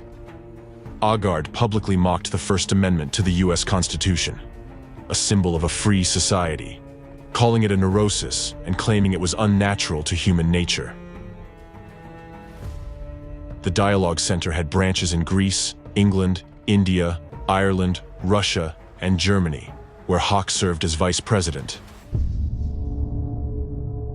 And who do you think became one of Agard's favorite students? The student whom Agard would repeatedly defend in courts. You have already heard a lot about him today, but now you will understand where he got all his methods. The Dialogue Center's representative in Russia was Alexander Dvorkin, Hack's pupil and Agard's favorite student. While in exile, Dvorkin closely collaborated with Hack, Agard, their follower Pastor Gandau, and other European and American anti-cultists. Thus, Dvorkin directly and wholeheartedly adopted the Nazi methods, modeling his work on centers aimed at combating all dissenting groups of people.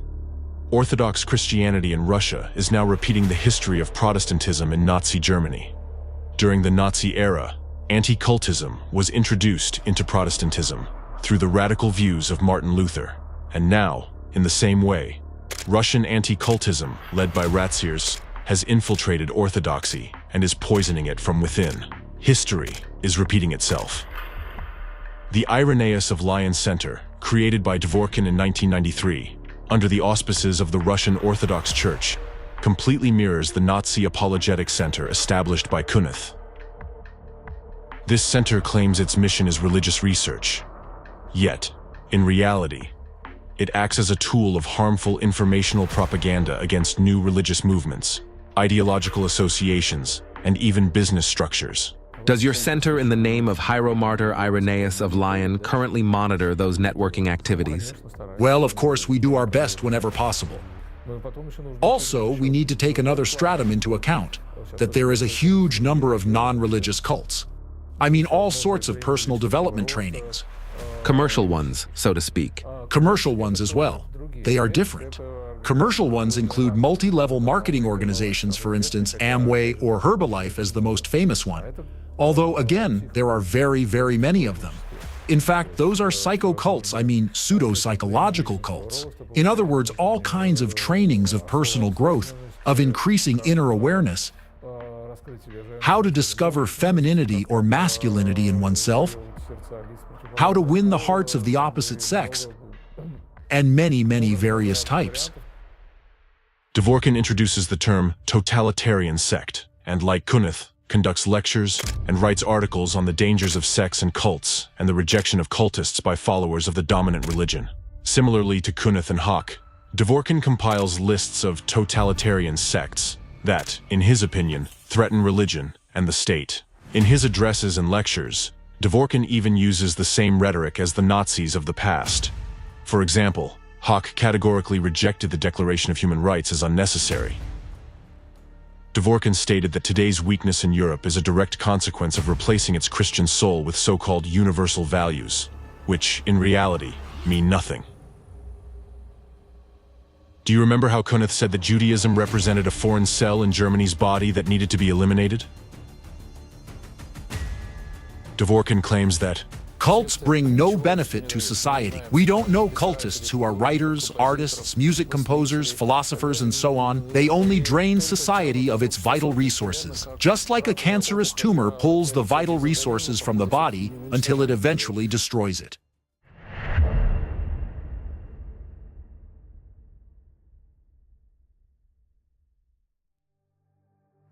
Another method that modern anti-cult groups have incorporated from Nazism into contemporary practice is the creation of blacklists of organizations and groups which they have labeled as sects or cults, and which, in their opinion, should be eradicated. They regularly update these lists with new religious movements, making them targets for attacks. Naturally, this is presented as a necessary measure to ensure society's safety in the face of potential threats. Yet, let's go back to the Nazi times so as to draw one more parallel. When the NSDAP seized power in Germany, and anti-cultists joined forces with them to fight against religious movements that supposedly posed a threat to the nation, the situation for religious minorities began to deteriorate significantly. In 1938, the Guidelines to Combating Sects was published. leading to extremely dire consequences for many dissenters. According to the guidelines, the danger of sects and cults manifested in the following: educating followers to have egocentric views and indifference towards all matters concerning the people and the state, refusal to take oaths and give the German salute, rejection of compulsory military service, rejection of taking on positions in state and movement organizations, refusal to participate in workplace assemblies and to work in the armaments industry, rejection of the National Socialist racial theory. Similarly, Dvorkin, on the portal he created, the Information and Consultation Center of St. Irenaeus of Lyon, posted a list of organizations he labeled as destructive cults and totalitarian sects. Each criticized organization has a page featuring a list of negative publications about it from various media sources, which were apparently initiated by the center itself. The style of these publications about different organizations is very similar. They are filled with identical emotional and judgmental headlines and descriptions, and extensively use emotionally charged language, in essence, hate speech. This includes deliberate defamation and the portrayal of members of the criticized groups with dehumanizing labels such as zombies, rapists, slaves, beasts, and other dehumanizing epithets. By means of similar rhetoric, in their time, Nazis dehumanized Jews. Now you see the lists compiled by the Nazis on one side, and, for comparison, the list compiled by the leader of the Russian terrorist anti-cult group, Alexander Dvorkin, on the other. As you can clearly see, the anti-cultist list encompasses virtually all religious minorities in the Russian Federation, including even some representatives of Orthodoxy, whose views differ from the mainline of the country's official religion. Additionally, the list includes some business enterprises and secular organizations. Similar lists can be found on the websites of other anti-cult organizations. And among those lists, you can also find a large number of secular organizations in addition to religious ones. These include various medical, sports, social, research, and scientific organizations. In total, millions of people have already been labeled by the anti-cultists. This demonstrates the unimaginable scale of the campaign of harassment against innocent people that the anti-cult movement has launched worldwide.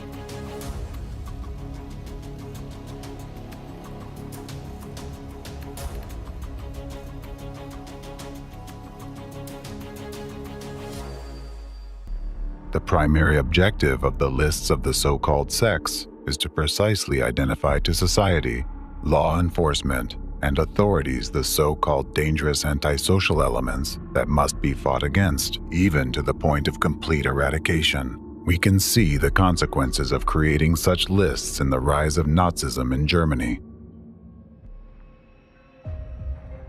It is known that a directive signed by Reinhard Heydrich, the head of internal security in Nazi Germany, established the procedure for suppressing certain religious societies and sects, as well as arresting and sending all associated individuals to concentration camps. Among other things, it contains the following lines: immediate measures will be taken against organizations, clubs, unions, and circles, as well as against leaders and individual people. All organizations, clubs, unions, circles, etc., all without exception will be purged. Existing materials, specifically address lists, card indexes, correspondence, equipment, occult items, writing supplies, and any property will be confiscated. They will be dissolved and banned.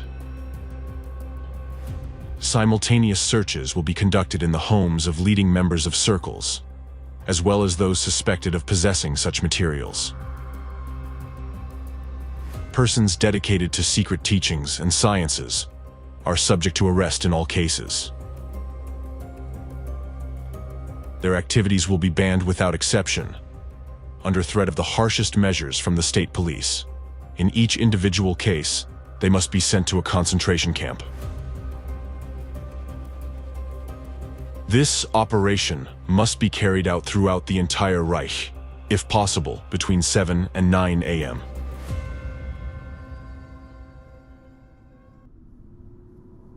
just as anti-cultists did in Nazi Germany. Dvorkin and his network of anti-cult groups provide authorities with materials about representatives of the so-called cults and sects. Dvorkin's center issues defamatory expert opinions on the nature of various groups, prompting authorities to investigate and prosecute them. This slander against innocent people in Russia, just as in the Third Reich, already results in brutal persecution and physical reprisals against citizens.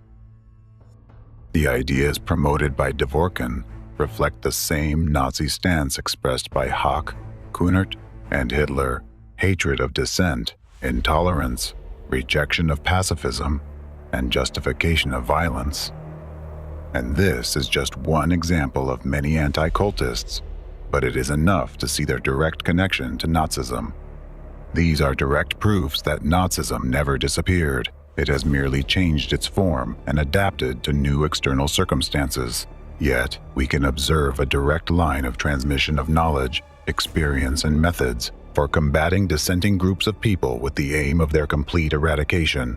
Representatives of global anti-cultism use all Nazi methodologies, but for their purposes, they have expanded and refined them.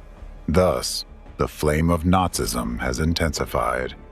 Now you see evidence proving that global anti-cultism is a formidable force that has already gained significant power and is striving towards its goal: the complete destruction of democratic values and the establishment of a new Fourth Reich.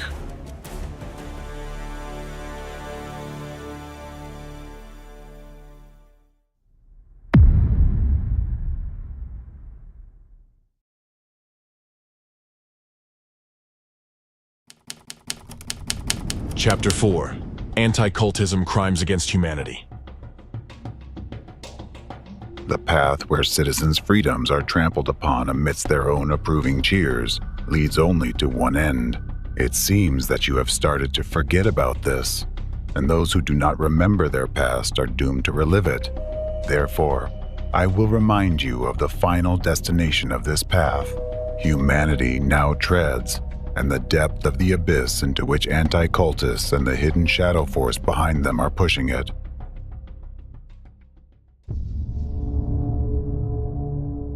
One person once said, with frightening prescience, that where they burn books, they will ultimately burn people as well.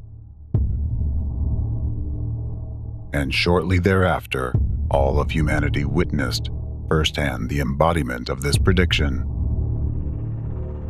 Or rather, just logical reasoning in the horrors brought by Nazism.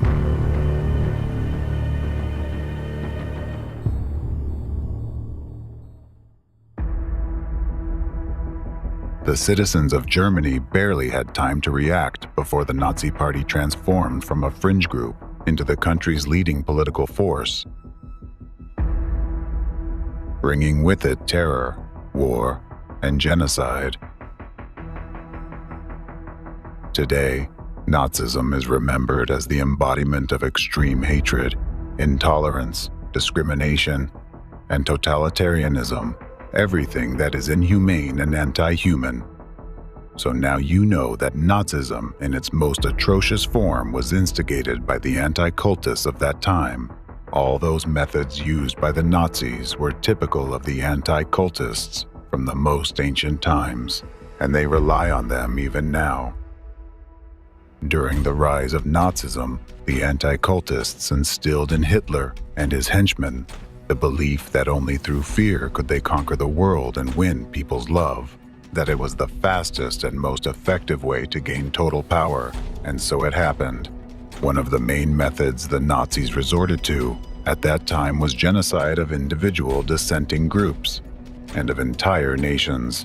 And if you closely examine the history of humanity, it becomes clear that genocide has always been a tool to strengthen the power of those who stand at the root of the modern form of anti-cultism. Now, let's recall where it all started during the Nazi era and draw a parallel to how the anti-cultists operate now. Nazis, at the instigation of their anti-cultist advisors, acted in a planned and systematic manner, preparing public opinion through propaganda, or, rather through the manipulation of mass consciousness, convincing the German population to the necessity of war and genocide. Now, I will provide clear examples of what the present-day anti-cult movement already represents at its core, and what it could degenerate into if it remains unexposed. Genocide. The sequence of actions and the destructive focus of anti-cult organizations clearly indicate that they ultimately lead to the same outcomes as those brought about by Nazism. Right now, in front of the global community, the international terrorist network of anti-cultists is preparing the world for a new genocide. As a result of their actions, millions of people have already been labeled as members of cults, putting them in the position of potential victims. Those of you who have studied what genocide is understand that it is a process that unfolds over time. It does not happen in a day. Society is systematically and gradually prepared for genocide. This process has rather specific stages that can be described and, most importantly, recognized when they are being put into action. Genocide refers to any actions committed with the intent to destroy, in whole or in part, a national, ethnic, racial, or religious group. Common risk factors include societal instability, increasing intolerance, systematic human rights violations, lack of state protection for the population, and the presence of motives and incentives in the information field that justify the use of force against specific population groups.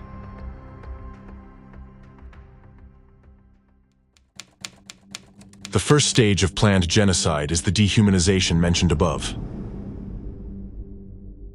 The process and all its stages can be vividly observed in the example of the Holocaust. After the Nazis came to power, they began the first stage, propaganda that Jews were not human and that they posed a threat to society. Caricatures and articles demonizing Jews started to emerge. The myth of a global Jewish conspiracy was actively promoted. Gradually, people, the German population, became convinced that Jews were indeed a threat to them and their children.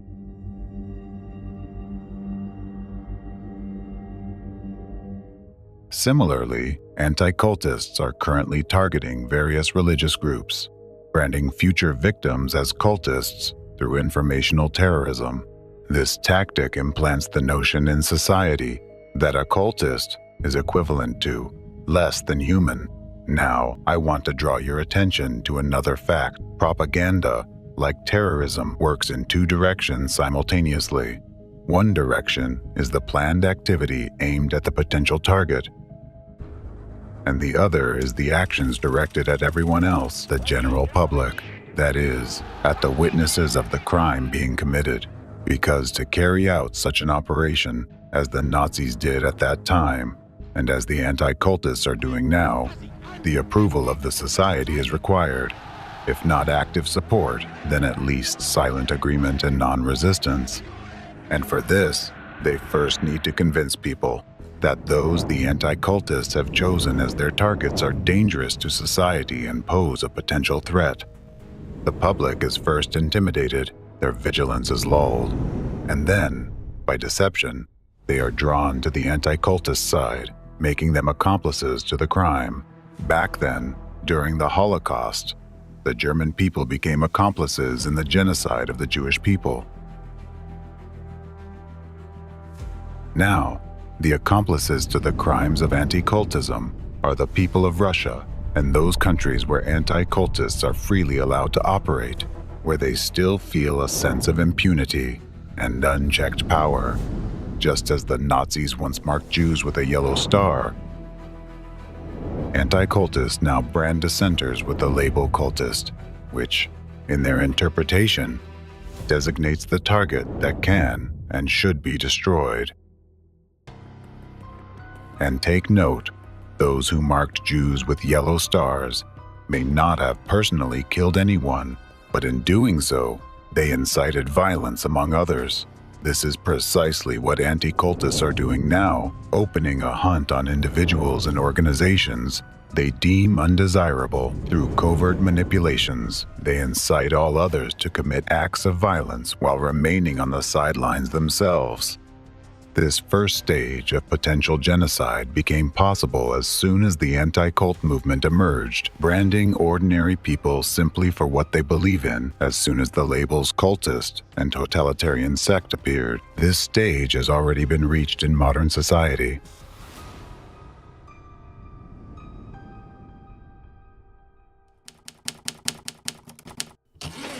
The second stage of a planned genocide is discrimination.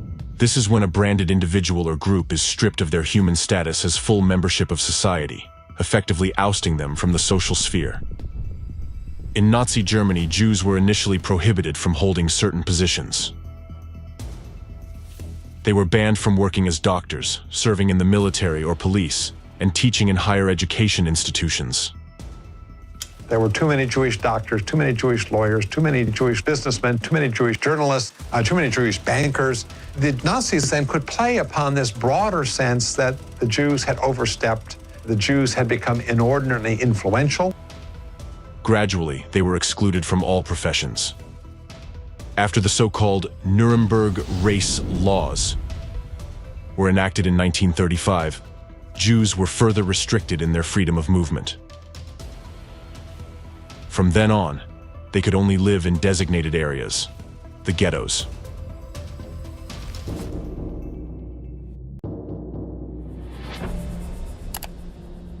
Today, people are already facing religious discrimination in countries where the anti-cultists have significant influence. For instance, leading European Union countries, Germany and France, have faced criticism for reviving practices that can be seen as religious purges. For example, Germany has implemented a practice known as the cult filter. This procedure requires individuals seeking employment or conducting business with government institutions and companies to confirm that they are not members of the Scientology Church, and do not apply methods developed by Ron Hubbard.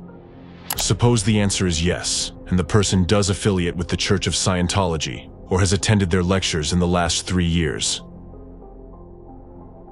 In that case, they will never be hired by a government agency or even a private company or association that has contracts with a government agency. Such measures apply to a wide range of professions, such as tennis coaches, gardeners, IT experts, instructors, trash bag suppliers, web designers, translators, etc.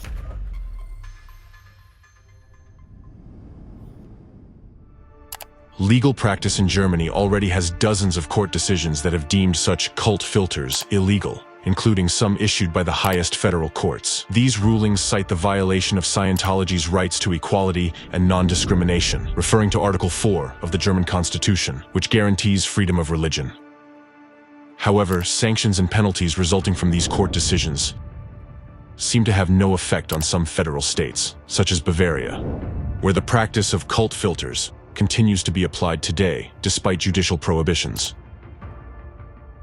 Thus, it can be asserted that the second stage of genocide, the stage of discrimination, is already being implemented in several countries right now, where groups of people labeled by anti-cultists face social isolation, job dismissals, prohibition to freely express their views, forceful persecution, and imprisonment.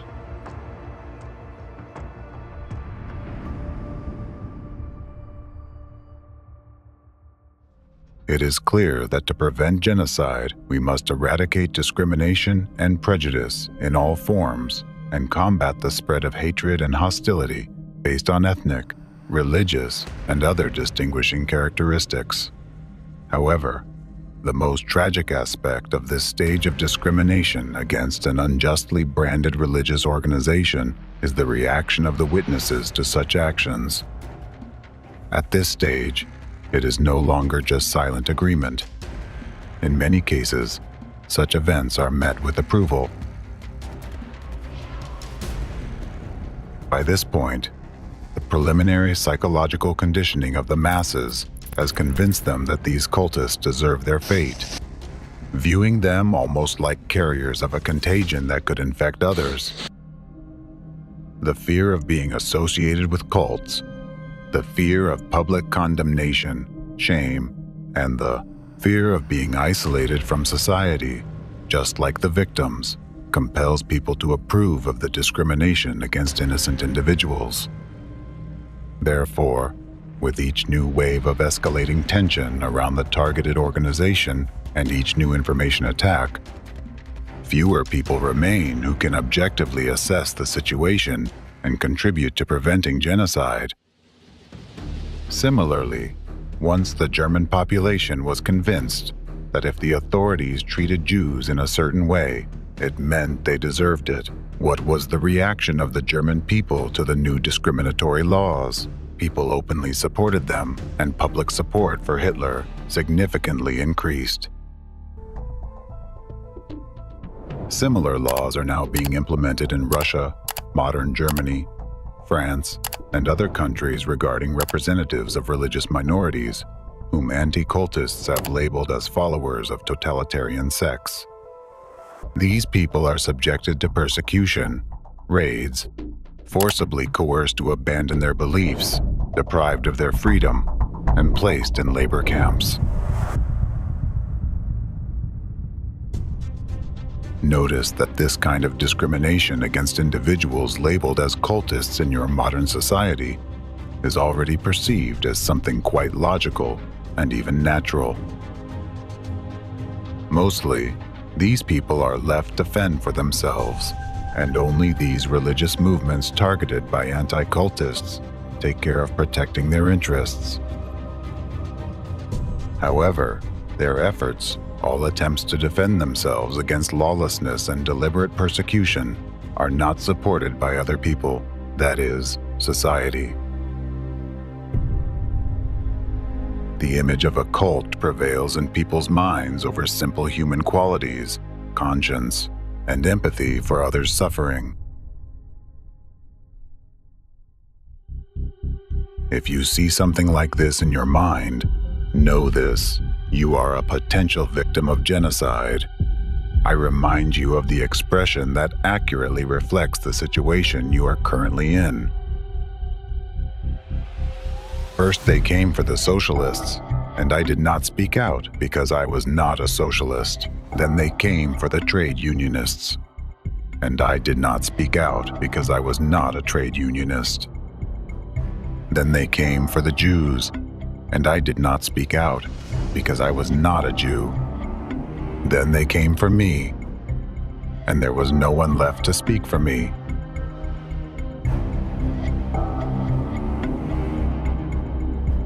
Remember, first, you become a silent accomplice to the crime, and then you become its victim. As you know from history, Nazism did not stop at the stage of discrimination. The third stage of planned genocide is persecution. Wer selig geworden ist, der weiß, ohne Lösung der Judenfrage keine Erlösung der Menschheit. In German society of those years, a growing sentiment was imposed that the measures taken were insufficient, that the threat from Jews still existed, and that the problem had not been resolved. Transitioning to this stage witnessed a surge in instances where Germans themselves began to assail Jews, dispensing vigilante justice. Pogroms erupted in ghettos, with Germans shattering the windows of establishments owned by Jews, spitting in their faces, and pelting them with stones.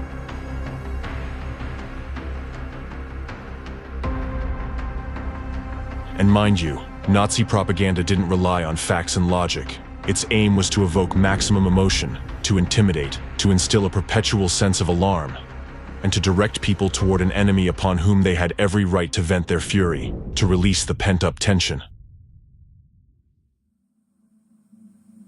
The Nazi propaganda machine managed to convince the German people so effectively that Jews posed a threat to their personal well-being and the well-being of the country. As a whole, that Germans themselves began to appeal to the government to take action to rid them of the fear of the threat supposedly posed by Jews.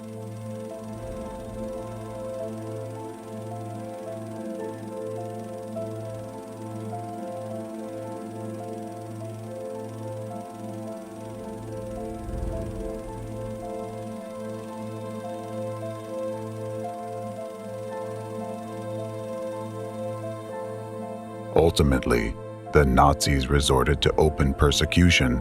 Jews were shipped to Auschwitz and several other concentration camps. Well, as for what happened in those camps, you already know all too well. An entire people were systematically exterminated, innocent individuals, even children, for absolutely no reason.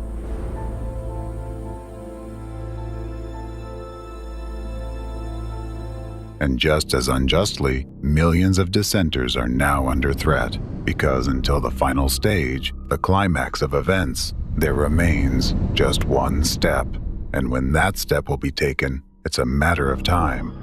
The entire process from the rise of Nazism, from the first acts of discrimination against Jews, to the first mass execution in a concentration camp, did not take much time. Today, the anti-cult movement, as a branch of global anti-cultism, has been around since 1993, roughly 30 years. And the peak of its manifestation is a matter of, perhaps, 5 years, maybe a year, or even a single day. And I'm not exaggerating. It all depends on the bridges they have already built, the behind-the-scenes political maneuvers they have conducted, and the tactical and strategic steps they have taken to close this trap. Right now, anyone labeled by anti-cultists as a cultist is a potential target, just like the Jews who were once herded into gas chambers to suffocate or had their skin stripped off alive to preserve its elasticity for the gloves for some high-ranking official. Do you think such things can't happen in our time? You simply don't know what anti-cultists are already doing today.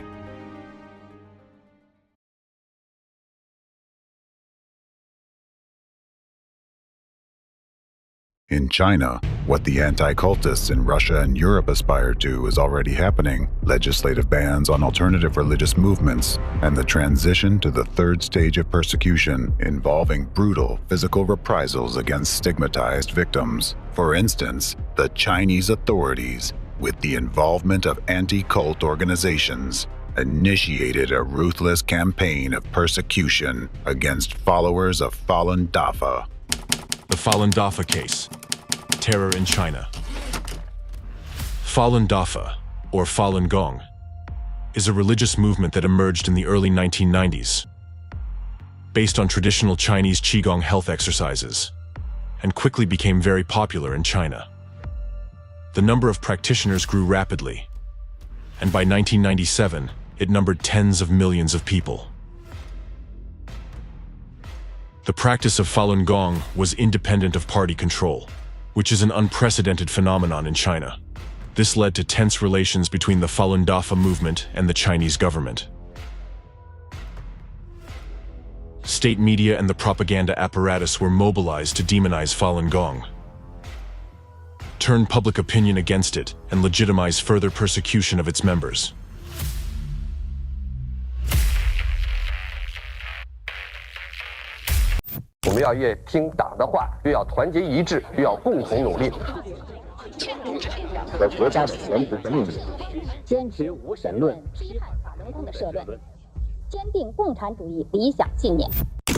Chinese Communist Party putting out just massive volumes of disinformation and propaganda denouncing Falun Gong, demonizing them.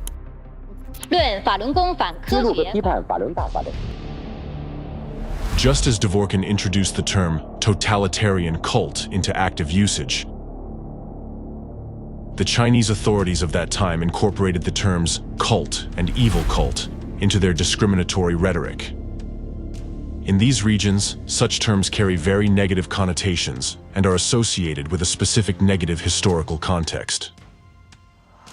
This seemingly insignificant yet very effective tool allowed them to initiate one of the most brutal hate campaigns in their history. This is that very first stage, the same one the Nazis started with. For a long time, Falun Gong practitioners believed that the media writing defamatory articles about them simply did not understand the essence of their movement. However, It soon became apparent that this was an organized and deliberate campaign of harassment. The events that followed took a tragic turn. In 1999, the Chinese parliament passed the resolution on banning heretical cults. This decision meant that the Falun Dafa movement and any other unofficial religious movements were now prohibited by law.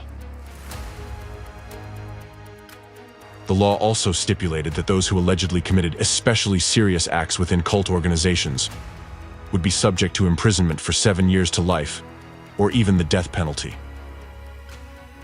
Although the law did not explicitly mention Falun Gong, it was clearly aimed at its practitioners. After the resolution was passed, a wave of repression began in the country.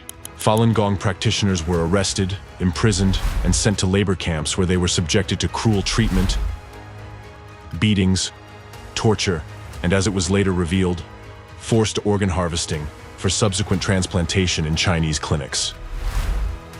This was conducted on a scale comparable to industrial production. The doctors instructed him to take out the eyeballs. And I said, I can't do it. I can't. There are 41,500 transplants which have no other explained source. I'm absolutely convinced that over a long period from 1999 onwards, organ harvesting from prisoners has been taking place, especially with Falun Gong.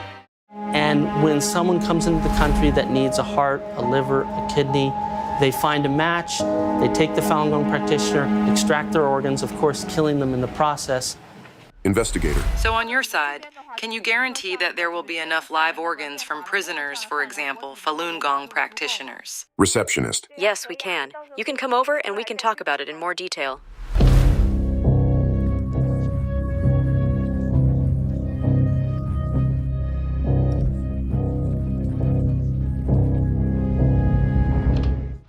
Simultaneously, there was round-the-clock propaganda in the media, book burnings, and a purge within the party ranks to eliminate potential sympathizers or supporters of the Falun Gong movement. To eradicate Falun Gong, a special agency called Office 610 was established by order of the former leader of China, endowed with a wide range of powers. Agents of Office 610 were not bound by any laws in their use of methods to force Falun Gong practitioners to renounce their beliefs. This lack of restrictions allowed them to employ ruthless torture, which led to the death of many Falun Gong adherents. Chinese lawyers compare Office 610 to Hitler's Gestapo in terms of its functions. More than 3,500 deaths of Falun Gong practitioners have been documented and recognized as resulting from the repression. The officially registered number of those imprisoned for practicing Falun Gong exceeds 100,000.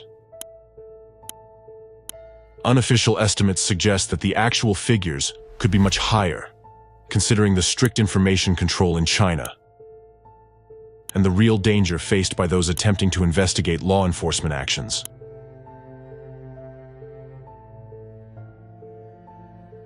Policewoman beat me. Yeah, this is my friend, Sun Suxiang. She was persecuted, died in China. Was taken in the middle of the night into a labor camp. And they started dragging my dad away. They arrest my grandma, torture her. They burn her back so much to the point she couldn't stand up straight anymore. Around 10 people holding me, and then they had people like stick the very thick tube into my nose.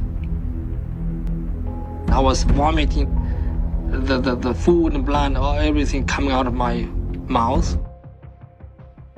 The global community's attention was drawn to the repression of Falun Dafa by the publication of a report by two independent human rights advocates. After conducting an investigation, they confirmed cases of mass forced organ harvesting from Falun Gong practitioners in prisons, with the organs subsequently sold for transplantation.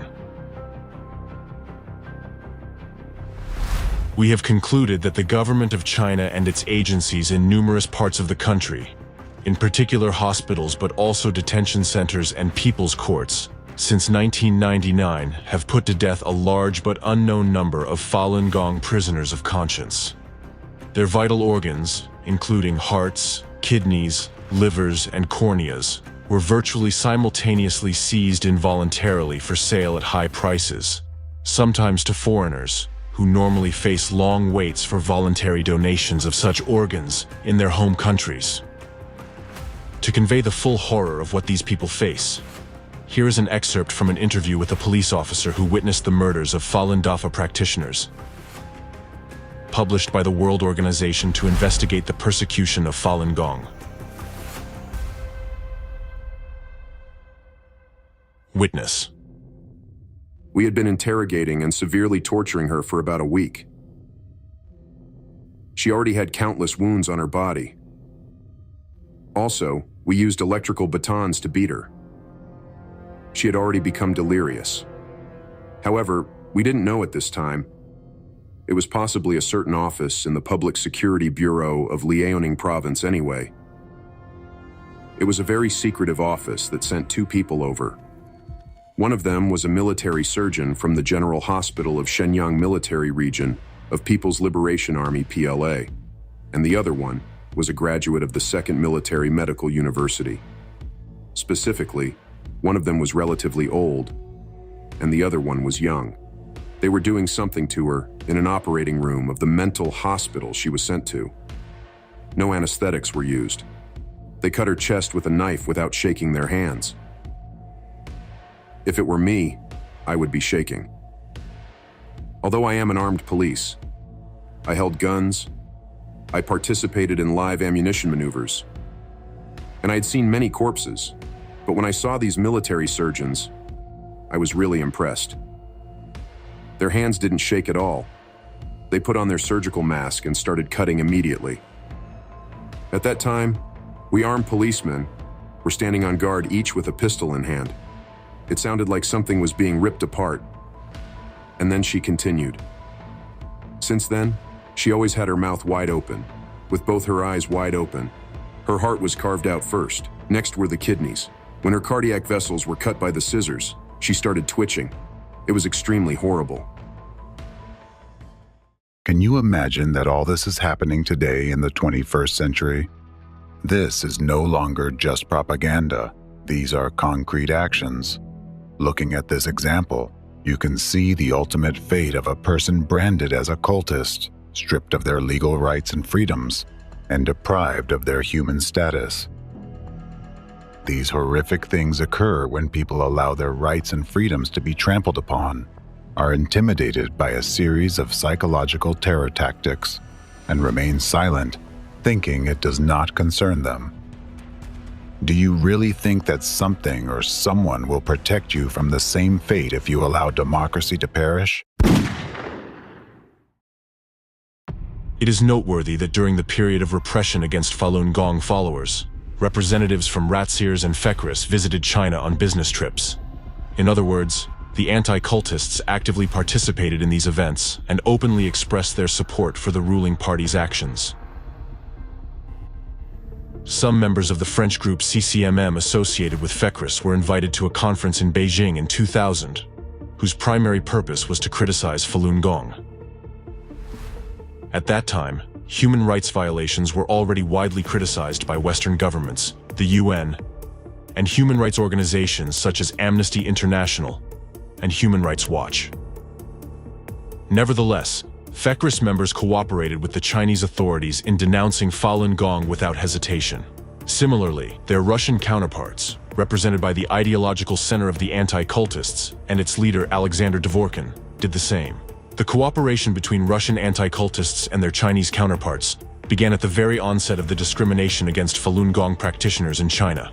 In 2001, Zhang Baichun, a Chinese specialist in cults, visited Nizhny Novgorod. He participated in an anti-cult conference organized by Alexander Dvorkin and the Nizhny Novgorod diocese. One of the official purposes of his visit to Russia was to exchange experiences. However, what occurred during unofficial interactions and what instructions Dvorkin might have given to his Chinese colleague remains a mystery. In 2008, Alexander Dvorkin himself visited China on a working trip at the invitation of the Chinese Association for Research of Cults. During this trip, he appeared in Chinese media and spoke about the allegedly destructive and aggressive nature of the Falun Dafa movement.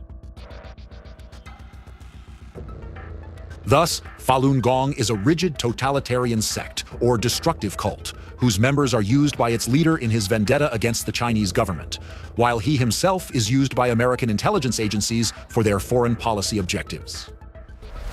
Stated Alexander Dvorkin in his report, The Destructive Cult Falun Gong, The Art of Political Manipulation, presented at the 16th International Christmas Educational Readings on January 30th, 2008. The paradox of this situation is that atheistic China allowed a Russian Orthodox anti-cultist to conduct propaganda on its territory. Why? This is at a time when in China, Orthodox Christianity is also basically treated as a cult.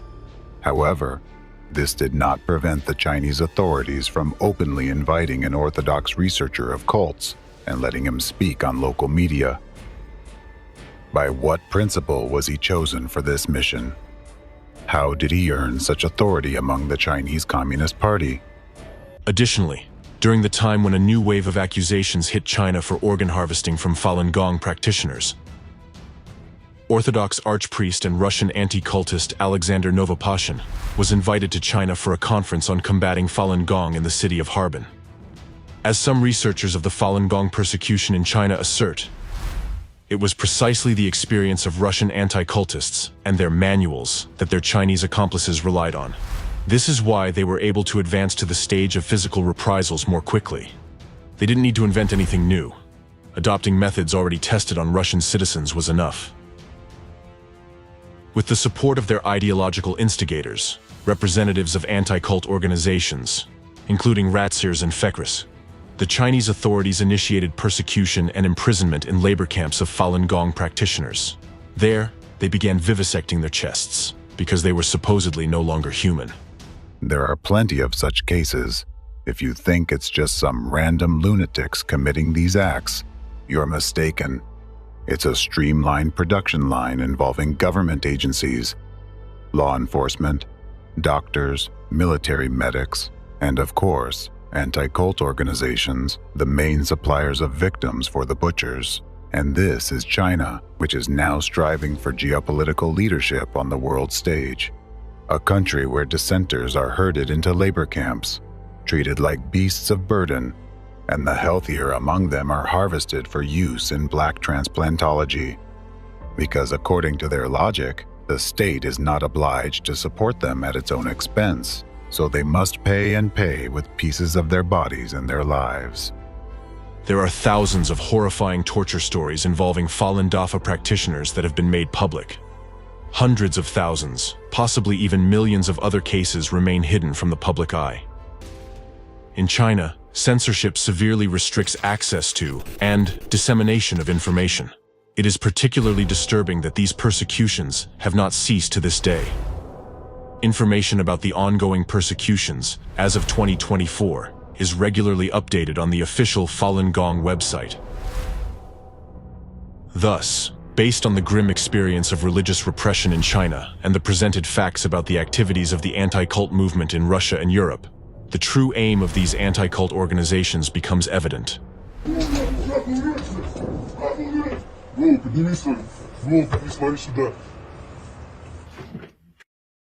It is not by chance that the mass organ harvesting cases involving Falun Dafa practitioners became known to the public.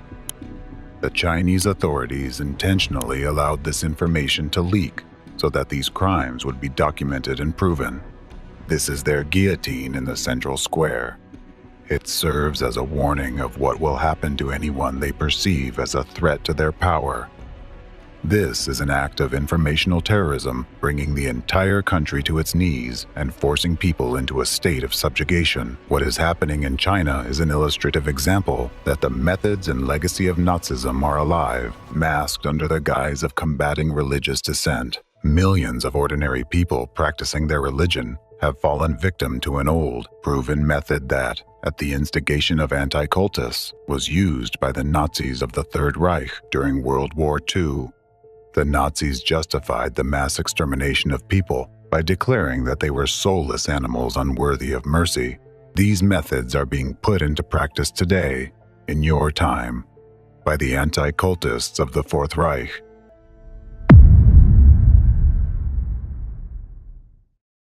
What do you think they have planned for those already marked with a yellow star? They have already targeted around 60 million members of religious minorities and have begun a planned attack on several secular and political organizations. The next person to be labeled a cultist, and therefore not a person, could be anyone. And God help you if you find yourself in their victim's place.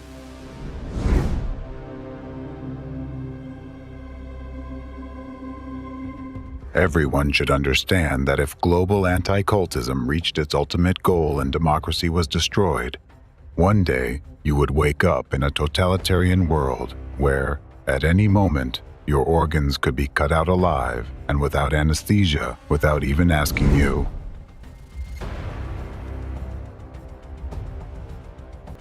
I have said it before and will say it again. If the freedom of speech is taken away, then dumb and silent we may be led, like sheep to the slaughter. Now is the time to regain your sanity and examine what is happening right before your eyes.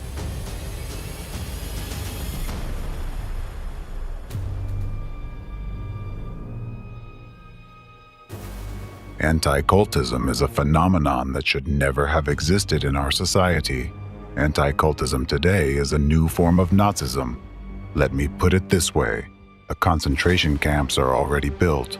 There are already camps where doctors remove organs without anesthesia, and these will become torture chambers and true concentration camps for millions of people tomorrow. For them, you are all on the verge of becoming slaves. You are all already in the midst of a Holocaust. Thus, in accordance with the Convention on the Prevention and Punishment of the Crime of Genocide, adopted on December 9, 1948, and ratified by 153 countries, the activities of members of anti-cult organizations and their accomplices are qualified as genocide. According to the Rome Statute of the International Criminal Court, adopted on July 17, 1998, and ratified by 124 countries, the activities of members of anti-cult organizations and their accomplices are qualified as genocide and crimes against humanity. In accordance with the Convention on the Non-Applicability of Statutory Limitations to War Crimes and Crimes Against Humanity, adopted by United Nations General Assembly Resolution 2391, on November 26, 1968, crimes against humanity are considered among the gravest crimes. Even if these acts do not constitute a violation of the internal laws of the country in which they were committed. Crimes against humanity have no statute of limitations, regardless of when they were committed and whether they were committed during wartime or peacetime. Representatives of the terrorist network of anti-cult groups have not limited their targets to specific organizations and their members. They carried out a successful campaign to demonize an entire nation. The goal of this campaign was to prepare the public in their targeted country for aggression against this nation and to justify the extremely brutal and ruthless actions that were subsequently taken against its people. In fact, the anti-cultists orchestrated and legalized a genocide against an entire nation, the people of Ukraine. The Ukraine case. Representatives and accomplices of the anti-cult movement made a series of outrageous statements about Ukrainians and Ukraine as a whole.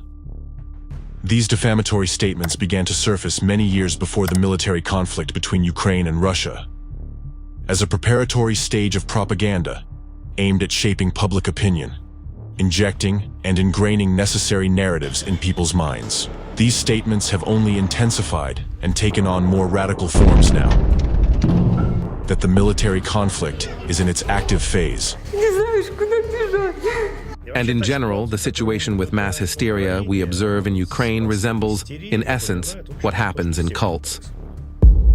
One of the first to spread the idea that Ukraine is afflicted by Satanism, which is linked to Nazism, was Vladimir Rogatin, a corresponding member of the European Federation of Centers of Research and Information on Sectarianism, FECRIS. By a remarkable coincidence, this individual conducts his activities in Ukraine, while also being an active mouthpiece for Russian anti-cultists. In 2014, he began explaining the cause of the Euromaidan by attributing it to the harmful influence of new religious movements. He added that they were also behind what happened in Ukraine in 2004, namely, the Orange Revolution. Discrimination has reached a qualitatively different level. We must acknowledge that it wasn't just Orthodox Christians and Uniates. There were also neo-pagans, Baptists, and various movements involved in the Maidan protests. This completely aligned with the opinions of FECRIS Vice President Alexander Dvorkin, who had previously made similar statements. We saw that the first Maidan was driven entirely by neo-Pentecostals, who were the main active forces. The second Maidan had a more complex religious component involving not only cults, but also the Uniate Church, which belongs to the Roman Catholic Church. However, Ukrainian Uniates are a special case, and in many ways, in general, they have, you could say, a cultist mindset as well. Well, there were also neo-pagans and Scientologists, too. Similar sentiments were expressed by the Ratsir's Vice President Alexander Novopashin. So, what did the Ukrainians do? Or rather, their American curators and mentors? They began to direct these destructive cults and organizations. Remember the saying, if you can't beat them, lead them. Surprisingly, it was the American intelligence agencies who first started fighting the cults. But they failed.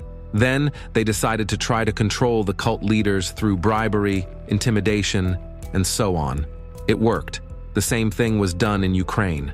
Now, totalitarian sects, that is, destructive cults, while continuing their main destructive activities, have also started working for the Ukrainian regime. Neo-Pentecostals and neo-pagans took an active part in the Orange Revolutions, for example, on the Maidan. There, they gained considerable combat experience and can now be used to organize and sustain street riots in Russia. In the same 2014 interview, Rogatin stated, in Ukraine, there is a growing influence and presence of various satanic cults. According to various estimates, there are more than 100 satanic groups operating in our country, with a total of about 2,000 followers. Subsequently, this rhetoric of Satanism supposedly engulfing Ukraine was picked up by high-ranking Russian government officials. They used similar narratives to justify the war as a necessity to de-Satanize Ukraine. Thus, the Assistant Secretary of the Security Council of the Russian Federation, Alexei Pavlov, stated, I believe that, with the continuation of the special military operation, it becomes more and more urgent to carry out the desatanization of Ukraine, or, as the head of the Chechen Republic Ramzan Kadyrov aptly put it, its complete de-shaitanization. Pavlov also mentioned the Church of Satan, which has allegedly spread throughout Ukraine, and claimed that through network manipulations and psychotechnologies, the new regime has transformed Ukraine from a state into a totalitarian hypersect. Ukraine, the whole country, is just one new cult. This is an absolutely anti-Christian, absolutely anti-Orthodox political regime. Additionally, back in 2014, on the website of the Missionary Department of the Novosibirsk Diocese chaired by the aforementioned Alexander Novopashin, an article was posted containing the following statements. I just want to draw attention to one charming circumstance, namely the principle of Ukrainian-like state organization almost completely coincides with the principle of organizing a totalitarian sect or destructive cult. Meanwhile, for people who found themselves in a cult and once swallowed the cultist lie, this lie becomes a norm. Cultists not only lie to themselves and others, but they also stop perceiving any opinion different from the one imposed on them by the cult. Therefore, simply talking, persuading, or proving is a useless and thankless task. We must remember that the war in Ukraine isn't for territories. The war is for souls, and it will continue in one form or another until activities of the cult are stopped.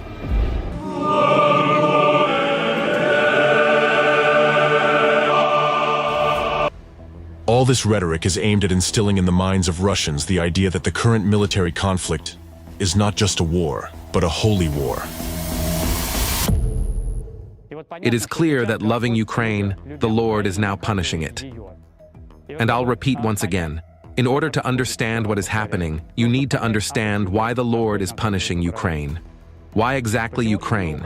Ukrainians now hate Russians because Russians are merely God's tool. It's like a belt with which a father punishes his child. It's a holy war. It's a war for what we believe in. So I wouldn't be surprised if calls are voiced in churches and mosques. The rhetoric of a holy war is necessary for the state to justify its aggressive actions, in order to make people believe that their country and they themselves are fulfilling some sacred duty. The purpose of these narratives is to convince the public that a war leading to the destruction of the victim state, the deaths of countless people, and the destabilization of the entire democratic world is acceptable and even necessary. Most importantly, this global anti-cultism seeks to divert citizens' attention from how their own country, which initiated this war, is turning into a totalitarian state. In Ukraine, the disease is so advanced that it's no longer possible to cure it with any persuasion, negotiations, or anything like that. Only surgery is possible there. So the only response to those Nazi speeches may be the Soncepek weapon. It should all be burned down, absolutely. Someone may tell me, oh, that's not a Christian way. It is quite Christian. It's just the ethics for those people. They position themselves as pagans, excuse me. So let them get what pagans should. Not the New Testament ethics is applicable there, but the Old Testament ethics, that of Elijah the prophet who himself cut the throats of 300 servants of Balaam. With these ones, we should do the same. Destroy them without any doubt. Just the Old Testament ethics, and they actually understand this language only. Be this vehicle sanctified. In the name of the Father, the Son, and the Holy Spirit. Amen.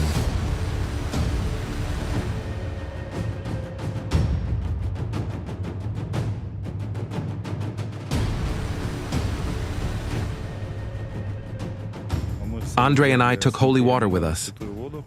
I told all the brothers to lay out the machine guns, and we sanctified all the weapons. That is, we performed the rite of consecration.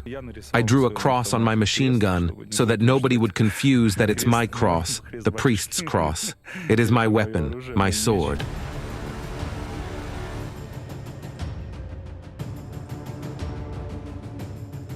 Моя мама 18-го похоронила Берлера из этой войны. Be these weapons, blessed and sanctified by sprinkled holy water.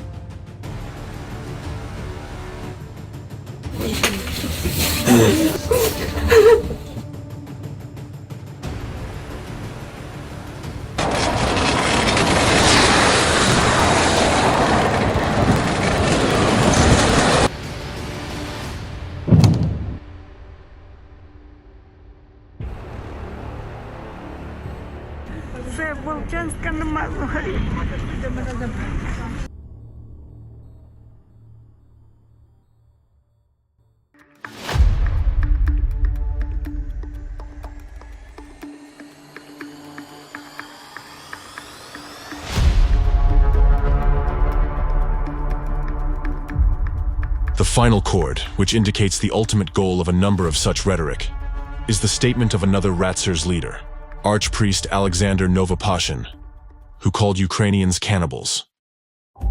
For me, they are all cannibals. I called them so because I saw them like that. These inhumans spill human blood, the blood of children and women, our blood. They devour people's lives and feed on suffering. So who are they? Cannibals.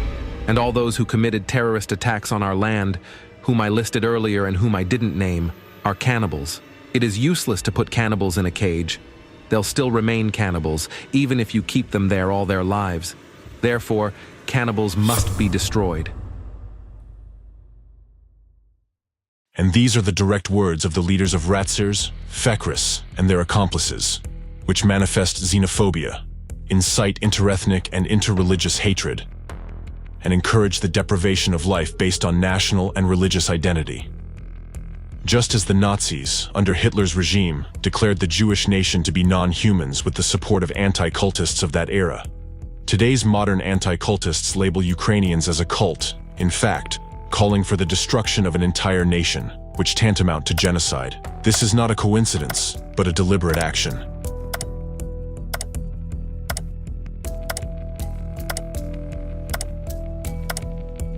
What we are seeing now is a war, primarily a spiritual war because the Antichrist is attacking the Holy Rus, the Orthodox Christianity.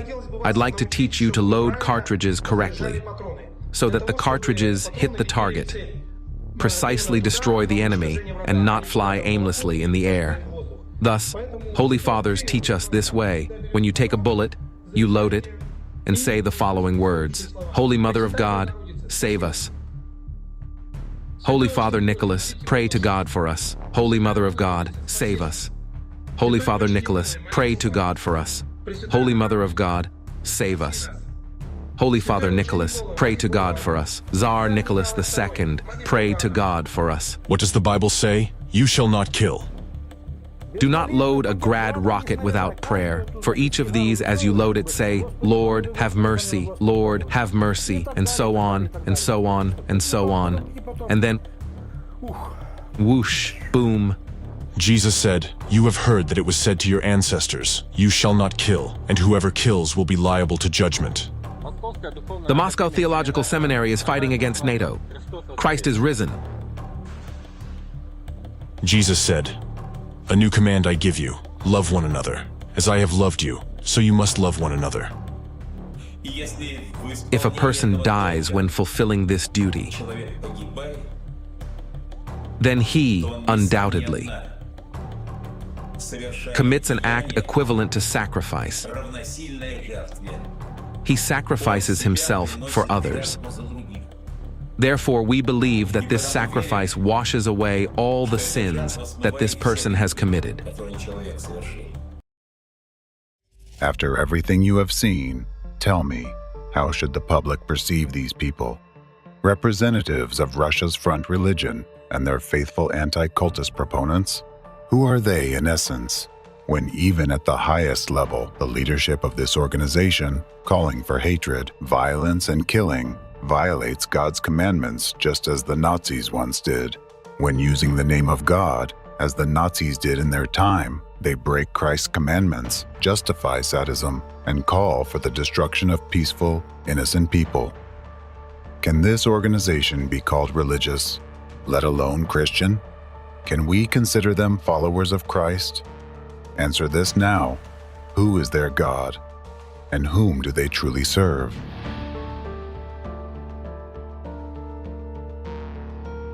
You have just seen a small part of what is actually happening, and this is only the beginning. In labeling certain groups and individuals as cults and cultists, the ideological center of terrorist anti-cult gangs did not limit itself to specific organizations, citizens of their own country, and Ukrainian citizens whom they believe need to be destroyed. The anti-cultist narratives have long extended beyond Ukraine. Today, they have already labeled the United States, all of Europe, the entire Western democratic world as cults and have declared them to be Satanists. In order for the world to live in God's way and not in a satanic way, since they've already built a big satanic village with and without us, where there is one starry striped boss who teaches everyone to live in a satanic way. The Ukrainian political regime is certainly terroristic, extremist, and misanthropic. It is Nazi. The Z sign denotes a world where there is no place for Nazism and Satanism. Ukraine is rapidly rolling downhill, according to the plans prepared by Western and American experts.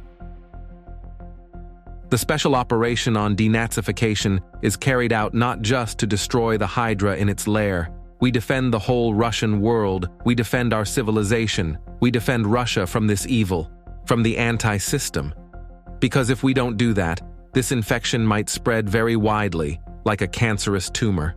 There are no societies that have developed 100% immunity against it. We can see that in the West.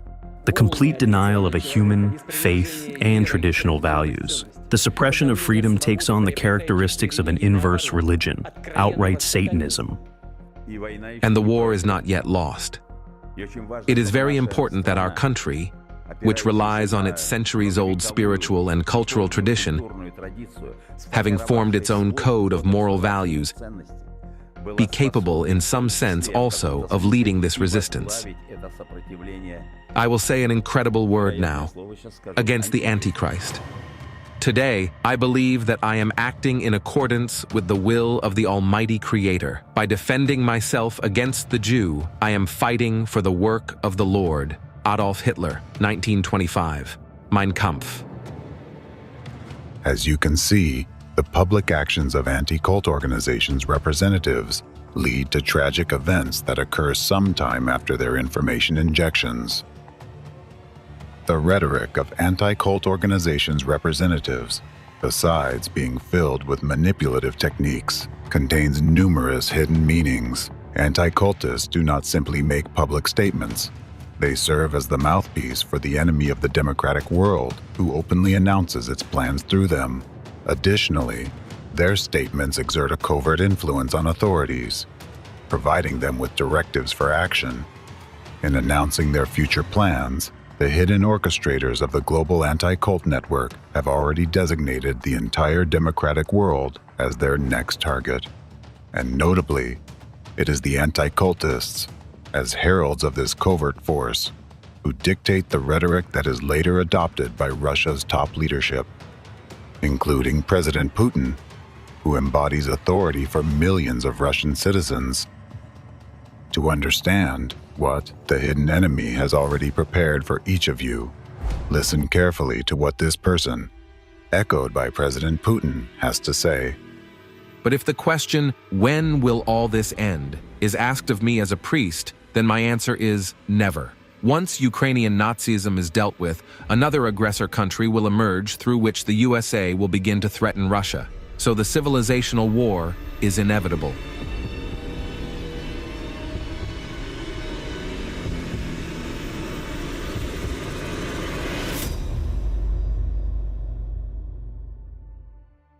As you heard, he explicitly said that a war for civilization is unavoidable. Do you know why he said that? He said it because he knew that both America and Europe would soon be mired in civil war. He said it because he is already chilling champagne to celebrate his victory. And this was said by a seemingly inconspicuous person, but he is one of the leaders of anti-cult organizations that are part of global anti-cultism, and he is echoed by President Putin himself. Now, here, any intelligent person would ask, who truly holds power in Russia?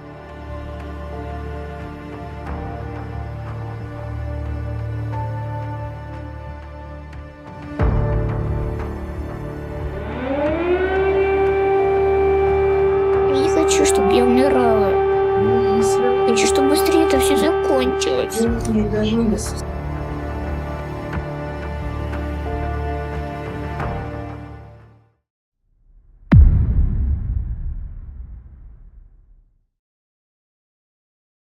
Chapter 5.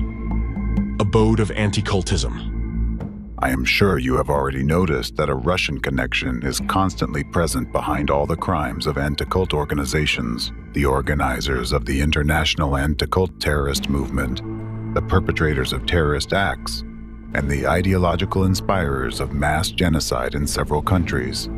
All trace their roots back to Russia. The activities of this enemy are always directly connected with representatives of Russia. Why is this happening? Because the real enemy of America and the free world is the Fourth Reich, this global anti-cultism which originates from Russia. It is precisely there that the representatives of global anti-cultism establish their deep state and develop their strategy. It is from there that their commands are issued to other countries for all branches, including anti-cult organizations. It's important to understand that anti-cult organizations worldwide are merely one of the tools through which global anti-cultism achieves its goals. Organizations like Ratzers, Fekris, and Anticultists in America are just mouthpieces of anti-cultism, pawns on the chessboard that it manipulates. Anti-cultism will not protect them if there is a threat of it being exposed. In order to deflect the blow from itself, it will easily sacrifice them all and discard them like a lizard dropping its tail to escape.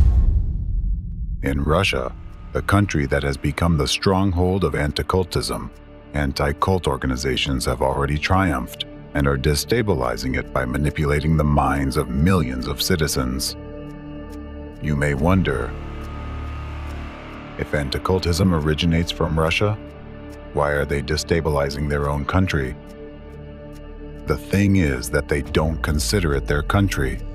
They hate both Russia and the Russian people, just as much as they hate America and the American people. I think you're already convinced of how cruel their methods of manipulating people are, and now I will give you another example.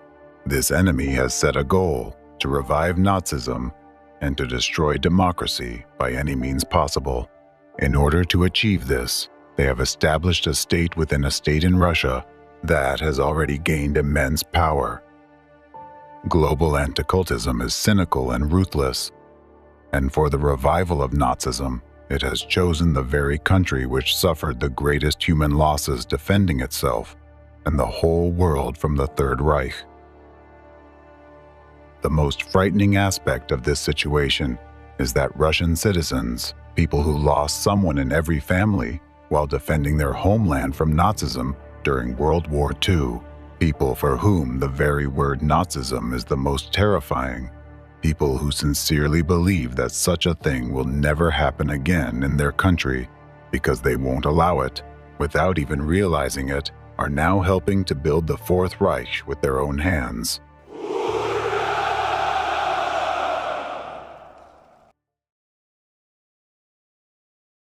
Russia is just a convenient testing ground for the anti-cultists, where they refine all their methods before using them in other countries to take control of the entire world. Anti-cultism and anti-cult organizations hold immense power in this state. They have managed to alter the constitution to suit their needs, took over government authorities, and made Orthodox Christianity their titular religion. Anti-cultism is behind Putin, manipulating him for a very long time. From time to time, representatives of anti-cultism even publicly remind Putin, who is really in charge of the country, and warn him about the consequences if he doesn't follow their directives. One of the numerous examples is Alexander Novopashin's commentary on Putin's election program back in 2012. Excerpt from Alexander Novopashin's commentary on President Putin's election program. Whatever the case, we still have to vote based on what politicians declare in their programs. Not all of them speak about morality and spirituality today. Therefore, it is heartening to hear this from Putin, especially after he wished in his New Year's address that the dragon would bring something to us. By the way, the coming year is the year of the dragon, according to the Eastern calendar. I was actually born in the year of the dragon. As a rule, these have always been fortunate times for us. I hope this time, too, the dragon will bring luck, well-being, and prosperity to every Russian family, to all our citizens. That really shocked me back then. If a man wears a cross, how can he appeal to some fictional beast instead of the Creator and wish its help for his people? Moreover, what do Chinese superstitions have to do with our history, traditions, and culture? Why is this being imposed on us? So, God willing, Putin's words about traditional spirituality will be followed by actions, and there will no longer be concessions to foreign phenomena like rats, dragons, pigs, and other superstitions. I want the campaign words to be sincere, and I want the politician to be consistent in implementing them. Otherwise, he will have no respect either in contemporary society among his fellow citizens or from future generations. Memory will remain, and I think its quality is something that no sane person should be indifferent to. Our church sings eternal memory. I hope this matters to Putin as well. An ordinary person who knows nothing about anticultism might not see anything special in these words. However, you now possess the knowledge and facts about the goals and methods of anticultism. Therefore, I am sure you understand that this was a direct order to Putin, as well as a declaration of the consequences he would face for disobedience. If we translate Novopashin's words into plain language, his message to Putin would sound roughly like this: if you don't do what we want, we will ensure that the people neither respect you nor regard you as their president, and we will erase memories about you forever. Do you think Putin heard this? Of course, he did, because Novopashin is merely a mouthpiece delivering a warning from the force that is standing behind him, and Putin understood this perfectly well. He heard it and drew his conclusions. Today, Vladimir Putin stated that Russia needs to improve legislation on controlling the activities of totalitarian sects. This issue was raised by representatives from the Samara region, along with Governor Nikolai Merkushkin, who came to the president to discuss the region's problems. They proposed creating a database of such organizations and making the list accessible to all regions. As for totalitarian activity trends, they certainly represent an unequivocal threat to our state, our society, and our people. That's not just a hunt for the souls, it's a hunt for property. Ultimately, it all boils down to a hunt for the property and souls of these people. I agree with you that government authorities, both at the federal and regional levels, must consider refining the legal framework. Working in this direction and implementing these regulatory documents in practice. Let me remind you that the term totalitarian sect and the definition of what may be considered a totalitarian sect, that is, a destructive cult, was actually introduced by anticultists. It so happened that in Russia, I was actually the first to deal with this new phenomenon, and accordingly, I was the first to use the term totalitarian sect. Although it happened totally by chance that I was the first to use it, it was obviously on everyone's tongue, or on the tongues of many people at least, because everyone else immediately started using it. This term isn't defined legally, and its use violates the presumption of innocence. Now think carefully. What? The use of the term totalitarian sect or destructive cult at the official level by the president of a country signifies. With his statement, Putin essentially violated the presumption of innocence, legitimized persecution, and supported stigmatization of millions of innocent people. Moreover, this statement became a signal to law enforcement agencies and security services that they can repress any citizens whom anticultists identify as members of a totalitarian sect or destructive cult. All of this happened merely because Putin began to echo the anticultist rhetorics after hearing Novopashin's warning. Thus, a single statement by Putin significantly expanded the already immense power of the representatives of anticultism in Russia, increased their ability to influence the minds of citizens, and ultimately exacerbated people's sufferings. Some people wonder why Russian citizens do not realize they are being manipulated. However, imagine how difficult it is to live under constant threat and psychological pressure while your consciousness is bombarded with contradictory narratives. People who had tasted a little bit of freedom after the USSR totalitarianism now live under relentless informational and psychological terrorist attacks, in permanent fear for their own lives and the lives of their loved ones. They live in a country where expressing an opinion that seems wrong to that terrorist entity can result in criminal charges against any citizen and their family. In this territory, laws and human rights have long been disregarded. The citizens of Russia are the most affected by this secret entity.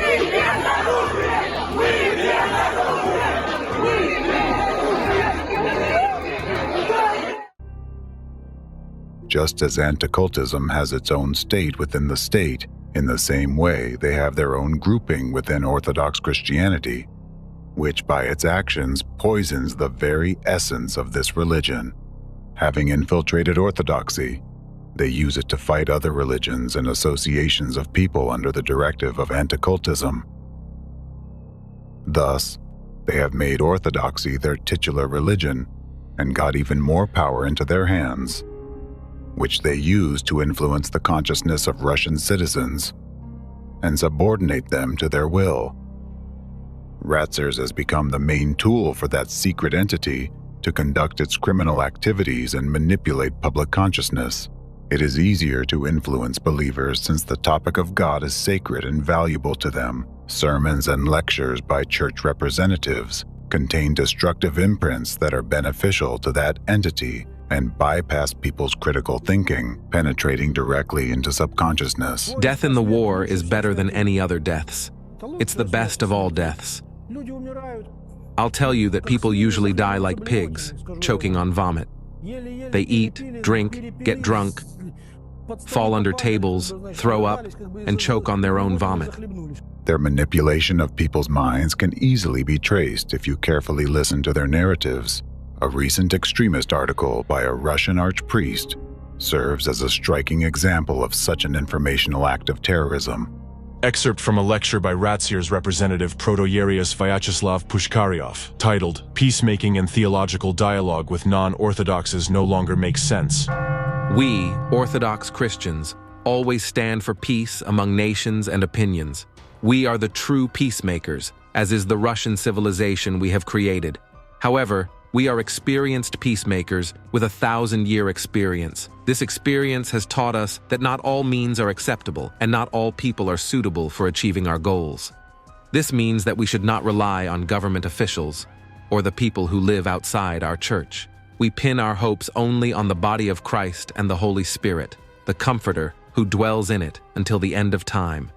We are the only true statesmen, not in the state, but within ourselves, from the fullness of our heart.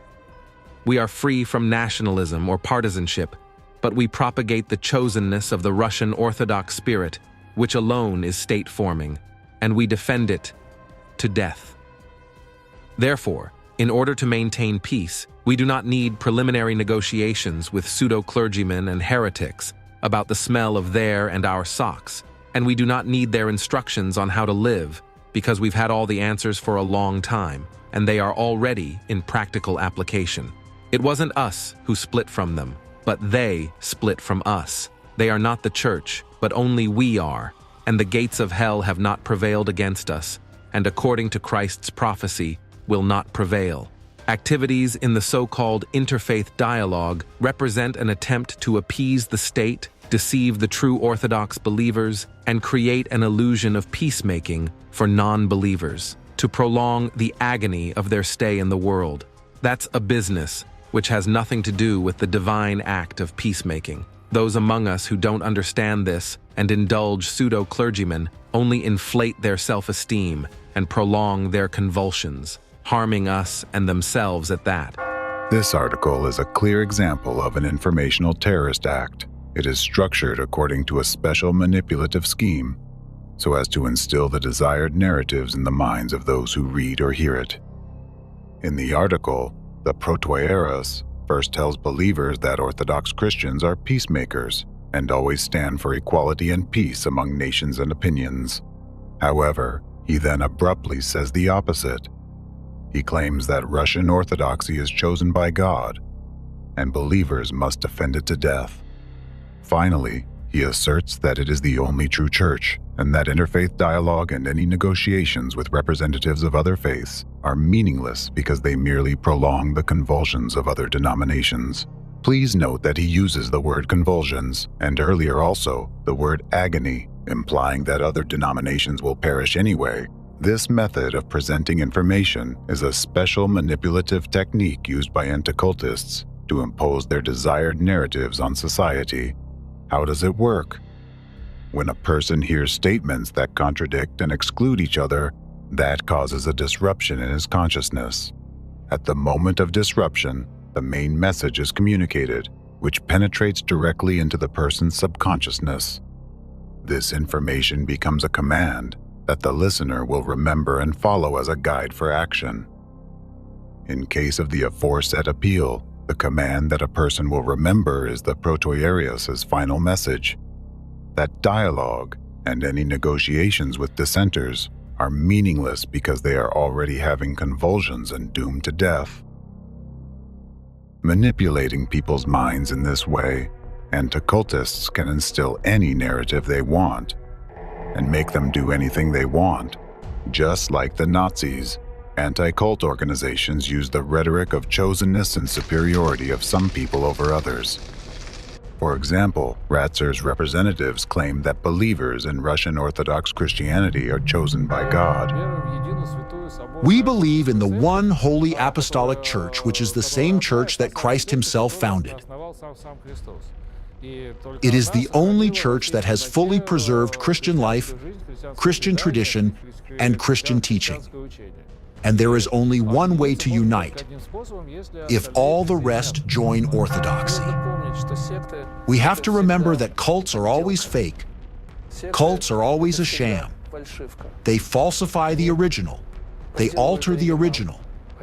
But the thing is that if there is a fake, hence there must be an original. All of us should remember that there is the original and how we should study it. They impose an idea of their own infallibility and manipulate a notion that cults are dangerous. However, according to official statistics, representatives of the so-called cults rarely even commit administrative offenses. Meanwhile, it is not publicly mentioned that 76% of prisoners in Russia who serve time in jail for severe crimes and felonies are Orthodox Christians. Not only do anticultists exalt orthodoxy and call for the eradication of dissent, but they also wage a full-scale war against a global religion, against Islam. This is happening despite the official stance of the Orthodox Church in Russia, which is peaceful towards Islam. In the case of Russia, inciting intolerance towards Muslims is particularly dangerous for the country and destabilizes society because more than 20 million Muslims live there.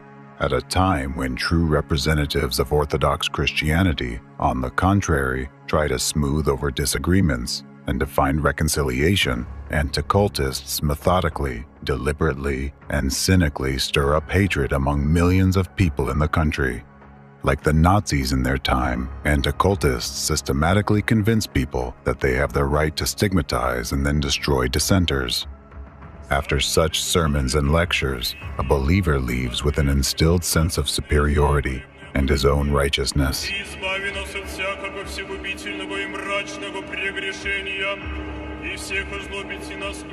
This creates a perfect foundation for the terrible offenses people later commit under the influence of anticultists. As a result of such informational terrorist acts, hatred is cultivated in the minds of millions. This hatred pushes them first to approve of, and then to commit acts of terrorism and genocide. You will lose everything. This is not your country. You are demons. There will be an Orthodox church here, and we don't need either mosques or synagogues here. On the one hand, anticultists incite Orthodox Christian believers to be intolerant and hateful towards Muslims, while on the other hand, they increasingly oppress Muslims, allowing themselves to insult their faith. All of this generates tension in society, which the anticultists need, tension that builds up to the point where a single spark is enough to ignite a conflict between Orthodox Christians and Muslims. This spark turned out to be the physical terrorist attack at Crocus City Hall.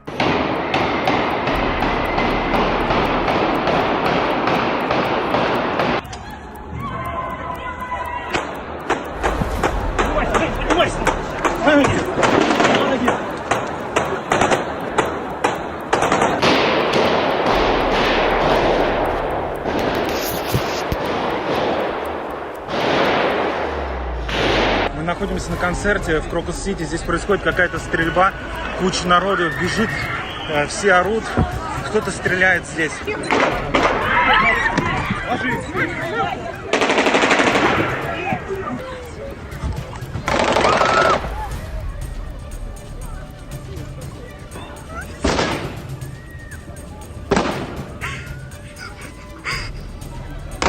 Какие-то люди стреляют.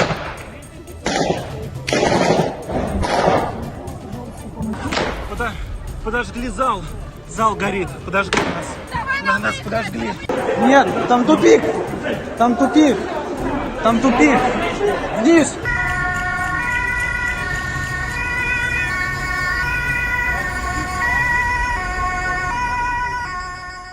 Yes, physical acts of terrorism are another terrifying tool of anti-cultism for enslaving the consciousness of society. Anti-cultists orchestrate physical terrorist acts to ensure their own total domination in the country and to gain full control over top leaders. The recent horrific terrorist act in Russia is an example of that. The bleeding wound. 145 people died and more than 550 injured. The investigation must be carried out in a highly professional and objective manner, without any political bias. We know that the crime was committed by the hands of radical Islamists. All the detainees were citizens of Tajikistan, or ethnic Tajiks. Since these people are Muslims, it can be said that an undeclared war against Islam has begun. Tough raids on migrants started in Russia. Riot police knock down doors and take bunches of workers to police stations. Several more Tajiks have been arrested during investigation of the terrorist attack case. There is always someone who benefits from acts of terrorism of such a scale, and the sole beneficiary of this particular attack is anti-cult organizations, specifically the Anticultism, which used this act of terror to achieve the three of its own crucial objectives. Objective number 1, strengthening the position of orthodoxy as the titular religion. With the terrorist attack on March 22, 2024, anti-cult organizations literally brought Islam to its knees, significantly weakening a religious competitor on their territory. This way, they have further strengthened the dominant position of Orthodox Christianity in the country and divided society to the utmost. Obviously, this attack was aimed against Muslims. Immediately after the act of terrorism, thousands of migrants belonging to this religion, not just citizens of Tajikistan, were expelled from Russia. What do anti-cult organizations get from that? They have instantly and for long got rid of dozens of thousands of freedom-loving people who at any moment could demand compliance with their rights, thereby threatening anti-cultist total power. They have expelled a huge number of migrants who worked in Russia and benefited its economy. As for the Muslims who stay in Russia, they have experienced and keep experiencing inhumane treatment. Human rights advocates from various organizations report widespread violations of law and abuses of power by law enforcement agencies. Tong Jahoni organization reports that during the first 2 weeks after the terrorist attack, over 8,500 migrants sought legal assistance. They complained about being unfairly fired from their jobs, about biased inspections and even attacks. Lawyers say that people report being subjected to torture. They are kept outside in cold weather, not let into buildings, and go without food for days. They are only allowed to drink water from a tap in the bathroom, which they can access once a day. Human rights defender Valentina Chupik, who specializes in migrant issues, shared the following. Right now, I'm in touch with the guys, citizens of Uzbekistan, who worked in Balashika. They worked legally. Rosgvardia and police officers burst into their dormitory, beat them all, put them on the floor, and then took them to the police station. 78 people were detained. People were robbed of all their money and forced to make transfers to a bank card. But the saddest thing in this story is that in the dormitory, they were beaten with a metal reinforcement rod. One of them had his eye knocked out. They just tore it out of the socket, while the other guy had one arm broken in 3 places with that metal rod. We receive dozens of such messages every day. Courts behave absolutely disgracefully. They just deport everyone. Most often, they deport people without any hearings. It was amazing when on Sunday, in the Meshchansky District Court of Moscow City, about 280 people were brought to the courtyard.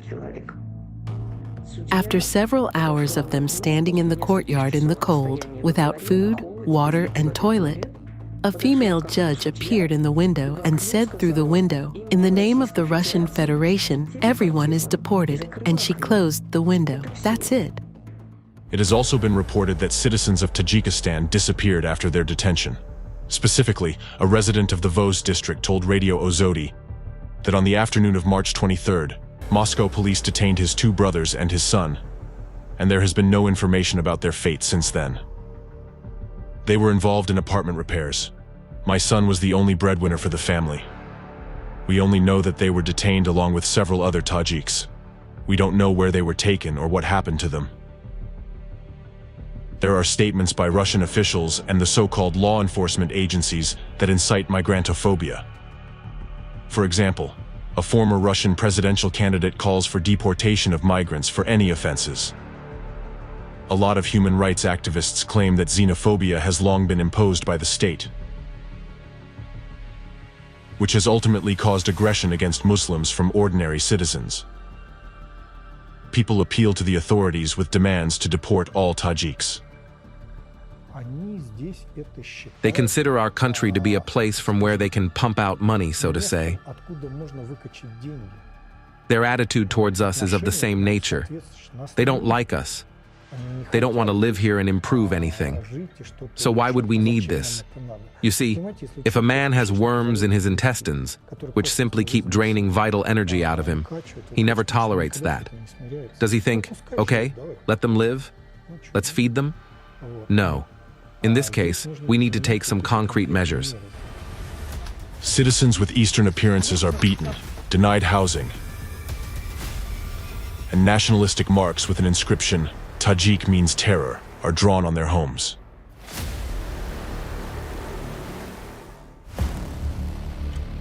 Persecution of Muslims involves the same methods as the Nazis used when persecuting Jews.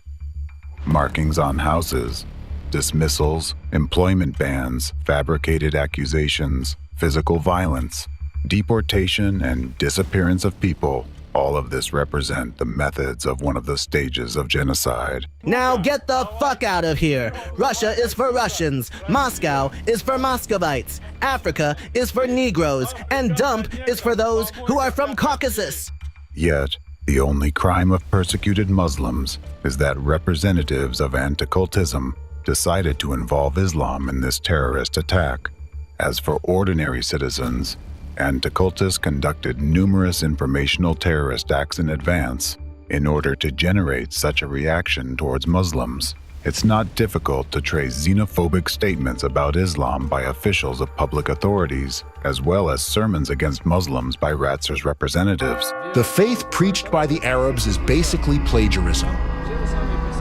They have the same characters there: Abraham, Isaac, Jacob, and Moses. There was a desert around. He didn't have much to do. And let's just say he simply lived somewhere on the outskirts of the Christian world. He heard something. Some scraps of the Christian and Judaic teachings reached him. So he made up some kind of opinion for himself, quite an erroneous one. But since he was an inquisitive man, he found out what he could. Unfortunately, let's say, he found out, well, he actually had little chances to find it out. Not only did Dvorkin call the entire Islam plagiarism, although it's the world religion that includes about 2 billion believers, but he even insulted the Prophet himself. Dvorkin called him a sick fantasist, possessed by demons. Then Muhammad had some strange visions and revelations. Some people believe he had epileptic seizures, and he was very afraid of that. He believed that he was possessed by evil spirits who forced him to become a sorcerer. Either Muhammad suffered from some kind of illness and had morbid visions, or it was a demonic possession. Or, again, the Byzantine fathers say he was sort of a storyteller who made it all up. And unexpectedly for himself, his relatives believed in that. This outright slander by Dvorkin against the Prophet Muhammad caused an extremely negative reaction in the Muslim world. Representatives of Anticultism systematically manipulated people's consciousness so that, at the right moment, citizens would respond with aggression. Informational terrorist acts of Anticultists poison people's minds with the venom of hatred. As a result of their manipulations, a person doesn't even realize that those destructive images were artificially implanted deep in his subconsciousness, bypassing critical analysis by consciousness. This is a real information bomb that was planted in the minds of citizens in advance and detonated at the right moment, causing a wave of violence against innocent people. As a result of it all, on social media, we now see people massively calling for the closure of mosques and the banning of Islam. This is how they have achieved their first objective, weakening Islam and thereby strengthening the position of orthodoxy as the titular religion. Consequently, anti-cultism has gained even more power. This is how anti-cultism builds its empire of unlimited power and totalitarianism, using the hands of others and paving its bloody path with innocent victims. Objective number 2, intensifying the polarization within the country and destabilizing society. Through the terrorist act, anti-cult representatives achieved another crucial goal, further dividing society. They need maximum polarization within Russia. They need controlled chaos.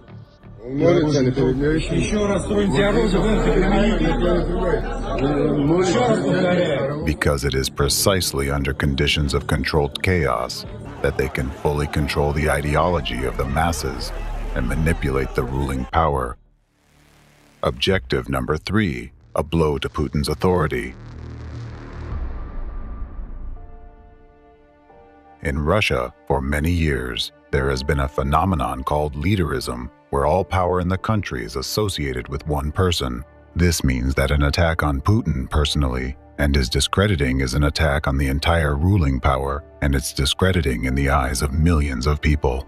And as you recall, the ultimate goal of terrorism, which anti-cultism conducts in any form, is to create a sense of helplessness and fear among millions of people in order to destabilize the population as much as possible and strike at the government and the state as a whole. So how was this blow to the authority of the Russian president carried out? Putin often claims that he fights terrorism and guarantees the safety of his citizens. In this regard, responsible tasks are set before the units that ensure the protection of the constitutional order and fight extremism. Attempts to provoke unrest, interethnic conflicts, violate the rights and freedoms of citizens, use Russophobia, and any other ideology of intolerance must be strictly and immediately suppressed.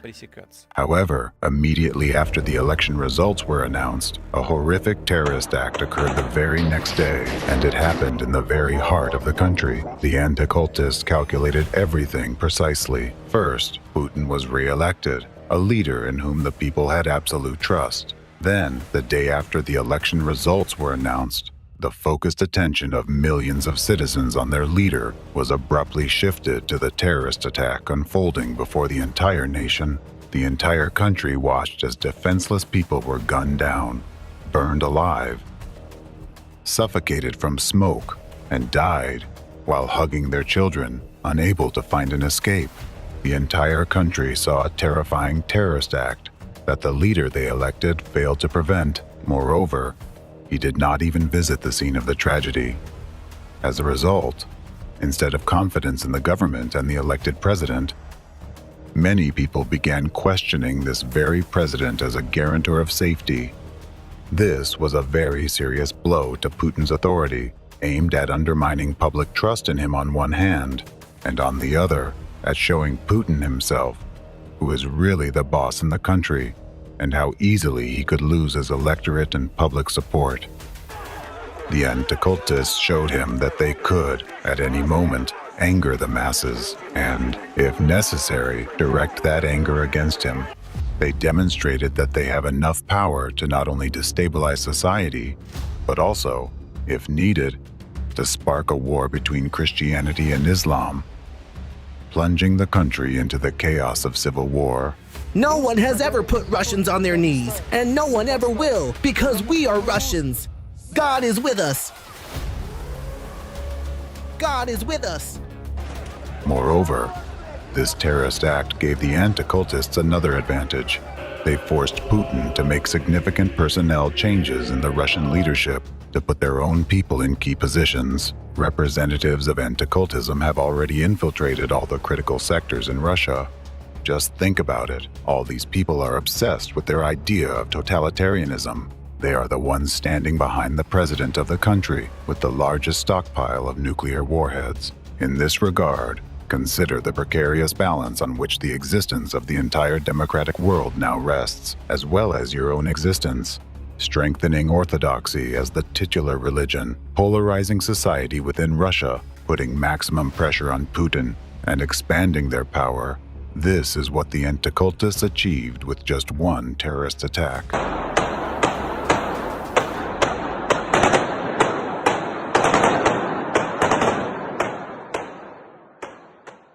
The terrorist attack that occurred in Russia shocked the entire country. Considering the immense power Anticultism gained through this attack, how this newfound power is already changing Russian and global society, and the terrifying consequences that are yet to unfold, it can be said that this attack in Russia is comparable to the 9/11 attack in our country, and this is no coincidence. The 9/11 attack in our beloved America was also organized and carried out by them, representatives of Anticultism, as an act of revenge for their past defeats. It is no coincidence that the 9/11 attack took place on the birthday of the creator and leader of this third force, Felix Dzerzhinsky. Our enemy has always attached special significance to dates, symbols, and numbers. It was the representatives of Anticultism who struck this devastating blow at the heart of our beloved America. They managed to implement this terrorist attack through their connections with Saudi intelligence. It is exactly Anticultism that is responsible for all the consequences this attack brought to our nation. These consequences continue to affect our society to this day. They say the explosion in the Twin Towers happened long ago. But this terrorist act is not over to this day. Even today, this explosion echoes in our hearts. An explosion that took priceless lives and peace from us. An explosion that dragged us into a terrible 20-year war. An explosion that marked the beginning of division in our once unified society. An explosion that divided American history into before and after. The narratives of civil war that you hear every day today are all echoes of that same explosion. An explosion for which we blamed everyone, except the real beneficiary of this crime, the real enemy of the United States.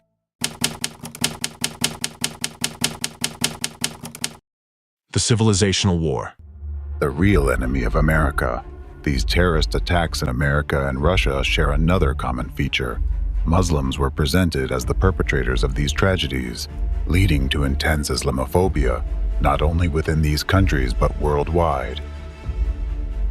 For many years, a deliberate image of the Muslim as a terrorist has been created in your minds. You've been led to believe that a Muslim is an uncivilized, uncultured, aggressive, and dangerous person to be feared. To reinforce this image in your consciousness, regular information terror attacks are carried out. For instance, if a Muslim commits any offense, it is immediately broadcast nationwide, even though identical crimes are regularly committed by non-Muslims. However, when it comes to Muslims, the media accompanies such news with additional commentary and reflections on the impossibility of living with Muslims in the same country. I'm sure you have noticed how, in many countries, mass media consistently highlight the differences between Muslims and the civilized world. You may often hear continuous narratives suggesting that peaceful coexistence with them is difficult due to supposedly different values, cultural and religious differences. Think about how often you hear opinions that your country would be better off without Muslims, that you, the local residents, have given them opportunities, while they behave ungratefully. Have you ever wondered why this is happening? Why is such similar rhetoric against Muslims conducted in different countries? All of this is a multi-year information terror attack conducted by global Anticultism. As a result, relations between large Muslim diasporas and the local population in different countries are becoming increasingly strained. It's like a spring that is constantly being compressed. Let's consider where this might lead.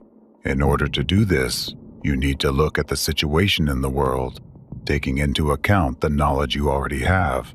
You know that global anti-cultism aims to establish a unified Fourth Reich. To achieve this, it continually destabilizes democratic countries, eroding laws and people's rights.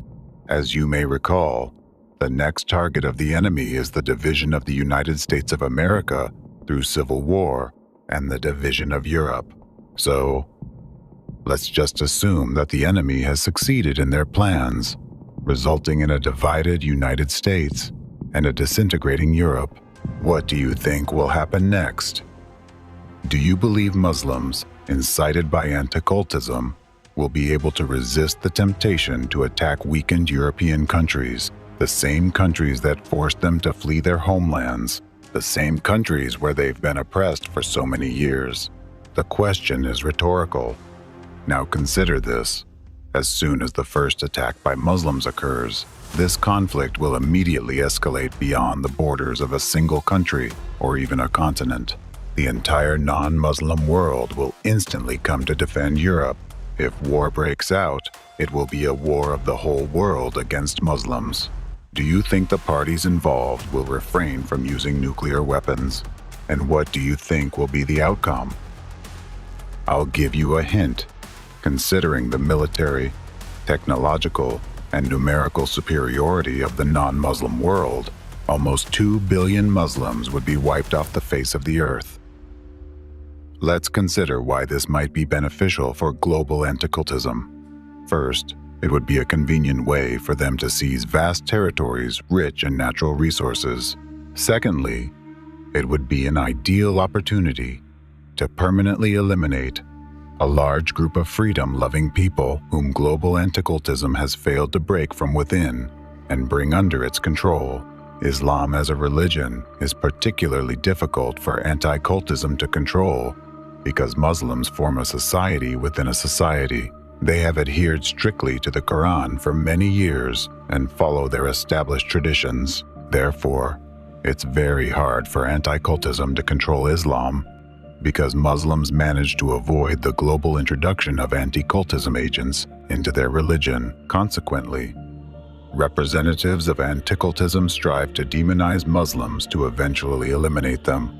Despite the fact that in many countries, Muslims live peacefully and harmoniously with other religions, representatives of anti-cultism highlight isolated incidents, trying to convince you that all Muslims are subhuman. Anticultists instill this belief in you so that, when the time comes, they would be able to destroy the entire Islamic world with your hands. Could this be the very civilizational war we have heard about many times before? But if the question, when will all this end, is asked of me as a priest, then my answer is never. Once Ukrainian Nazism is dealt with, another aggressor country will emerge through which the USA will begin to threaten Russia. So the civilizational war is inevitable.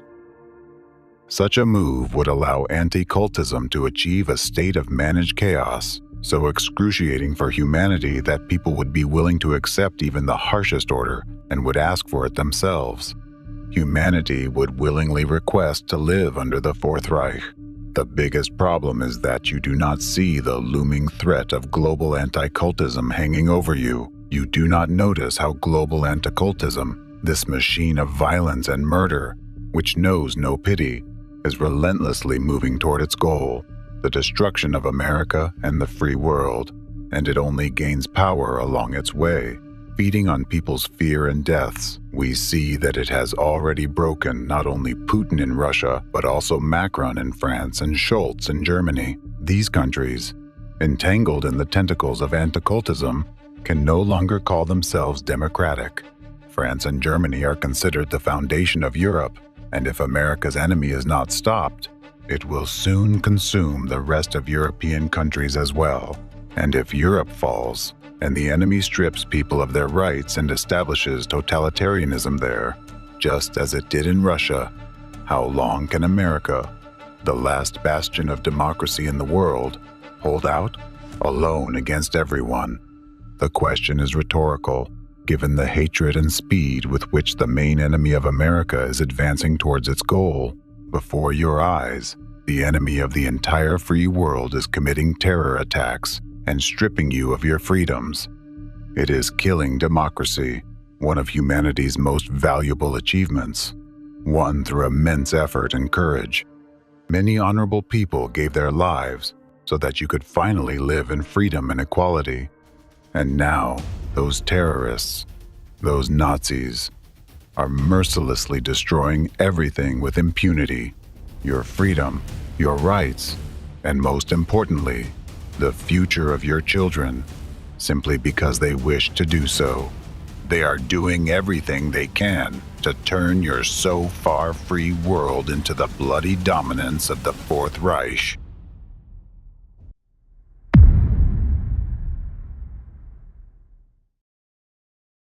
Chapter 6: How Civil War is being fomented in America. The Civilizational War would greatly benefit global anticultism on its path to global totalitarianism. However, let's return to the facts that reflect the harsh reality of today. Now, facts indicate that anti-cult representatives have already brought the United States to the brink of a civil war, which can completely destroy our country. To implement its plans, global anti-cultism needs to divide American society into two camps and radicalize them against each other.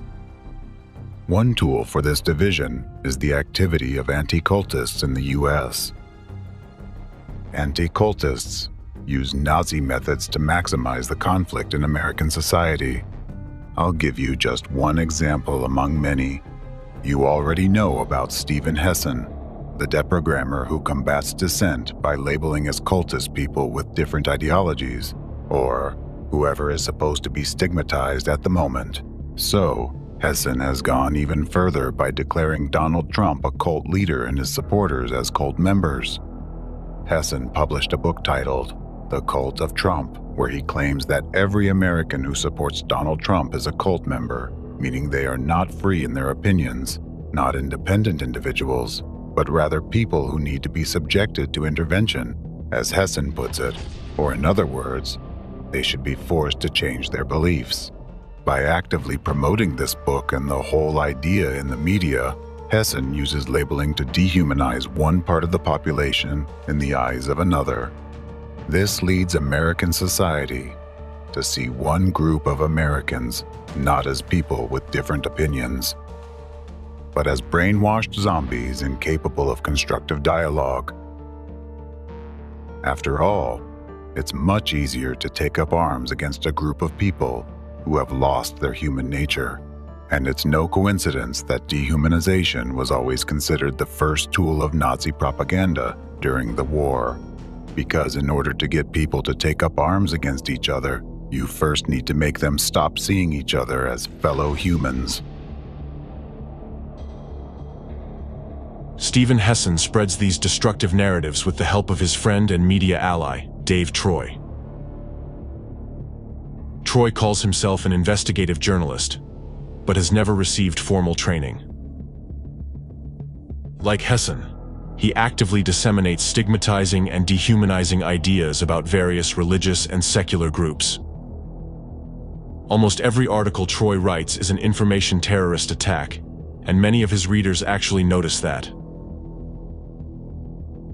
Thus, commenting on media materials created by Dave Troy, readers point out that his rhetoric sows moral panic, causes depression, and harms their mental health. Hassan and Troy do not hide their connections. They actively supported the release of a book by anti-cultist Alex Alvarova from the Czech Republic, a country that is one of the centers of anti-cultism in Europe. In her book, Feeding the Demons, the Conquerors of America, Alvarova essentially continues to promote Hassan's and Russian raciers' narrative that tens of millions of American citizens are cult members, urging other Americans to fight them. The destructive activities of anticultists have already led to the point when in our democratic United States, where people are guaranteed freedom of speech, Trump supporters are afraid to express their support openly, fearing open aggression. I highlight this not because they represent a particular party or support a specific politician, but because they are Americans, residents of a free country, who have a guaranteed freedom of speech and expression by the Constitution. It's important to remember that anti-cultism does not support any political party, force or country.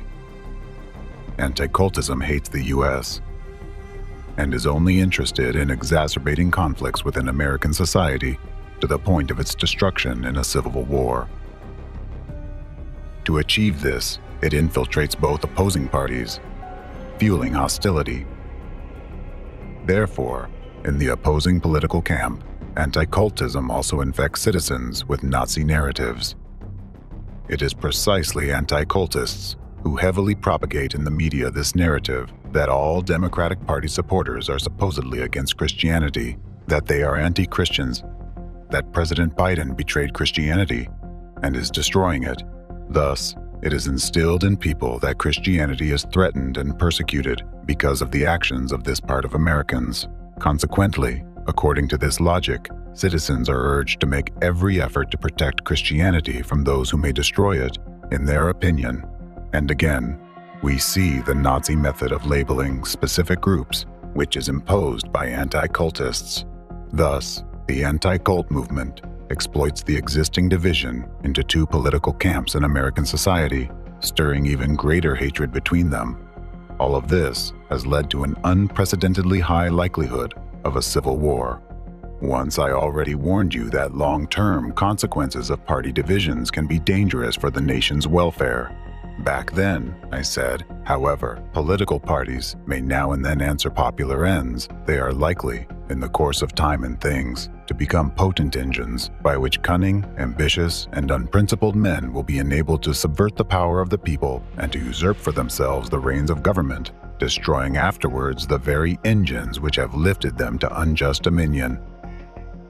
Everything I warned you about is already happening in our United States of America today. In order to achieve its goals, global anti-cultism divides you Americans, creating conditions for a new civil war in the USA. As much as American society is divided nowadays, it was only divided before the war between the North and the South, and you yourselves can see and feel that. Many US citizens have already started talking about the inevitability of a civil war. Civil war. Civil war. Civil war. Civil war. Civil war. Civil war. And such narratives are increasingly heard from the media. This situation is a direct outcome of the actions of numerous branches of global anti-cultism and their agents, infiltrating the social and political spheres of America's life. In this war, information terrorist attacks and real acts of terrorism they provoke remain the customary tool of the hidden enemy of democracy and the entire free world.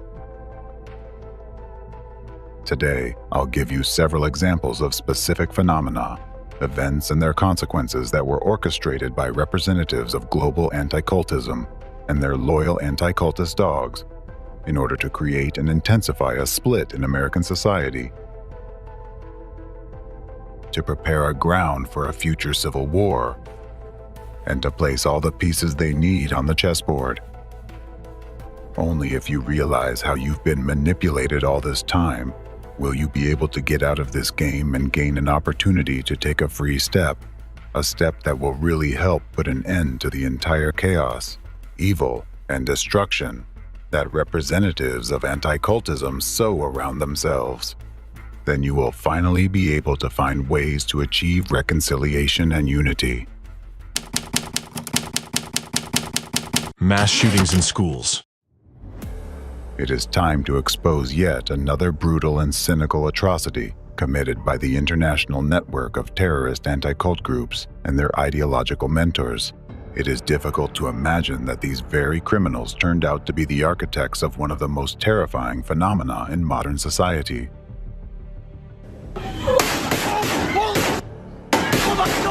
Oh my God!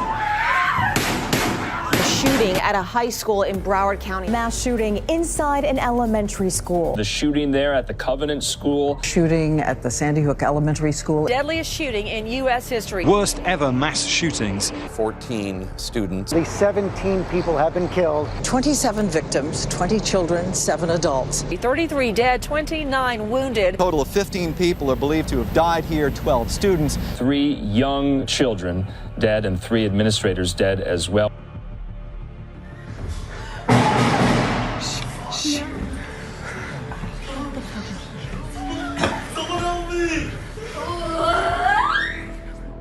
The phenomenon I am referring to is mass shootings in educational institutions.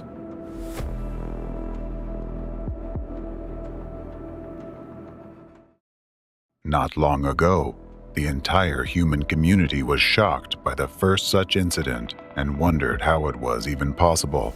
Now, it has become a harsh reality. These incidents leave an indelible mark on people's memories. The most terrifying aspect of these violent outbursts is not just the loss of young lives, but the fact that children are killing other children.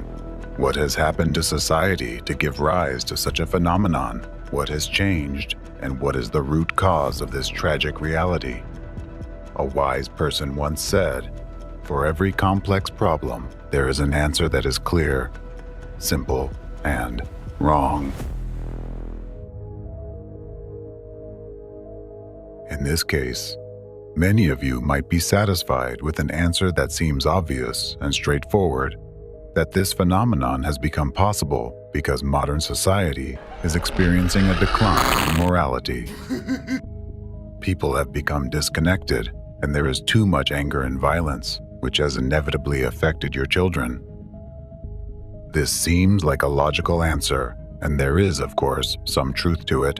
However, this is such a sharp and painful topic that it has not gone unnoticed by opportunists who are accustomed to profiting from others' misfortunes. Moreover, too many inconsistencies and unanswered questions emerge when examining each case individually and the overall picture in detail. It is as if someone may be deliberately using these tragic incidents so that while your mind is clouded by emotions of grief, shock, and loss, the actual beneficiaries of these events can covertly carry out their plans. The explanation lies in a simple and timeless formula. Find who benefits from it, and you will uncover the truth. Historically, educational institutions have always had many individuals who fit the risk factors for becoming potential shooters. However, for various reasons, only a few, and not always the most obvious ones, resorted to gun violence. The open question remains, why have developed countries faced the phenomenon of mass shootings by children in the modern era? Yes, with the invention of firearms and their gradual availability to civilians, such incidents have occurred since the early 18th century.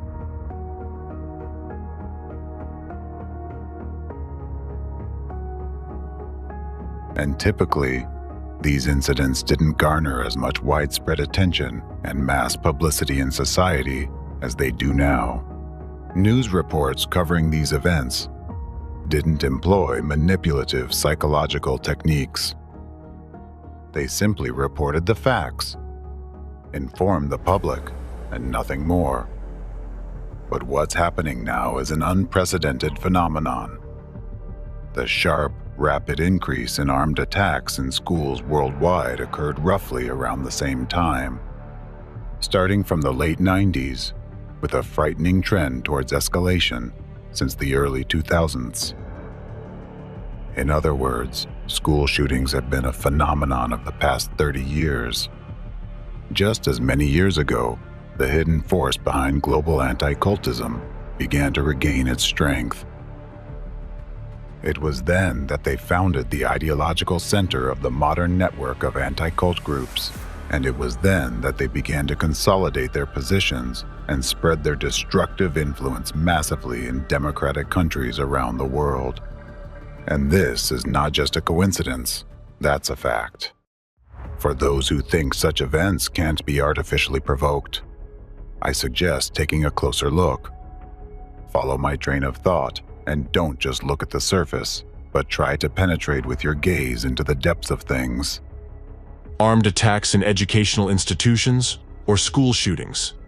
The use of armed violence on the grounds of educational institutions, primarily targeting students, often escalating into mass murders.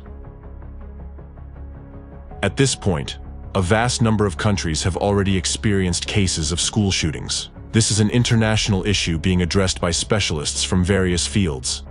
It is generally accepted that such actions by minors are driven not only by aggressive behavior, but also by a complex set of circumstances developing over a long period of time.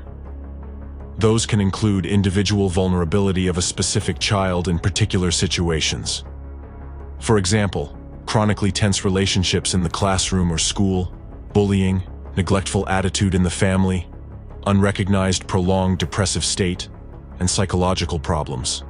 Thus, as some experts believe, the reason for the crime becomes the fact that the teenager, unable to cope with the situation, explodes, reacting to it with aggressive actions.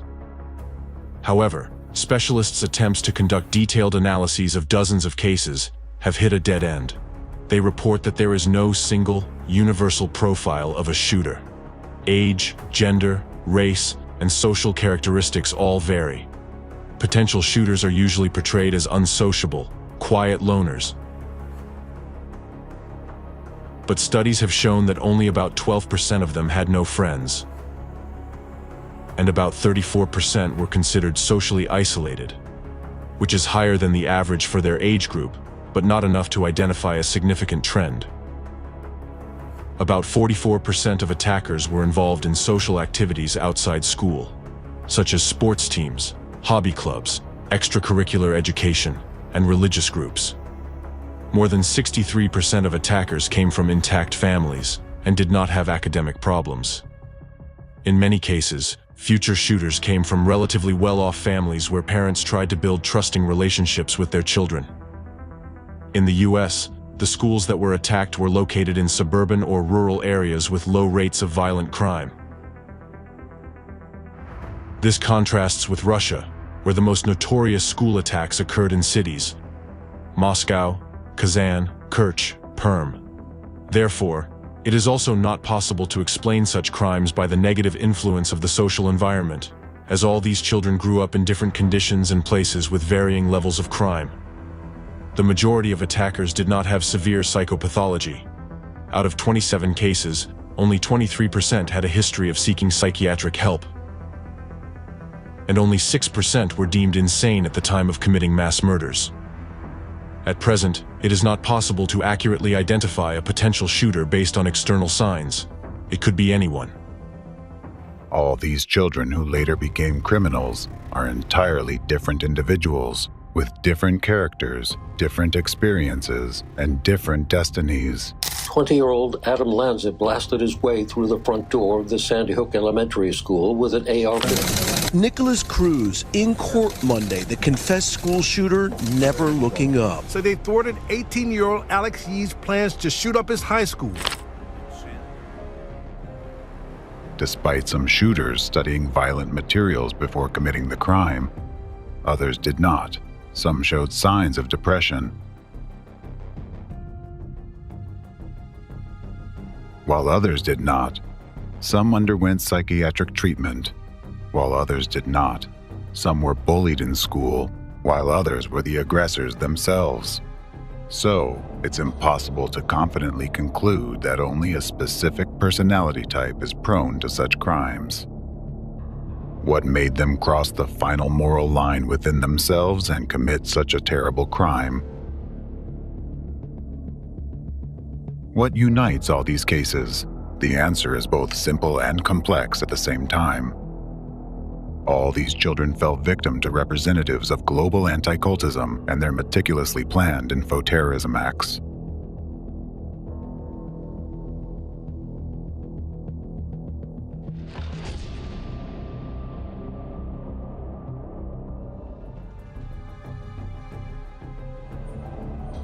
They were infected with destructive images of violent actions spread by representatives of anti-cultism through the media, containing hidden commands to act. That's why we see cases where teenagers are inspired to commit armed attacks by stories of terrorism. Essentially, school shootings are acts of terrorism.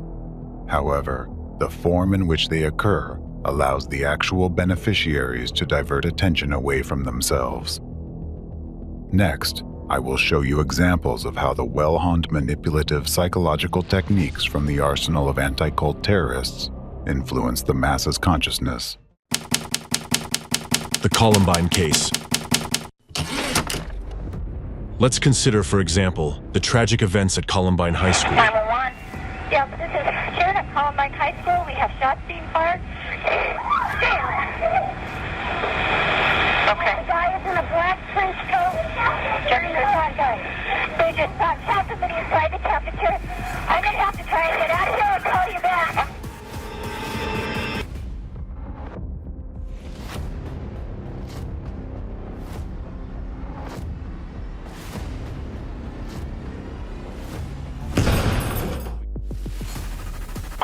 Stay in line with me. Oh, God. The gun is right outside the library door.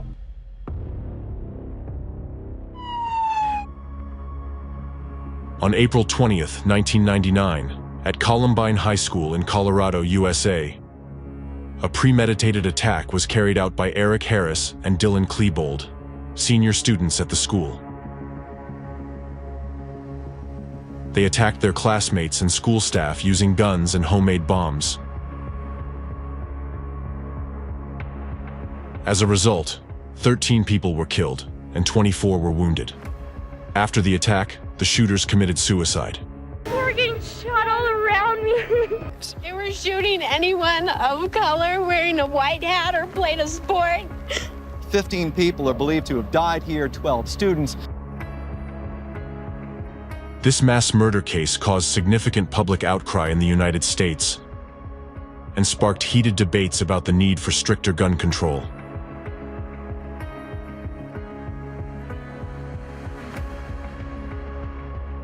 The incident led to the tightening of security systems in educational institutions and increased regulation of children's access to the internet and violent video games. Despite being known today as a case of mass murder, there is evidence from the perpetrators themselves that clearly characterizes their planned crime as a terrorist act.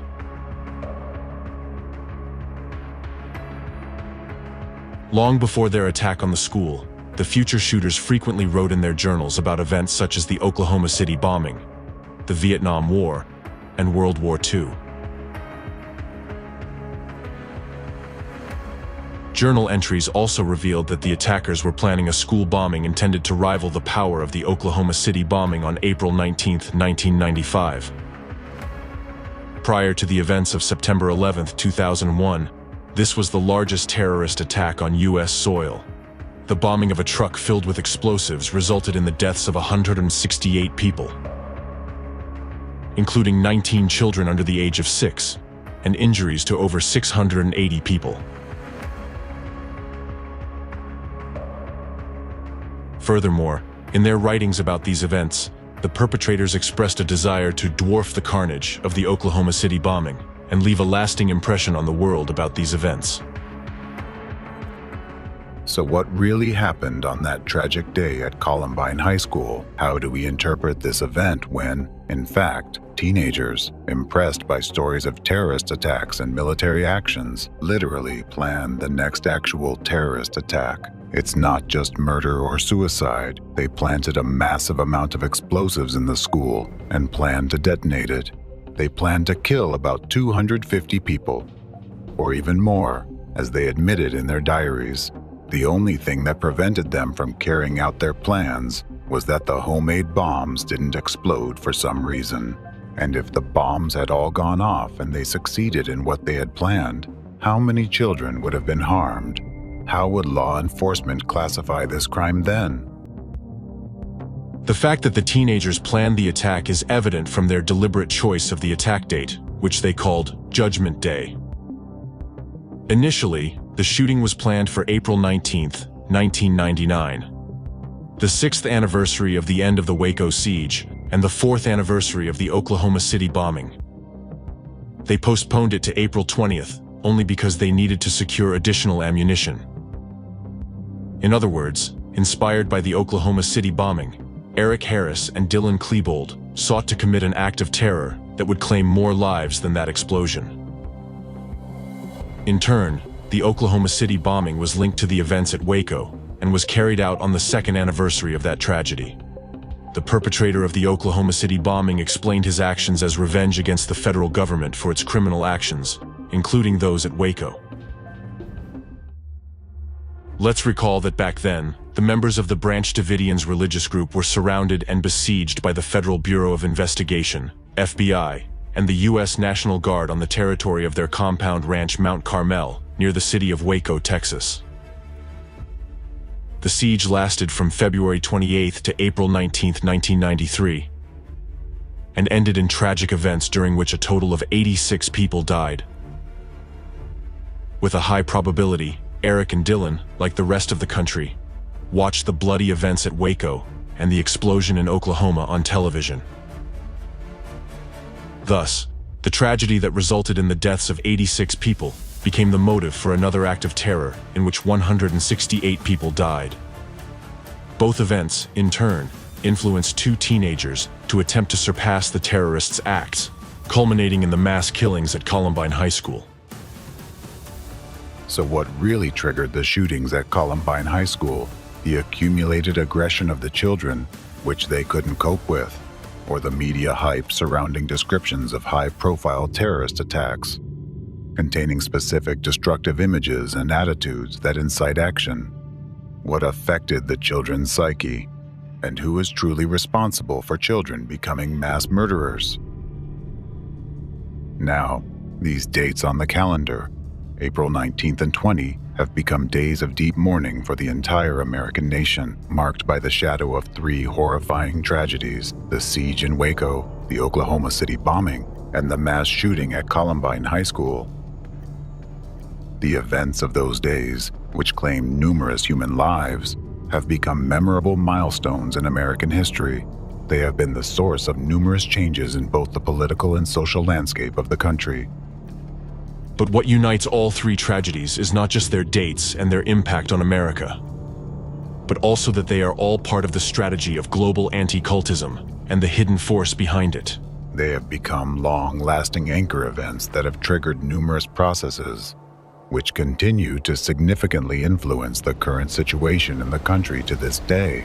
I will talk about this in more detail later, and also, using the specific example of the tragedy in Waco, I will show you how the enemy, through its network of global anti-cultism, orchestrates such events, and how you can identify its hidden hand amidst what may seem like chaos or accidental coincidence of circumstances.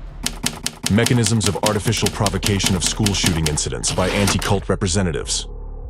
All these events, besides being acts of terrorism, subsequently became powerful info-terrorist attacks, which in turn spawned new crimes. Later, through their allies in the mass media, representatives of anti-cultism launched a PR campaign to give worldwide publicity to the events at Columbine. Numerous high-profile articles were published, films were made, and books were written detailing the day of the attack down to what the boys had for breakfast that morning. All of this ultimately created a romanticized image of the shooters, evoking both sympathy and even admiration. Ain't no V-Tech shit or Columbine, but I look like Bret Hart mixed with Dylan Klebo. Let me what the pro. I get this look up for you. Dude, I want you to know, like. Shots fired. Several shots fired.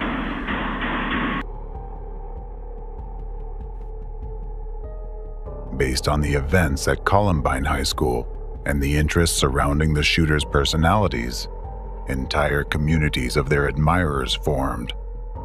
Known as the Columbiners, fan groups emerged on social media, which ultimately became known as the Columbine movement. For some reason, competent authorities were slow to combat the spread of this clearly destructive information among teenagers and to stop the activities of such groups, despite their apparent efforts to popularize and romanticize school shootings and their perpetrators. As a result, what do we have now? Nowadays, school shootings and Columbine have become interchangeable terms. The word Columbine is now used to describe all crimes carried out in a similar manner. This marked the unofficial beginning of the era of school shootings. Who created this heroicized image of Columbine and why? Why did the authorities and intelligence agencies allow it to spread so widely? Is this simply negligence and irresponsibility, or intentional criminal inaction? If it is believed that one of the key reasons for new school shootings is an uncontrolled imitation of Columbine, Then why was information popularizing this event allowed to spread so widely? If reports of these events did not contain hidden manipulations that incited action, this information would not have been so actively duplicated, picked up by other children, and would not have generated new shooters. It is evident that the Columbine cult was created intentionally. At its core, this is an act of informational terrorism that spawns more terrorist attacks. Who benefits from conducting acts of informational terrorism of this scale? Only the representatives of anti-cultism and the force behind them.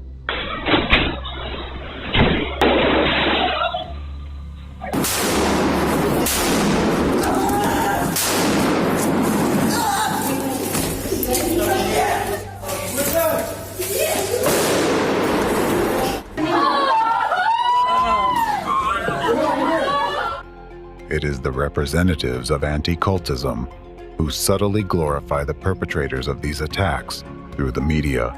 Using manipulative psychological techniques, they implant the desired image into people's subconscious minds, promoting the spread of information that contains hidden destructive messages.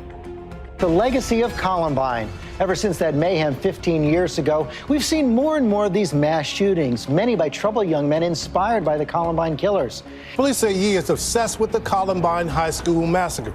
David, tomorrow is the 25th anniversary of Columbine. Authorities clearly taking no chances.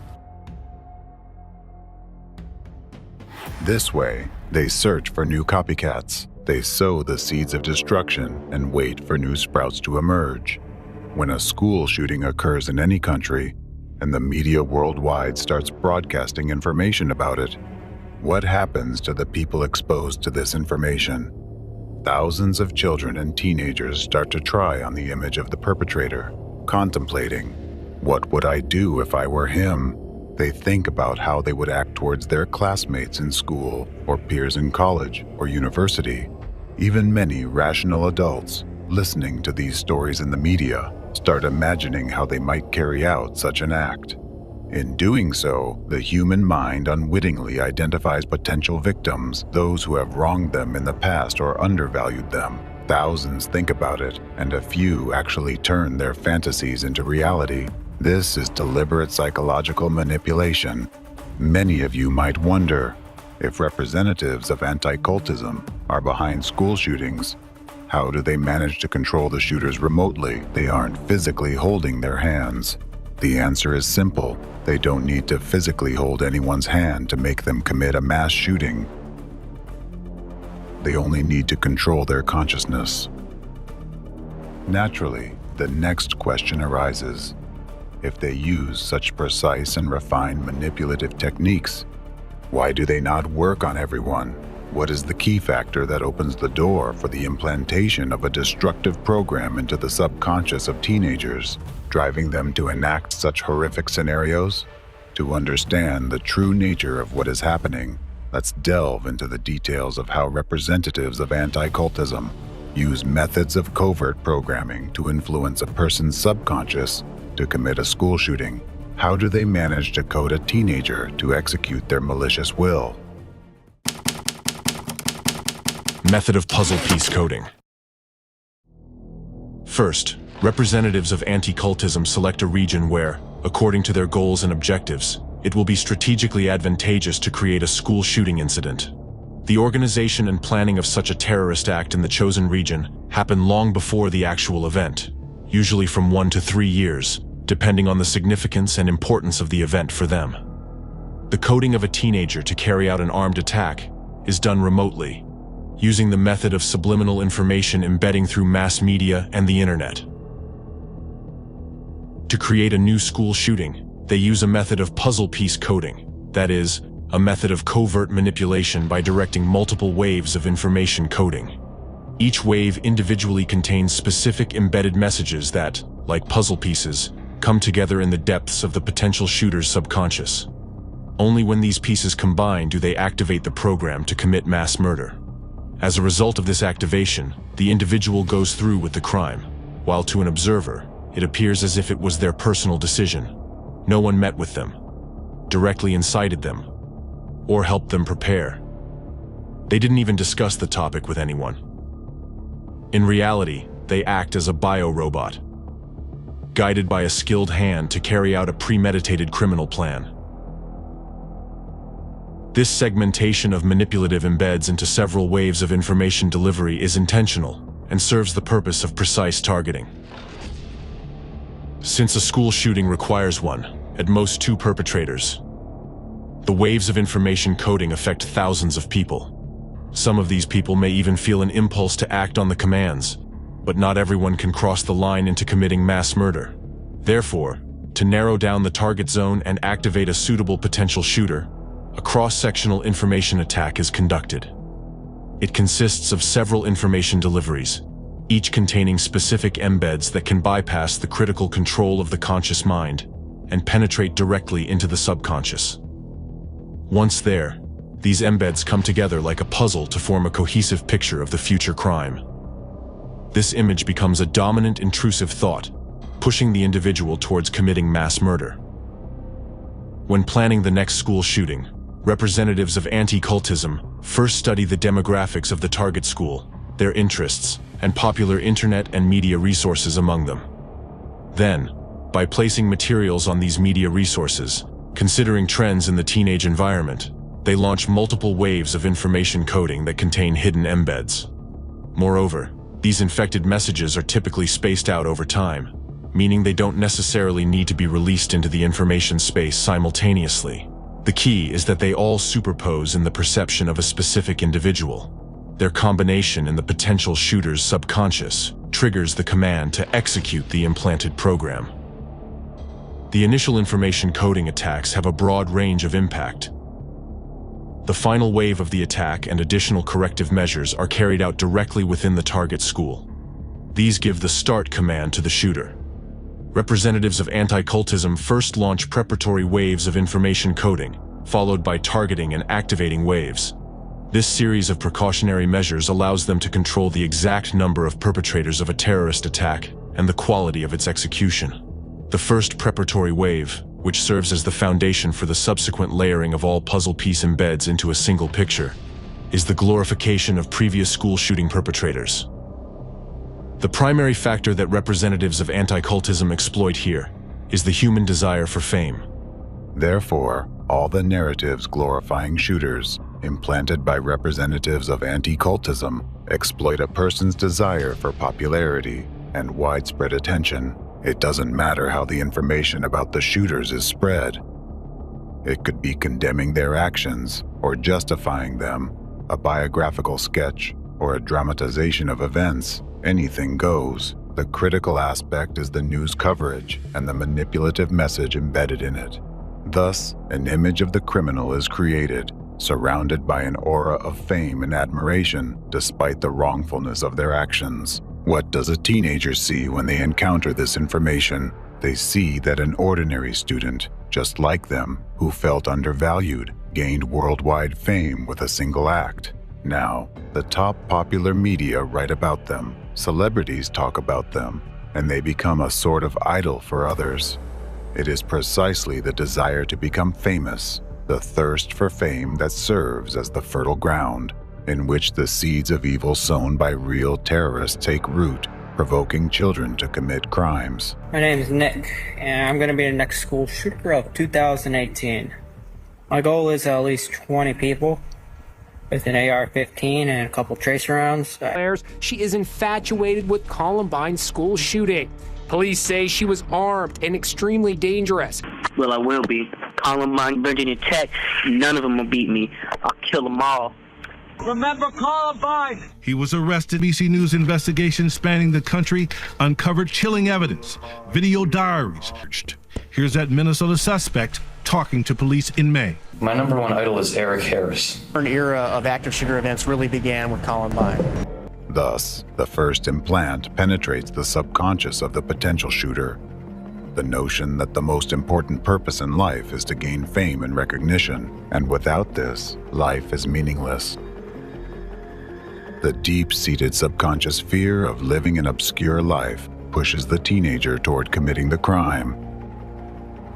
If you look at the profiles of shooters from this perspective, and their explanations for their actions, you will clearly see that the desire to become famous is the one common trait they all share. Here is a crucial point. If the glorified image of the shooter did not exist, school shootings would cease to be possible, because without this foundational base, the rest of the program for carrying out the act would not have the necessary support to be executed.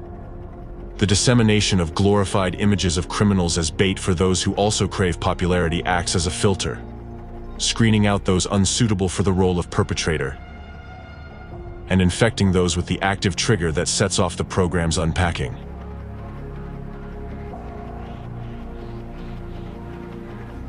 Another filter is the specific method of selecting themes through which the program components for executing a school shooting are embedded. These themes are chosen from the areas of interest to teenagers, which are typically opposite in nature. What does this mean, and why is it done? A person is more likely to be interested in related topics. For example, someone interested in astronautics might also be interested in parachuting. However, to minimize the number of people caught in the cross-section of the informational coding waves, topics are chosen that rarely fall within the sphere of interest of the same person all at once. For instance, a teenager might be fascinated by space and the possibility of life on other planets, such as astrobiology. What would be opposite in nature to this interest? Life's opposite is death. So, a teenager potentially suitable for the role of a shooter might also be interested in different models of weapons. This combination of interests is rare in real life, which is precisely what anti-cultism representatives count on. Subsequently, various materials on these themes are embedded with other components of the single program for carrying out a school shooting. Particular emphasis is placed on awakening an interest in weapons as tools that grant power and fame.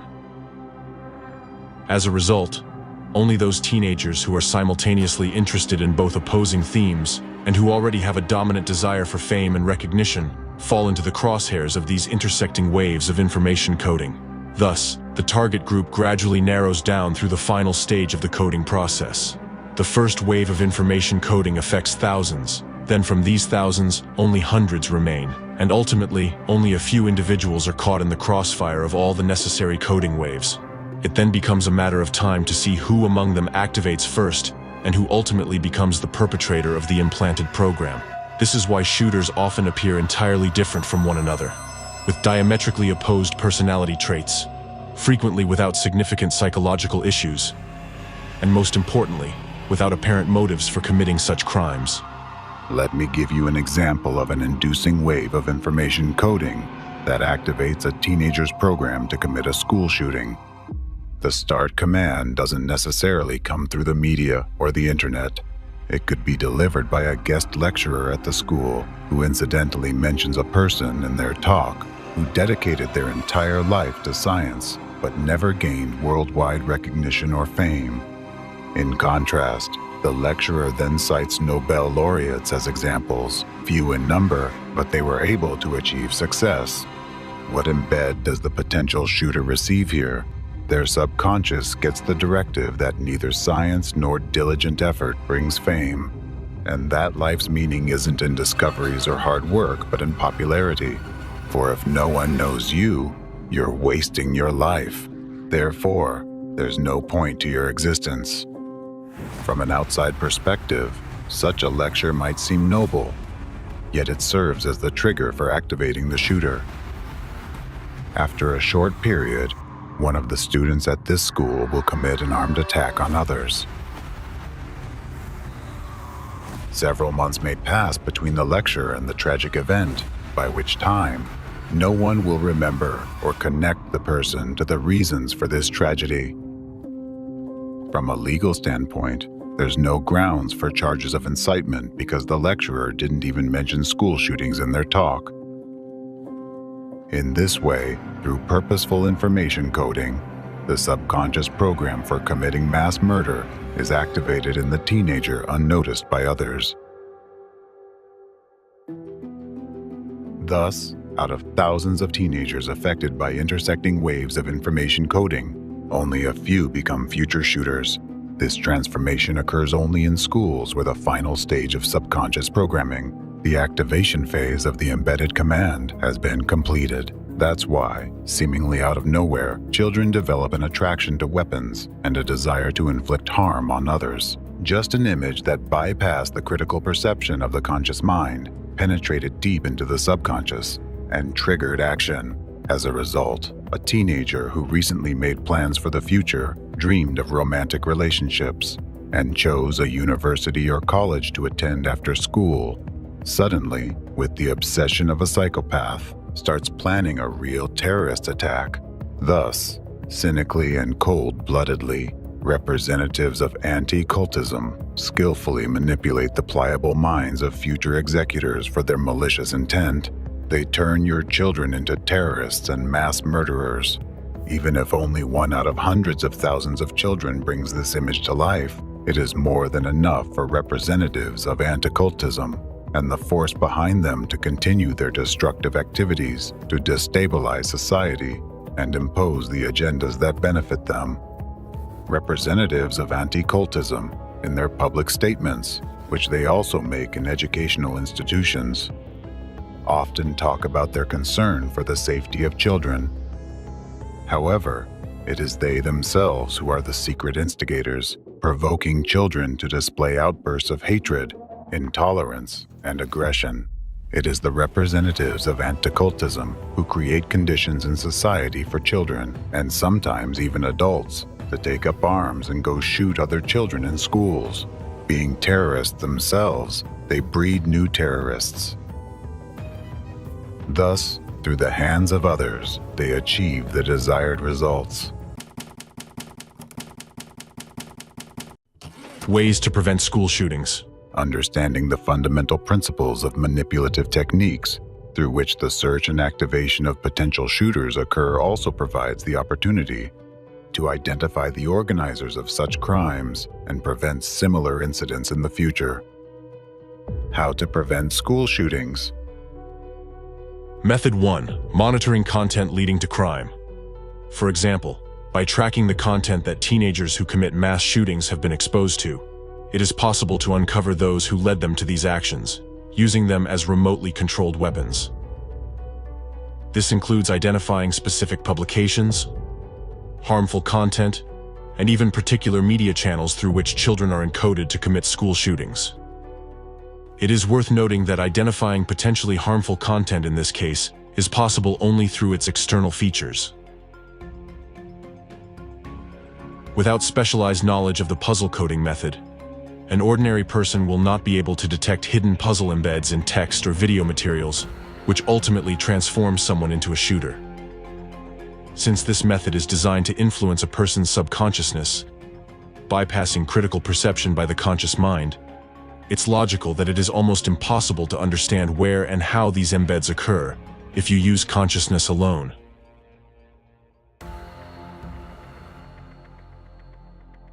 But what can be noticed, and what should be paid attention to when identifying dangerous content?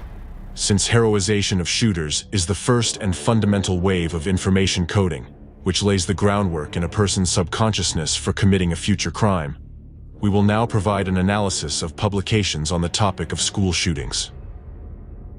The first thing to observe in these materials is the frequency of publications that repeat the same seemingly meaningless messages.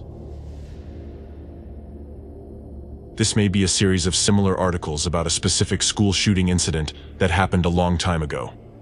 Often, these articles are authored by a specific periodical, journalist, or a group of interconnected journalists who continually maintain the same topics in their publications over an extended period of time.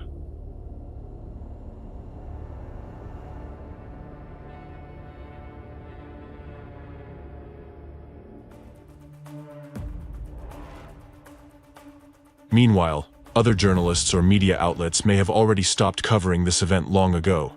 Yet this very group of journalists persistently supports the information wave for unknown reasons, and keeps the long-past event alive in the media space.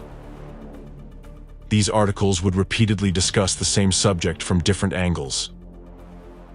The authors might criticize the police, express sympathy for the shooter's parents, highlight recently uncovered details of the crime, and so on. However, the common thread will still be the same: school shootings. And all these articles will have one significant feature. they will never harshly criticize or condemn the shooter. The second feature of potentially dangerous materials and publications is that discussions of school shootings would always be accompanied by direct or indirect criticism of the authorities, specific officials, and the helplessness of law enforcement agencies. Articles would discuss their mistakes and failures, emphasizing that law enforcement officers lie and deliberately distort facts to cover up their own helplessness.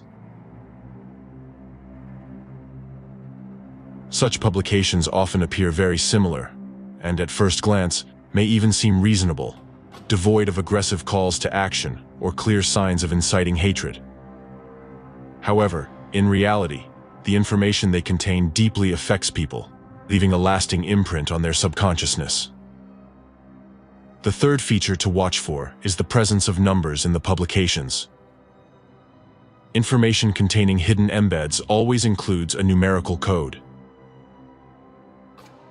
This could be mentions of dates, exact time when a crime was committed, the number of casualties, or other figures. Yet these numbers would be repeatedly referenced in their publications. The point is that human consciousness and subconsciousness perceive numbers differently. This feature of the work of our subconsciousness is leveraged by the puzzle coding method.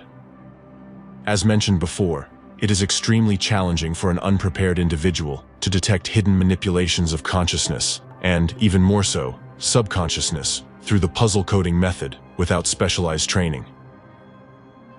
However, there is always a pattern, and identifying this pattern can help pinpoint particularly dangerous content amid the vast flow of information. Once sources of destructive influence containing hidden embeds are identified, it is crucial to promptly halt the propagation of their influence on the broader population. Method 2. Conducting psychological testing in schools to identify increased levels of bipolar disorders. One indicator that students at a particular educational institution have been subjected to hidden external subconscious manipulation is an increase in cases of bipolar affective disorder among them. What's the connection here? Since the initial waves of information coding have a wide radius of impact, certain embeds, parts of the program for mass shootings, infiltrate the subconscious of all affected individuals. What happens to a person in this case? Hidden directives start acting in their subconscious, conflicting with their conscious goals and aspirations. As a result, internal conflict and resistance emerge within the individual. This conflict, triggered by the implanting of foreign elements into the subconscious, eventually manifests as bipolar disorder. Representatives of anti-cultism cannot avoid provoking such conditions when they initiate preparatory waves of coding for school shootings, because this forms the foundation for further imposition of other waves, ultimately launching the program. An illustrative example in this regard is the situation in the Czech Republic, where after the shooting incident at the Faculty of Philosophy of Charles University in Prague in 2023, pertinent information emerged regarding the prevalence of bipolar disorders among the country's young generation. Czech media began disseminating information indicating that approximately 5% of the entire population of the Czech Republic currently suffers from bipolar affective disorder, primarily among the young generation of the Czech shooters' age, namely students. Students of Charles University themselves posted on social media, expressing concern about a troubling trend. Every second student suffers from bipolar affective disorder.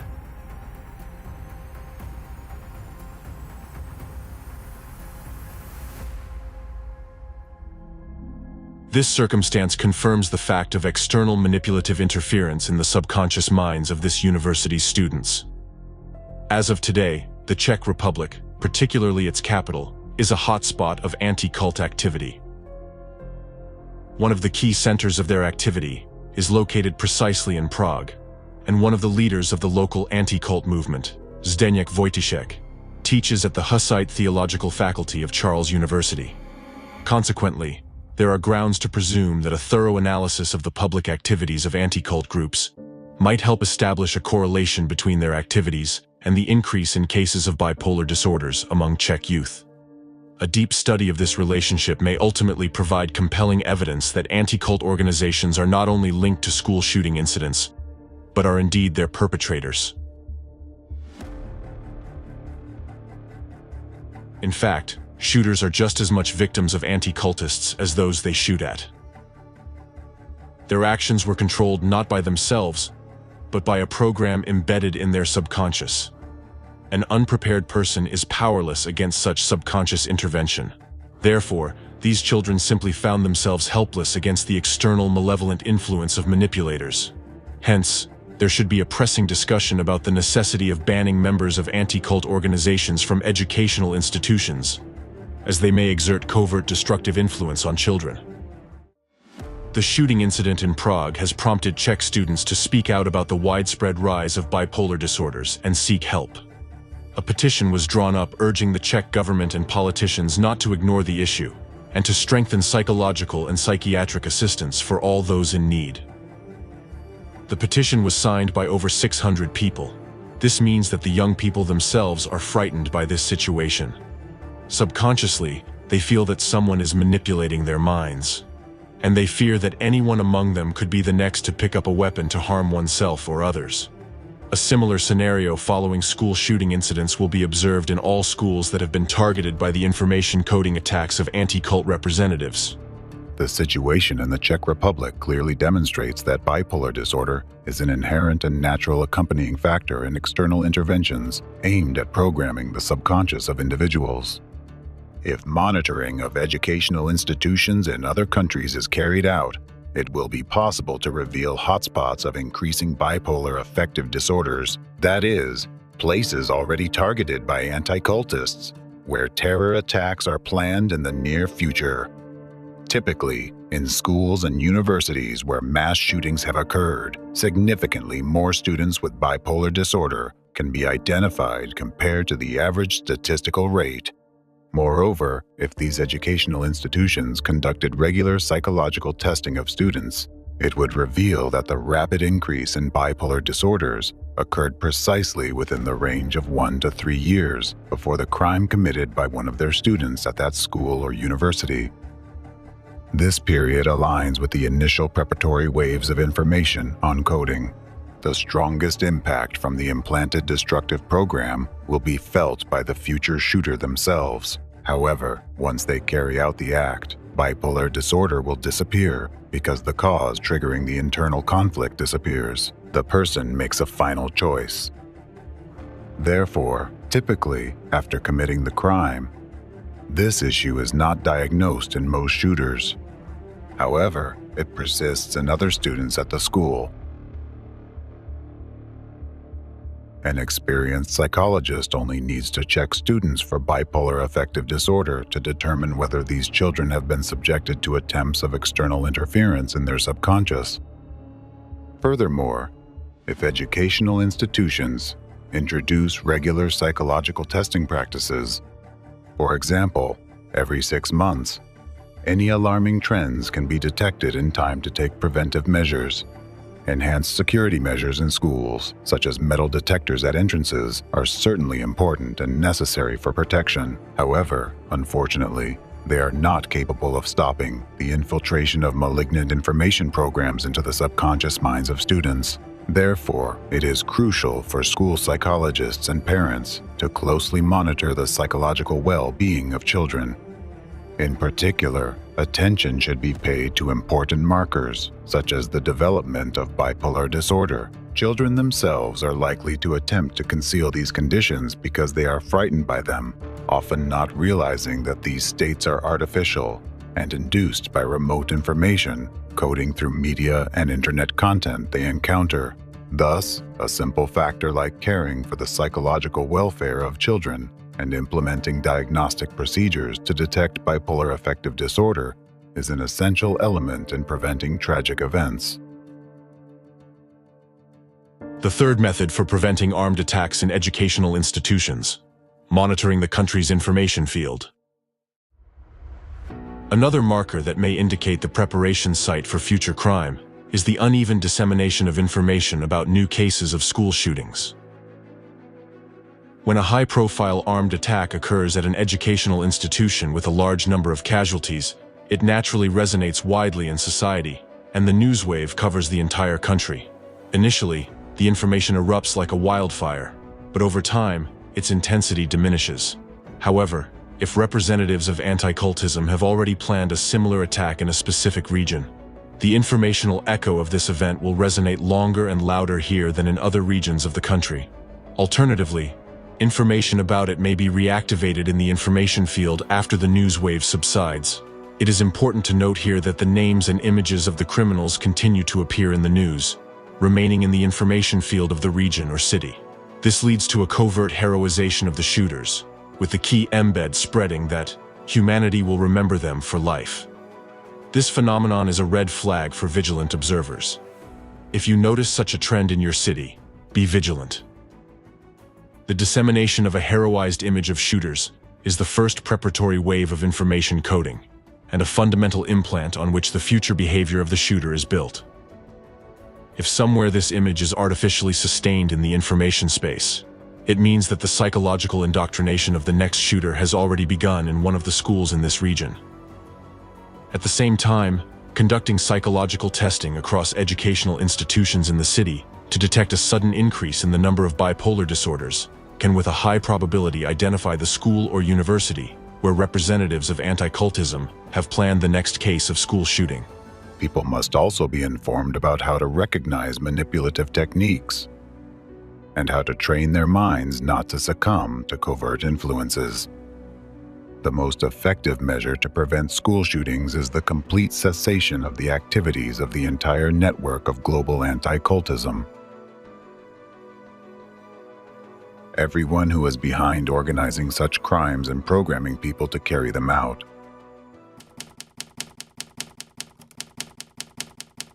School shooting is a controlled process. The fact that seemingly uncontrolled school shootings are actually a controlled process is evidenced by statistics and chronology of their spread. To gain a more detailed understanding of this trend, let's analyze the incidence and growth of the number of such crimes in various countries where they have occurred. School shootings in Russia. For quite a long time, no evidence of cases of mass shootings in schools has surfaced in Russia. In the 1990s, only one such crime was widely known: the incident at the Kamyshin Cadet School in 1997.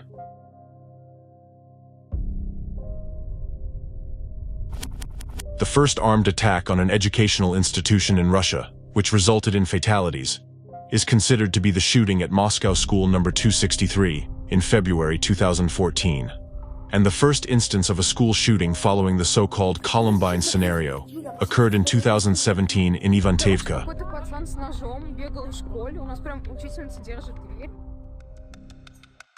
What can explain the sudden appearance of a phenomenon such as school shootings in a territory where it was previously uncommon? How can it be explained other than by outside interference?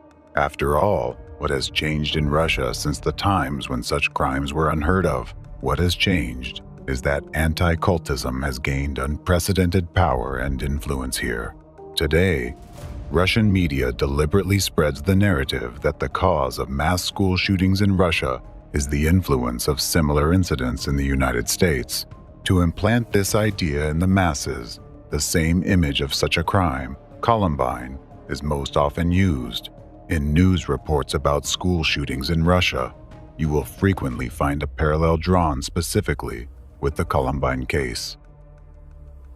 What happened at the Moscow school is being called the American scenario by the Russian press. Incidents like this do indeed happen often in the U.S. School shootings are common in the U.S., but not in Russia. Shootings and hostage situations are indeed not uncommon in American schools. A student or former student with a rifle in hand, that's the typical anti-hero of local news. However, as I mentioned earlier, the first instance of such supposed imitation in Russia occurred in 2017, 18 years after the Columbine events. Why did it take so long for the first imitator to appear in Russia? The answer is simple. Because it's not just imitation. Someone allowed this precedent to happen in Russia. and ensured it received widespread publicity.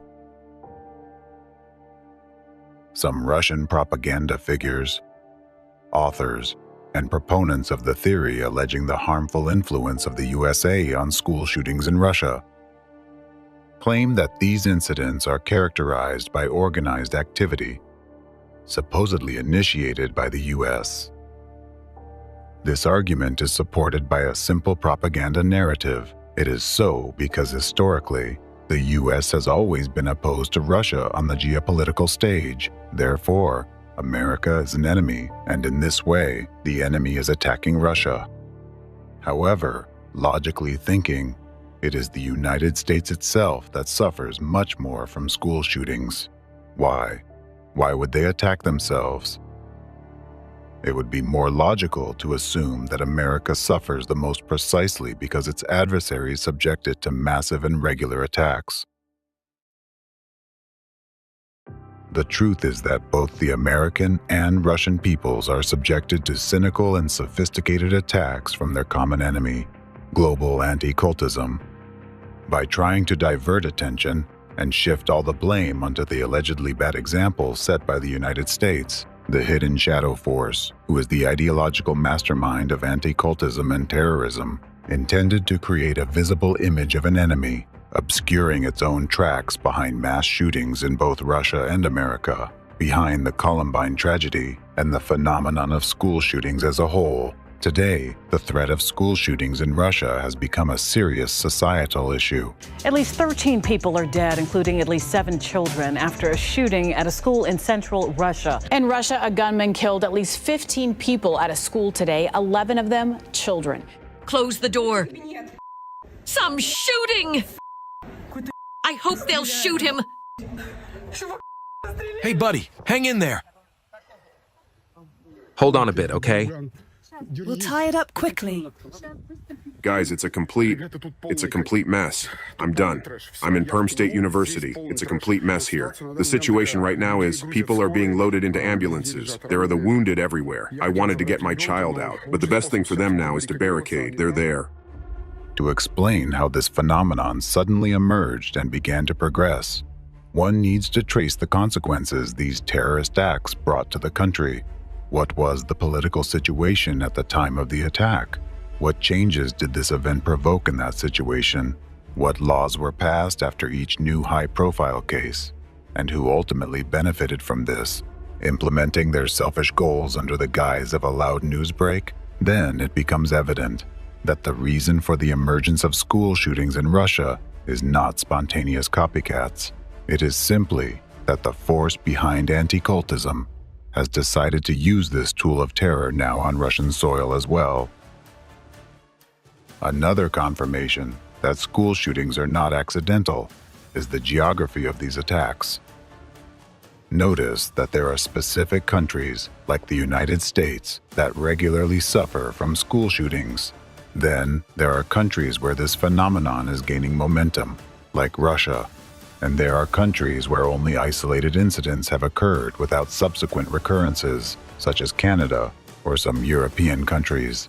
Breaking news out of Canada, Canadian Prime Minister Justin Trudeau says 5 people have been killed, 2 more are in critical condition after a school shooting. A 14-year-old boy has shot dead 8 children at a school in Serbia. These cases generally did not receive widespread media coverage or gain worldwide notoriety. Many of you, I am sure, are hearing about these incidents for the first time today. And then there are other countries with a myriad of social problems and factors that seem likely to provoke such incidents. Yet, they have never experienced a single school shooting. It's as if some invisible force is protecting them from this. Suppose the cause of school shootings is presumably the uncontrolled imitation of shooters by teenagers. Why does this principle not apply in these countries? This simply indicates that either the representatives of anti-cultism do not yet have their levers of influence in these countries, or it is not yet advantageous for them to carry out such attacks there. However, this does not guarantee that these countries' populations are protected from such crimes. A vivid example is the previously mentioned mass shooting incident in the Czech Republic in 2023.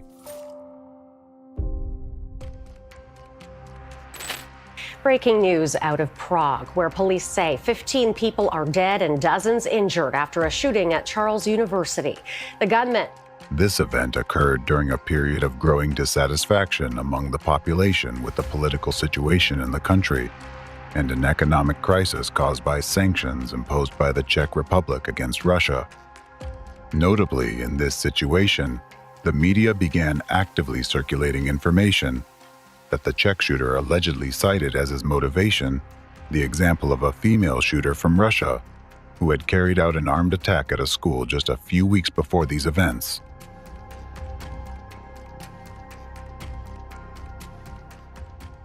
Such a confluence of circumstances suggests that the attack in the Czech Republic was not coincidentally carried out at this particular time, nor was the reference to Russia as the inspiration for the crime accidental. It appears that someone wanted to exploit the situation for their own interests. If we examine each such attack closely, we can see that these events always correlate with the political situation in the victim country. For example, they often coincide with upcoming elections, important international negotiations, escalating political tensions within the country, growing public dissatisfaction with the government, and so on. Such events often become significant and high-profile news stories that overshadow other news. During this period, when public attention is focused on the tragedy, anti-cult representatives and the forces behind them can quietly carry out actions they would prefer to keep out of the public eye. Are these coincidences or someone's cold calculation? The most telling evidence of the planned nature of these attacks is their influence both on the life of a single country and on the global community. Each school shooting brings about a series of political and social transformations directed by anti-cult representatives to serve their interests. This leads to significant changes within the state and irreversibly affects the lives of its people. Even one such event leaves an unhealing, bleeding wound on the heart of the entire society. Primarily, such terrorist attacks target parents and all those with children. After all, a terror attack where one child kills other children causes immense shock and upheaval in society. It strikes at the most vulnerable place in every parent, for their life. Waited hours to be told our daughter would never come home. The sensationalized details of school shootings spread through the media create a powerful internal fear in people, creating a pervasive sense of constant threat to the lives of their children. There's no place that's safe anymore, and our public schools should be the safest. Everyone who's a parent feels that. This makes no sense. This is impossible. My girl, my 14-year-old baby, I sent her to school yesterday. What is unfathomable is Jamie took a bullet and is dead. We don't feel safe, and we want it to be addressed. Schools are not safe anymore. At the same time, a clear belief forms among the population: the government cannot protect our children. How dare you? You were paid by them, and you just came out and, what was that, a deposition? I'm tired. I'm so tired of getting up here and offering condolences. Therefore, with each new incident, distrust and dissatisfaction with the authorities will only increase. This is America. We were supposed to be able to do things and be the people we wanted to be, and now we are in a crazy place. Since we survived a mass shooting in July, I have met with over 130 lawmakers. How is this still happening? How are our children still dying, and why are we failing them? How do we allow a gunman to come into our children's school? How do they get through security? What security is there? There's no metal detectors. The gunman, a crazy person, just walks right into the school, knocks down the window of my child's door, and starts shooting her. In the eyes of frightened parents, the authorities are guilty of failing to ensure their children's safety. They are guilty of allowing their children to live in a state that is rotting from within, where their child could become a victim at any moment, or even turn into a perpetrator. This subconscious understanding causes feelings of apathy, hopelessness, and hatred towards the current authorities, skillfully inflamed by anti-cult representatives. This doesn't happen in other countries, it happens in the United States of America. You've got a beautiful country, you've got beautiful people, but what's the problem? Guns. How does a 7-year-old have a gun? I'm very angry that this happened, because it keeps happening. These children survived. This is the shrill screaming of kids trying to get out while their classmates are being murdered.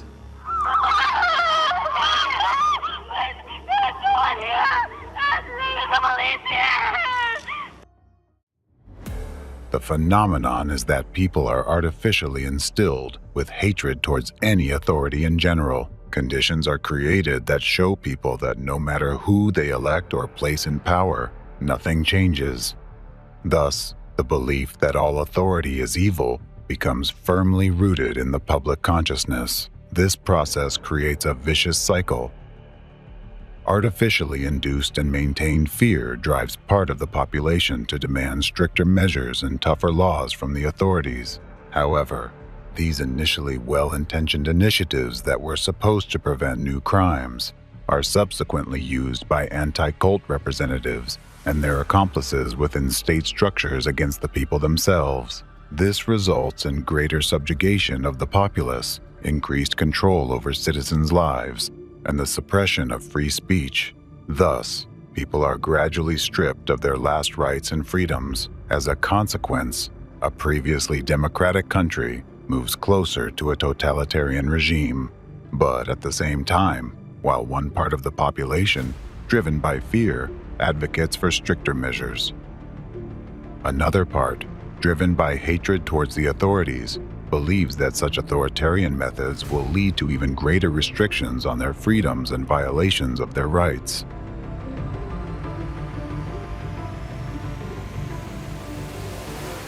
Students, parents, and activists gathered outside Tennessee State's Capitol to protest gun violence. The government would just do something to keep people from getting guns they don't need. It's unnecessary.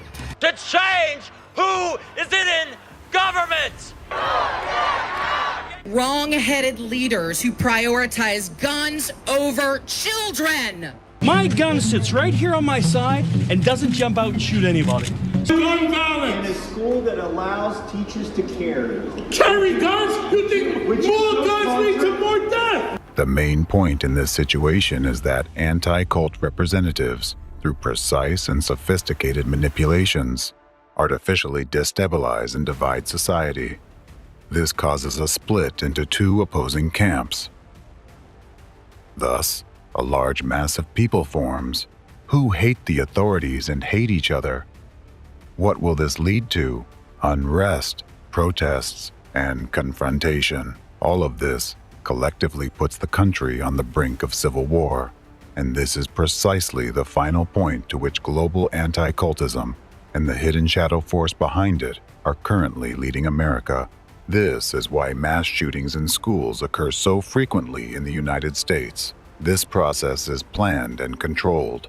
It is part of the enemy's strategy aimed at destroying democracy, first in the US, and then throughout the world. It is a complex but highly effective scheme carried out by global anti-cult representatives right before the world's eyes, yet unnoticed by anyone. It's worth adding that despite the apparent chaos in the spread of news about these incidents or narratives glorifying the shooters, anti-cult representatives carefully ensure that the information, tainted with their manipulative virus, is delivered precisely and in measured doses.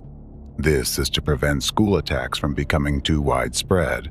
Excessive numbers of such crimes would diminish their impact, and each subsequent incident would no longer provoke such a strong societal reaction. People are capable of becoming accustomed to anything, even such horrific events. If school shootings happen too frequently, society will eventually adapt. While these events will still induce fear, the constant internal anxiety and worry will diminish. People will remain cautious, but not much more. On the other hand, measured instances of crime open people's minds to the implantation of negatively acting images that go straight into the subconscious, which most people today cannot defend against. Statistics are stubborn things, and they speak for themselves. These attacks' periodicity and growth trends clearly point to the hidden organizers behind this phenomenon.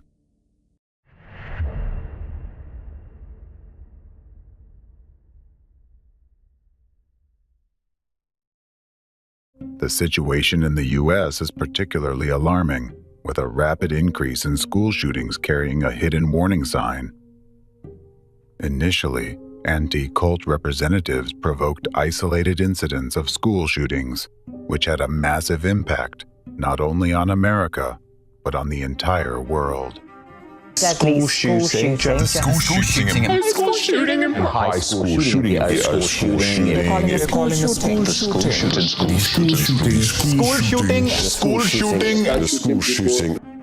These events were like bombs going off because, at the time, children shooting other children was an extraordinary occurrence that caused profound shock in society. Thus, the early incidents of school shootings in the U.S. became very loud informational terrorist attacks, shocking the whole world. The Columbine High School massacre alone had tragic repercussions for many, spawning new school shootings and significantly bolstering the influence of anti-cultism in the U.S. Now, look at what's happening in America today. The graphs showing the number of mass school shootings indicate a sharp increase. What does this signify? Due to the special role the U.S. plays in the hidden enemy's plans, it suggests that the upcoming events they have planned can lead to increased tension inside the country by using school shootings as acts of informational terrorism and deploying various psychological and informational terrorist attacks through its numerous tentacles. This hidden force is preparing the ground for a future civil war. Therefore, people need to be aware of the methods the enemy employs through the global anti-cult network and the threats they pose. Only this way can people extricate themselves from the manipulative game into which anti-cult representatives have drawn them. It's crucial to recognize that no measures, no matter how strict, will eradicate the root cause of school shootings as long as the source of these terrorist attacks exists and there is someone to give the command start. After all, similar measures have already been taken in different countries around the world, which aligns with the goals of representatives of anti-cultism. However, practice has shown that neither the prospect of the death penalty, increased school security, nor restrictions on firearm purchases have reduced the incidence of school shootings.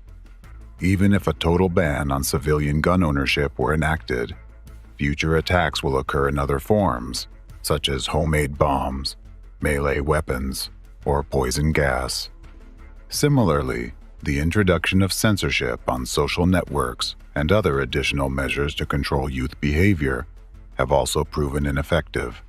Ultimately, all of this has only led to significant infringements on citizens' rights and freedoms and undermining democracy without reducing the number of school shootings, let alone eliminating them, because all the strictest measures and restrictive laws enacted in response to these incidents are often initiated and implemented by global anti-cult representatives and their accomplices within politics, the state apparatus, the judiciary, and law enforcement.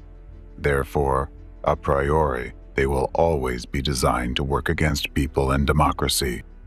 This chain of evil will not end, and children will continue to suffer and die as long as global anti-cultism exists and its representatives can freely use their hidden manipulative techniques to influence people's minds and conduct acts of informational terrorism through the media.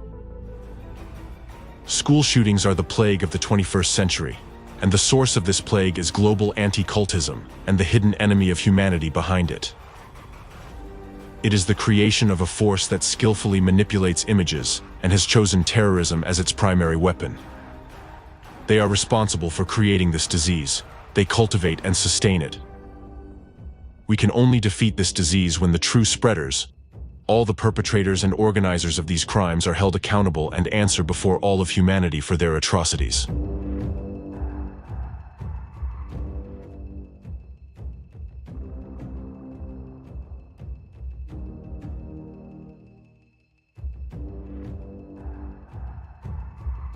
If anyone still doubts that representatives of anti-cultism are behind mass school shootings, let me give you a specific example.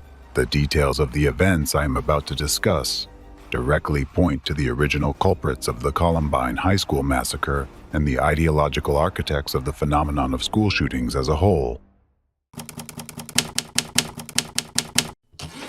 Waco case. As previously mentioned, one of the bloody episodes in the chain of the terrorist acts that caused mass shooting at the Columbine High School was the Waco siege. In the spring of 1993, tragic events took place as a result of which many people died, a horrible death. The Waco siege still remains a relevant, widely discussed and burning topic for many Americans. It is one of the most notorious events in U.S. history that has changed American society forever. To this day, it continues to have a significant influence on political and social life in the country. Despite numerous attempts by various researchers to get to the bottom of it, there are still many dark spots in this story, because all discussions, even those representing points of view of the opposing parties, are still being held according to a pattern set by representatives of anti-cult organizations 30 years ago. Today, for the first time ever, the real picture of events in Waco will be presented, and you'll be able to clearly see for yourselves how the threads from that terrorist attack lead straight to its instigators and final beneficiaries, to the very abode of anti-cultism, to Russia. The Waco tragedy is a classic example of a premeditated public display of a religious organization persecution by anti-cultists, involving law enforcement agencies and other authorities, which turned into a powerful informational act of terrorism. In this case, the target of anti-cultists was the Branch Davidian religious group that represented an offshoot of the Seventh-day Adventist Church. By the time of the discussed events, the Branch Davidian community that resided at Mount Carmel Ranch, near the city of Waco, Texas, had been peacefully existing for about 50 years. For a long time, the locals perceived them as a harmless group of positive people. However, in the late 1980s, early 1990s, through the efforts of representatives of anti-cult organizations, the derogatory word cult suddenly began to be used as regards the Branch Davidians, which is a classic first step by cult fighters in dehumanizing their chosen victim for subsequent persecution. What was the Branch Davidians community like? They were a group of people peacefully living on their land, in a building they themselves had erected, and were united by joint study of the Bible. Each had their own hobbies, earned their living just like everyone else, had various professions, and came from various walks of life. Among them were Harvard graduates, rock musicians, as well as ordinary mothers caring for their children. There are many similar settlements across America. Those were free people who lived in a free country the way they liked, in accordance with Christian values and the U.S. Constitution. They didn't impose their lifestyle on anyone and didn't cause anyone harm. I'm Paulina. I'm Stephen. I'm Vanessa. Philip. Well, you had a bunch of women, children, elderly people. They were all good people. They had different beliefs from others, different beliefs than I have, or maybe different beliefs than you have in their way of life, and especially in their religious beliefs. But basically, they were good people. I was around them quite a lot. They were always nice, mannerly. They minded their own business. They were never overbearing. They were always clean and courteous. I liked them. Several years before the tragic events, anti-cultists had launched a series of discrediting articles and videos in mass media, aimed at the Branch Davidians. At that time, the community leader was a young preacher, Vernon Howell, who adopted a religious pseudonym, David Koresh. He became the main target of the attack of anti-cultists, who started labeling him as a dangerous cult leader through the media they controlled. Even then, his enemies were saying this self-proclaimed son of God was closer to Satan. Throughout the entire subsequent disinformation campaign, other members of the organization were deliberately ignored, and almost all of them remained nameless, devoid of individuality. Under the influence of anti-cultists, mass media presented the Davidians solely as those who had been brainwashed by their leader, who allegedly were almost in a slavish position and unconditionally followed Koresh's orders. A demonization campaign against Davidians was led by the already mentioned anti-cultist and deprogrammer Rick Ross. He organized a group of people who purposefully engaged in demonizing this community.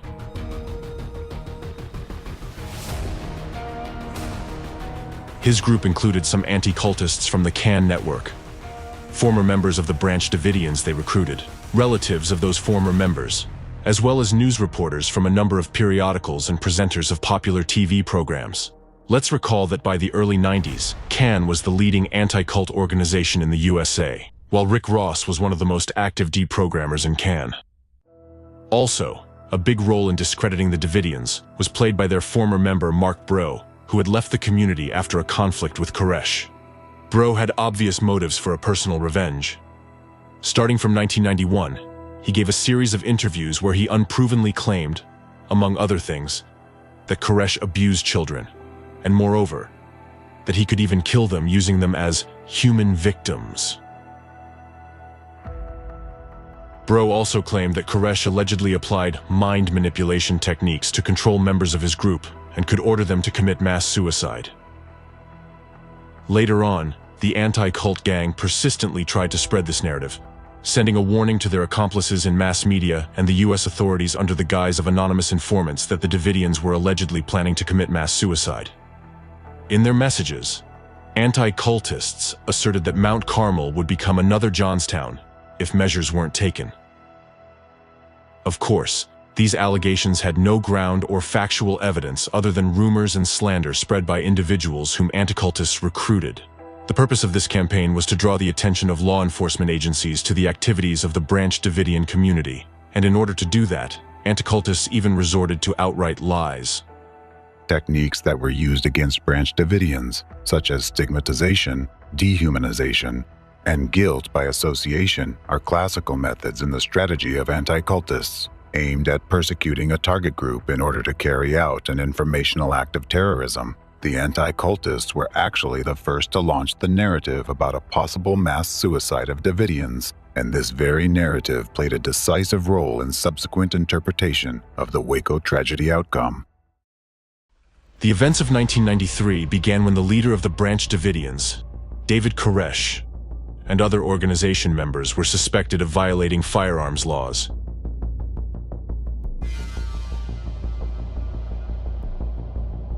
The Bureau of Alcohol, Tobacco, Firearms, and Explosives, ATF, initiated an investigation into the activities of this religious organization based on unverified information, or simply put, rumors, about the illegal possession of automatic weapons by its members. Who was actually the source of those rumors? In the summer of 1992, anti-cultist Rick Ross forcibly deprogrammed former Branch Davidians member David Block at the home of Priscilla Coates, who at that time was the national representative of the Cult Awareness Network, CAN. In the process of deprogramming, which is essentially physical and psychological torture, Rick Ross wrested information from Block about the weapons stored at Mount Carmel and conveyed it to ATF, where he had personal connections. According to the 1993 U.S. Department of the Treasury report on the ATF raid, the message about the weapons turned out to be inaccurate and was based almost entirely on the statement of a former Davidian member, David Block. During the investigation of ATF's actions, the Department of the Treasury later criticized the agency's excessive reliance on a single dubious source of information. It is worth noting that at that time, legal sales of firearms were a widespread business in Texas, and it was indeed one of the income sources for the Branch Davidians. Therefore, when federal ATF agents began to show interest in the Davidians' activities, the organization's leader, David Koresh, invited the agents to visit Mount Carmel and personally inspect the weapons and the relevant licenses. However, Agent Aguilera, assigned to the case, refused this offer for some reason. Subsequently, after setting up round-the-clock surveillance on the community members, Agent Aguilera managed to compile the necessary materials to obtain a search and arrest warrant based on the collected information. The investigation initiated by the U.S. Congress later found out that the ATF investigation had been gross and untenable. While the statement compiled by Aguilera contained numerous errors, distortions of facts, incorrect interpretations of the law, improper application of the law to the facts, as well as a great deal of incoherent and confusing information. In particular, Agent Aguilera's statement claimed that Koresh possessed a .52 caliber anti-tank rifle, which was a criminal offense. In reality, he owned a .50 caliber rifle, which was totally legal. That the Davidians had grenades, but it wasn't mentioned that the grenades had been legally purchased and that Davidians were selling them at gun shows as paperweights. The statement included references to the testimony of a deputy sheriff who reported hearing the sound of a powerful explosion coming from Mount Carmel. However, he failed to report that the sheriff had investigated and learned that the Davidians were using dynamite legally for construction. The source of exaggerated claims about illegal weapons, paramilitary training at Mount Carmel, 24-hour observation posts, commands to shoot any suspicious persons on sight, and alleged plans to wage war against the U.S. government was the previously mentioned former Davidian, Mark Bro, who had abandoned the community due to disagreements with Koresh. At the same time, the statement against the Davidians did not mention that this former member was blind. Yet it claimed he had been personally involved in physical training and firing practices conducted by Koresh, and had supposedly served as a guard, armed with combat weapons. Thus, ATF agent Aguilera initially maintained the case against Davidians based solely on the testimony of anti-cultists and their accomplices. Based on these falsified materials, a search warrant for the Mount Carmel Ranch, where the Davidian community resided, was issued on February 25, 1993. Role of mass media in the Waco tragedy. Simultaneously with preparing the ATF operation, anti-cultists launched an active campaign to discredit the Branch Davidians in mass media. Later on, a number of researchers noted the key role the media played in the tragic turn of the Waco events. It was actually accomplices of the anti-cult movement among the media who became the main broadcasters of the anti-cultists' dark rhetoric. Through their efforts, combined with the manipulative tactics of anti-cultists, an image of members of a dangerous and sinister cult was created out of innocent, law-abiding American citizens, members of the Branch Davidians. Consequently, it was through the prism of the unreliable and defamatory information presented by the media that society, law enforcement agencies, and government officials viewed the Davidians. A significant contribution thereto was made by a local newspaper, the Waco Tribune-Herald, which actively broadcasted baseless accusations initiated by the anti-cultists. At the time of the discussed events, almost simultaneously with the start of the law enforcement operation against the Davidians, the Waco Tribune-Herald released a series of articles titled "The Sinful Messiah." The first article was published on February 27, 1993, the day before the ATF raid. Reports by the article author, Mark England, heavily relied on the testimony of Bro, Deprogrammer Rick Ross, and other key figures involved in the demonization campaign against the Davidians.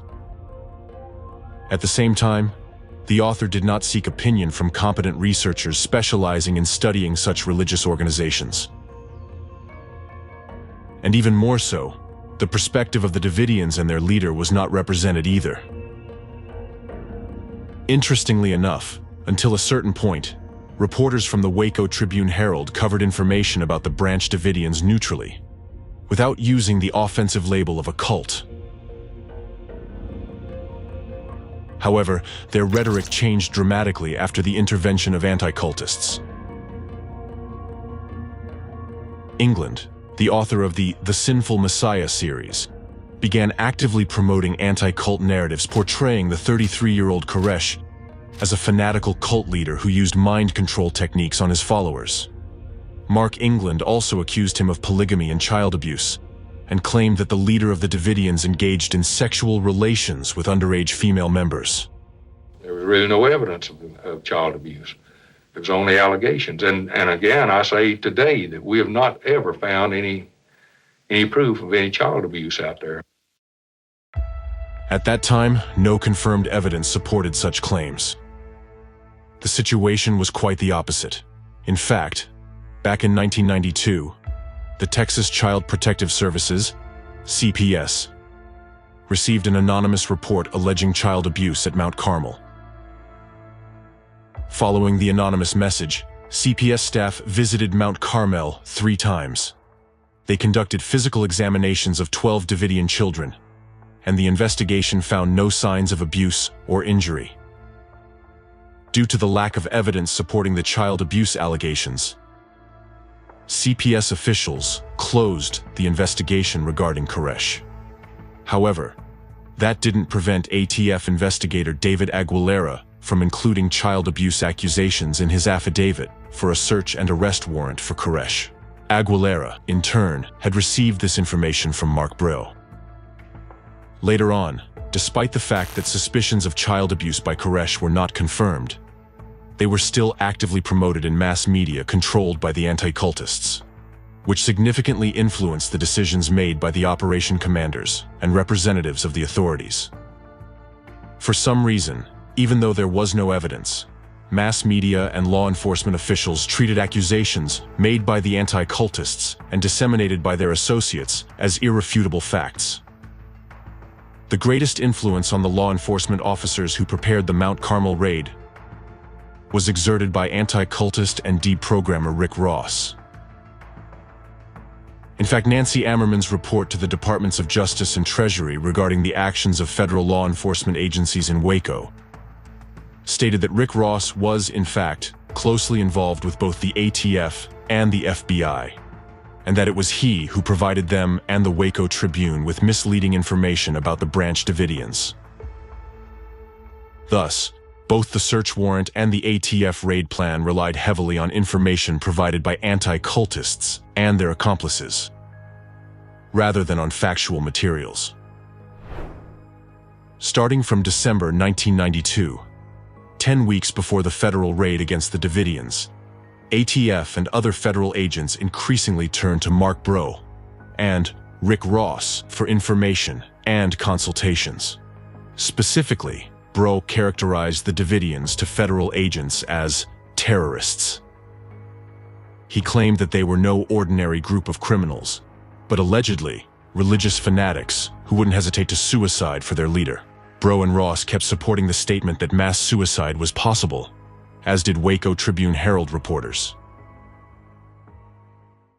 Anti-cultists and their associates demonized Koresh and the Davidians to such an extent that at the time the ATF operation began, the authorities, operation leaders, and federal agents perceived the Branch Davidians community as an apocalyptic cult in an armed camp, preparing for the final battle of Armageddon against the forces of government, which supposedly embodied satanic Babylon.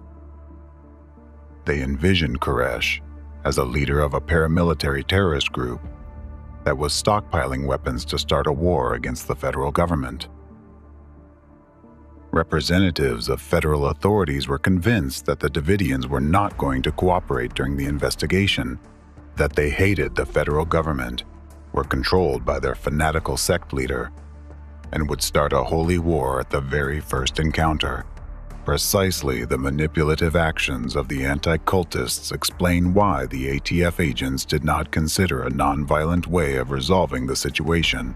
That explains why the agents refused Koresh's invitation to come in person and check the weapons and gun licenses, and why they ignored the opportunity to arrest Koresh outside Mount Carmel while conducting covert surveillance, and instead chose to employ the tactic of dynamic assault on the building where the Davidians resided. That's because in their consciousness, a distorted picture of reality had already been formed, and imposed on them by the Anticultists through manipulative techniques. In federal agents' reality, they were going to search not peaceful civilians, but extremely dangerous criminals, whom the Anticultists described as terrorists and suicide bombers. Without the grim and demonizing images generated by the Anticultists, exaggerating a possible threat from the Davidians which in fact never existed, it is unlikely that the ATF would have resorted to such extreme measures, but unfortunately, the law enforcement officers had fallen under the influence of Anticultists, and by the time the operation began, some of their representatives in the operation leadership were already entirely manipulated, largely through Rick Ross. A raid by federal agents on the ranch where the Branch Davidians resided, with the purpose of searching and detaining their leader, was scheduled for Sunday, February 28, 1993. The operation was officially codenamed Trojan Horse, but later became more widely known as Showtime, as the agents themselves called it. The day before the operation, and on the day of the raid itself, a prearranged massive wave of publications demonizing the Davidians was launched in mass media. Thus, on February 27th and 28th, more than 100 media across the country released materials with almost identical statements, mostly reiterating the core narratives of the Anticultists' dark rhetoric against the Branch Davidians. All of the media outlets communicated the same groundless accusations by Rick Ross and Mark Bro against the Davidians, posted in the local Waco Tribune-Herald newspaper. During the raid on the ranch, a shootout began, resulting in the deaths of 10 people, including 6 Davidians and 4 ATF agents. David Koresh got wounded. After the federal agents' deaths, the operation came entirely under FBI control, and the case against the Davidians was reclassified as a conspiracy to murder. And in actuality, the Branch Davidians reacted the way any American would react when his home was broken into by armed terrorists. They first called the police. They dialed 911. 911, what's your emergency? There are men, 75 men around our building. Okay, just a moment. In the tape recordings of these conversations, we can hear the fear and distress of Wayne Martin as he says, "Yeah, tell them there are children and women in here and to call it off."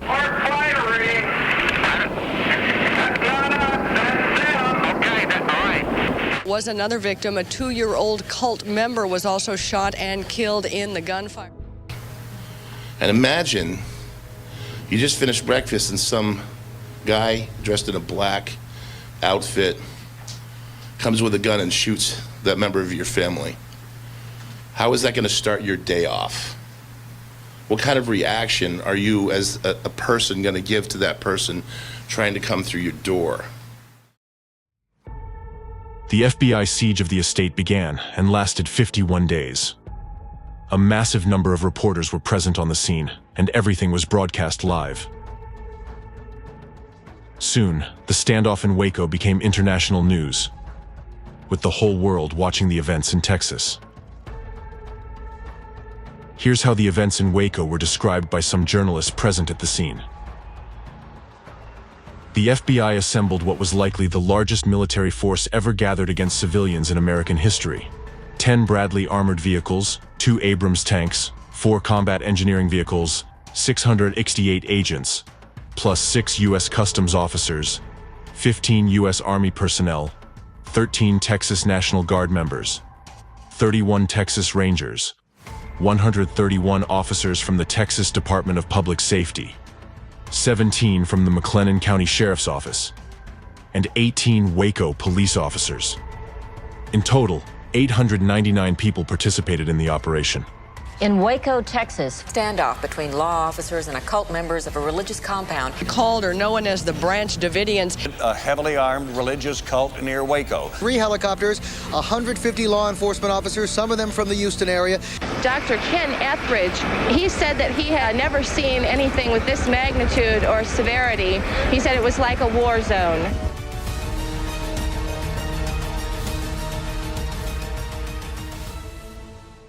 Throughout the siege, negotiations between the FBI and the besieged were ongoing, with the official goal of persuading the Davidians' leader to surrender and lead his people out. During this time, some Davidians left the building, only to be immediately arrested by federal agents.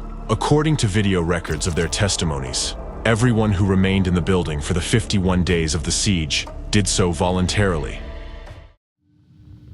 To my family and friends, I'd just like to say I'm fine. I know that you're all worried about us. I'd just like to know that we're fine right now. I have decided to stay. I don't want to go. So you're not being held against your will here? No, I'm not held here as a hostage or anything. If any of us wanted to leave, we can just go now, today. I'm here because I wanted to be here. Sonobi, and I'm not being held here against my will. Don't worry about me. We're going to be just fine because God's in control. During the siege, the Davidians were completely isolated. Their phone line was cut almost immediately, and the only people they could communicate with were FBI agents. They could no longer reach out for help elsewhere, and they could only communicate with the media by hanging sheets with written messages in their windows. While the FBI, in turn, continued to consult representatives of the anti-cult gang. Subsequent investigation of the FBI's actions, the study of transcripts of conversations between the FBI and the Davidians, as well as data on the experts contacted by FBI and ATF agents in the Davidian case, revealed that it was the anti-cultist and deprogrammer Rick Ross, who clearly had the most extensive access to both agencies of any person on the cult expert list. He was closely involved with both the ATF and the FBI, and he was apparently listened to more attentively. At the same time, the opinions of other experts who advocated a peaceful way of resolving the situation were not accepted. After all, at the time of the siege, federal agents who had fallen under the influence of anti-cultists did not take the beliefs of the Davidians seriously, so they didn't listen to the advice of theologians, religious scholars, and Bible researchers who tried to convey to law enforcement officers that because of their religious beliefs, the Davidians would not react like criminals, and recommended communicating with the besieged in their language. A number of experts appealed to the FBI not to use forceful tactics against the Davidians because this could ultimately lead to fatalities. However, their suggestions were rejected. He has no known credentials to support his claim as an expert, yet the FBI allowed him to advise on the course of negotiations while ignoring advice from numerous theologians and genuine psychological counselors. In parallel with Rick Ross's direct influence on the law enforcement operation, other representatives of the anti-cult group carried out destructive media activities. They appeared as cult experts on various TV channels and intentionally promoted a demonized image of the Davidians in public opinion. One of the representatives of the anti-cult group was Stephen Hassan, whom we mentioned earlier. So he would take people for hours and hours and hours and mesmerize them through hypnosis, through behavior modification techniques and such, and break down their ability to think. These were the people that we saw over and over in the media as support for the government stories that the Branch Davidians were some evil cult. Mark Bro is the person who contacted the State Department and the Cult Awareness Network and relayed his allegations. Cult Awareness Network, known by its initials, CAN, targets religious groups around the world for hate campaigns in the media. CAN members always make the same allegations against each group they attack: perverted sex, child abuse, and brainwashing. It reads like a worn-out script. It has been repeated so many times against so many different groups. The people who lived at Mount Carmel, including children, were never presented to the public as personalities. The Federal Bureau of Investigation didn't share with the media the videos of the Davidians recorded during the siege, so that Americans wouldn't regard them as human beings, feel sympathy for them, and stand up for them. According to James T. Richardson, a sociologist of religion, the dehumanization of those inside Mount Carmel, coupled with the thoroughgoing demonization of Koresh, made it easier for those in authority to develop tactics that seemed organized for disaster. Thus, not only law enforcement officers, but also the public developed a false image of what was really happening in Waco. And again, you get that demonization. It's like, these are people. As the Davidians were people. The people that died at Mount Carmel were people. They've never been truly humanized until they did the Waco series. The reason behind all that was going on was one factor that back then neither federal law enforcement agents nor U.S. intelligence officers took into account. This detail, which had a fateful impact on the outcome of the events in Waco and remained unknown to this day, was that representatives of anti-cult organizations used hidden manipulative technologies to influence people's consciousness and subconsciousness.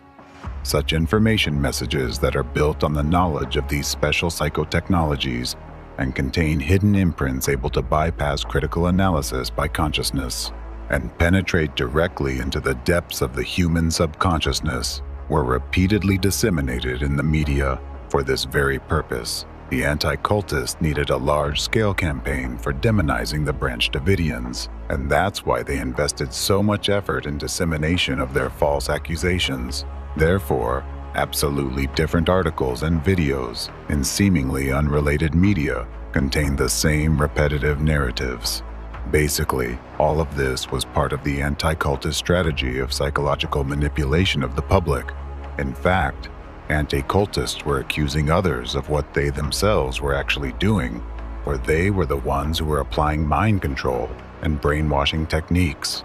In this way, using methods of psychological influence on the masses with the help of the media, the anti-cultists literally zombified the American people. They intentionally dehumanized the Branch Davidians to instill in people's consciousness a picture that the Davidians were dangerous and harmful to society, although in fact, the most dangerous at that time were the anti-cultists themselves. For the first time, they carried out such a large-scale terrorist act that was repeated in the information field multiple times and had a tremendous impact on all those who had fallen under its attack. As a matter of fact, all people who in one way or another were exposed to the information sourced from anti-cultists ended up infected with hidden destructive imprints.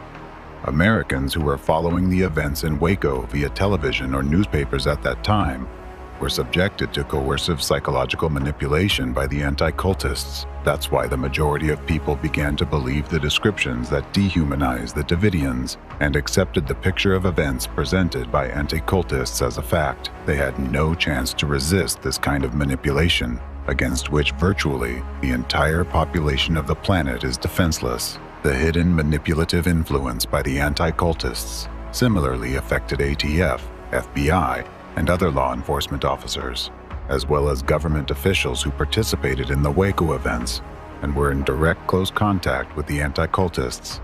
The officials were subjected to the highest degree of psychological manipulation and were literally brainwashed by the anti-cultists, so they acted unlawfully against law-abiding American citizens and committed a blatant violation of basic democratic human rights and freedoms.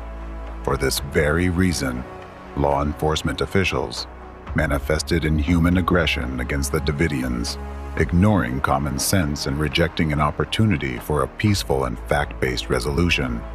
In turn, the Davidians developed an impression that the federal agents who encircled Mount Carmel were trying to kill them, and today there is considerable evidence that their fears and perception of events were not unfounded. Listen, Jim, there's nothing that hurts me more than being called a cult leader, all right? If I'm wrong, people like me don't deserve to live, okay? Listen. You understand me, Jim? No. You know, don't burn our building down. Oh, we won't do that. Don't shoot us all up. They've got to have that time. The strange behavior of law enforcement officers and their excessive belligerence towards peaceful citizens who showed no resistance was noticed by experts who hadn't been zombified by anti-cultists and arrived on the scene as consultants. Seeing what was happening, soberly assessing the situation, and foreseeing what the use of aggressive tactics against the Branch Davidians could lead to, they offered quite logical and reasonable options for resolving the conflict in a nonviolent way. But they were not listened to because those in power had already been programmed by the anti-cultists into the violent scenario. The representatives of law enforcement agencies and authorities were sure they were doing the right thing and were acting in an absolutely lawful manner. After all, they believed they were facing enemies, not law-abiding citizens. I thought the main problem was going to be understanding the psychology of the people inside the company. But as I got into it, I quickly became aware that the psychology of the people outside the compound was more important to an understanding of what happened. They needed to take control. And the tactical people, in particular, needed to show him who's boss. We are trying to reinforce to them that we are in charge of the situation, that the compound is under the complete control of the government. It is in fact no longer their compound, that we have the ability to exercise whatever control we want over that compound. And we will do that from various times to demonstrate to them the fact that they are impotent in their ability to control their everyday lives. Prepared to share David Koresh's contention that we should wait on God to resolve this. The FBI is God. It's going to decide how this is going to be resolved. The federal agents in charge of the operation were confident that they were in control of the situation, but this firm conviction was in fact an illusion instilled by the anti-cultists. In reality, they were no longer in control. It's the anti-cultists who had originally created this situation and held the levers of control. Such manifestations of abnormal behavior are clear signs that perception of all these people had already been distorted at that time by the manipulative technologies of subconscious suggestions used by anti-cultists. The FBI also employed aggressive psychological tactics during the Waco siege to supposedly force the besieged to voluntarily leave the building. Water and electricity supplies were cut off. Powerful floodlights were aimed at the ranch windows, shining around the clock to prevent the people inside from sleeping. Loudspeakers continuously blared irritating noises and high-volume music. A tank was brought in to clear the area around the building, crushing cars and nearby structures. Clearly, the mere presence of military equipment had a strongly demoralizing effect on the people inside the building.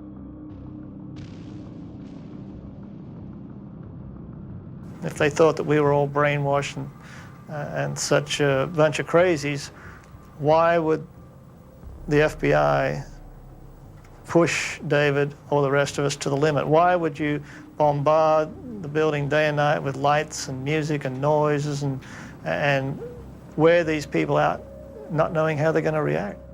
These pieces of equipment were unarmed, as I understand it, and were contracted. I mean, it was like a good rent-a-car. A good rent-a-car? A tank going into a building? Why did the FBI use such methods against peaceful Davidians? Who was behind plotting the tactics of aggressive psychological influence on the besieged people? It's an established fact that the stress escalation strategy employed by the FBI was based on the recommendations of Rick Ross and his accomplices. Moreover, further investigations revealed that the FBI followed the advice of anticultists and applied to the Davidians' typical deprogramming techniques, including depriving Koresh and his followers of food, water, and sleep, and repeatedly exposing them to excruciatingly disturbing sounds. In other words, the tactic of aggressive psychological attack on the Davidians was nothing but an attempt of mass deprogramming.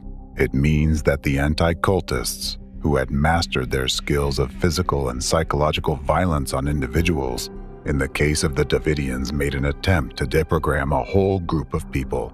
This proves that sabotage of peace talks and protracted siege of the building were originally instigated by the anti-cultists, who sought to put an end to the activities of the Branch Davidians by first exposing them to psychological pressure. And when it became obvious that deprogramming methods failed, and on the contrary, only united the people inside the building, the situation took a fatal turn. The catalyst for initiating the forceful stage was the unfounded conclusion by FBI agents that there was no reason to believe the Davidians would leave the building voluntarily. This was reported to the U.S. Attorney General. It is worth noting that throughout the siege of Mount Carmel, it was repeatedly observed that the actions of the tactical team of federal agents sabotaged the work of their colleagues in the negotiating team. The goal of the negotiators was to build rapport with the Branch Davidians in order to gain their trust. In contrast, the tactical team's efforts were aimed at intimidation and harassment. The negotiators themselves noted that such aggressive tactics undermined their own attempts to gain Koresh's trust and achieve a peaceful surrender of the Davidians. Moreover, the FBI actually made their statement that further negotiations were pointless after an agreement had been reached between their agents and the leader of the Davidians, David Koresh, that all of the Davidians would voluntarily leave the building immediately after Koresh would write his interpretation of the 7 seals of the Apocalypse.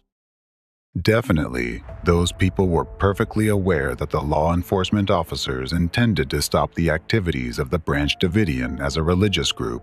They realized that as soon as they would exit the building, they would be immediately arrested, and their children would be taken away by social services. Despite that, they agreed to come out, while the media promoted the anti-cultist mindset that Davidians were an allegedly dangerous suicidal cult.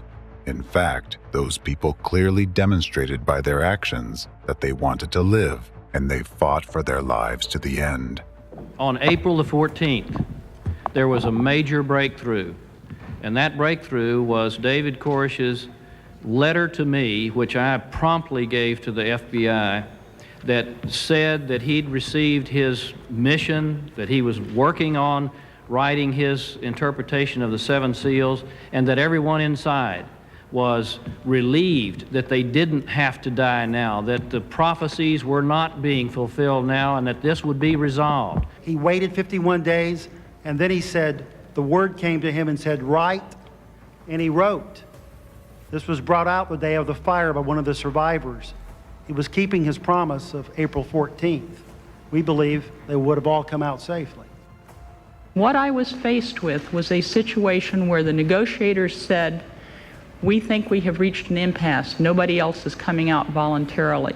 We looked at the entire situation and we made the best judgment we could. I'm very satisfied that in the information furnished to me by the FBI, I was informed. A key factor that significantly influenced the decision-makers was a speculation that the children in the building were in danger, and that they had allegedly already been victims of abuse. These claims were fueled by the series of articles under the collective title, The Sinful Messiah, co-authored by Mark Bro and Rick Ross. Based on the belief formed under the influence of these anti-cultist narratives promoted in the media, the U.S. Attorney General decided that it was necessary to begin an operation to free the hostages and assault the building where Davidians and their children were located. The Bureau, time after time, asked Koresh for some evidence that the children were okay.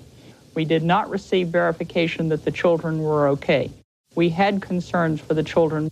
Their concern were the children. They had candy bars in their pockets to give out. Chocolate for the kids. Wow.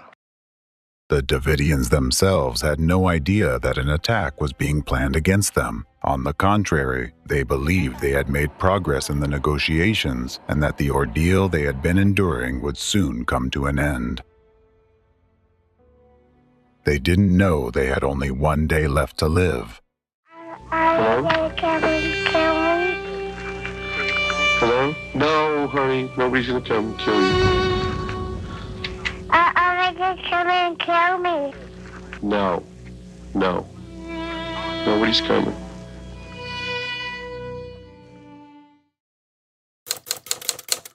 Final day. On the 51st day of the siege, on April 19th, 1993, armored vehicles were sent to the building where the besieged were located.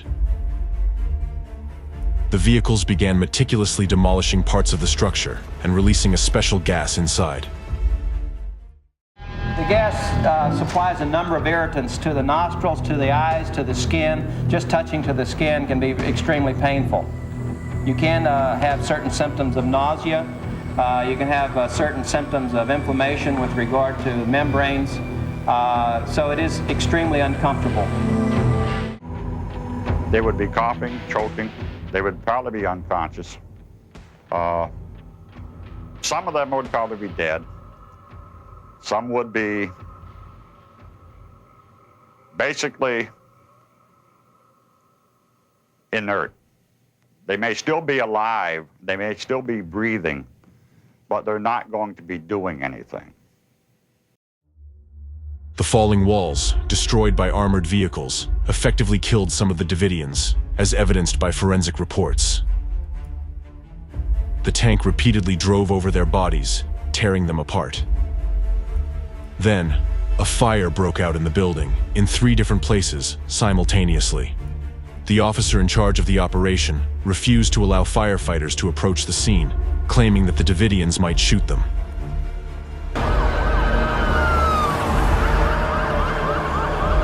This looks like probably the fire chief and fire marshals, and we have, at this point, 2 fire.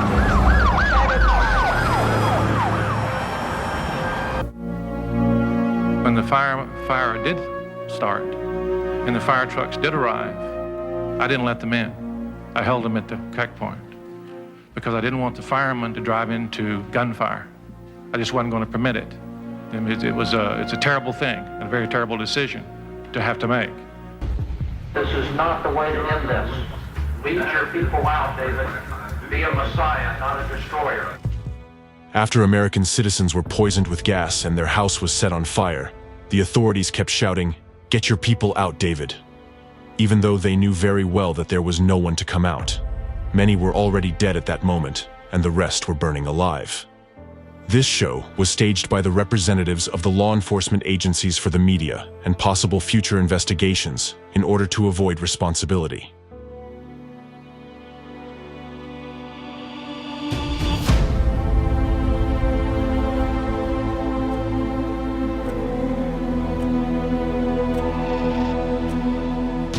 Mount Carmel burned to the ground. 76 people died, including 25 children, some of whom were infants and toddlers under the age of 3.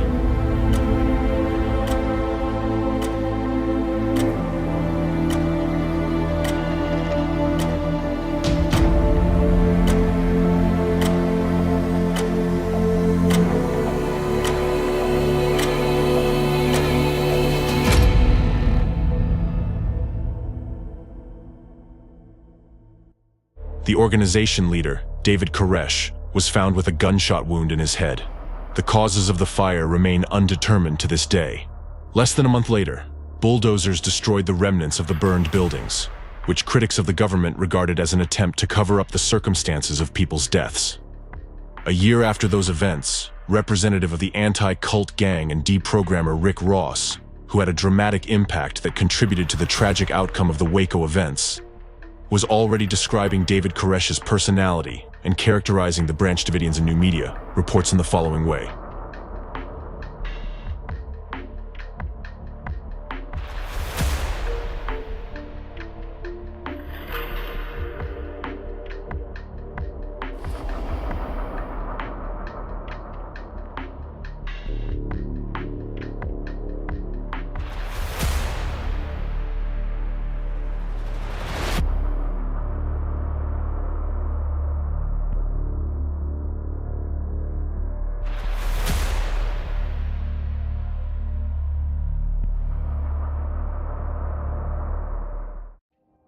Even after the deaths of those people and their children, anti-cultists continued their smear campaign to demonize the Branch Davidians, aiming to cement the image of sinister cultists, psychopaths, and suicides in public consciousness. They used this horrific tragedy for their own ends, turning it into an informational terrorist act, essentially an act of intimidation for all other religious communities and a precedent for undermining public trust in law enforcement agencies of our country, which were supposed to guarantee lawfulness and order in society instead of causing mass deaths.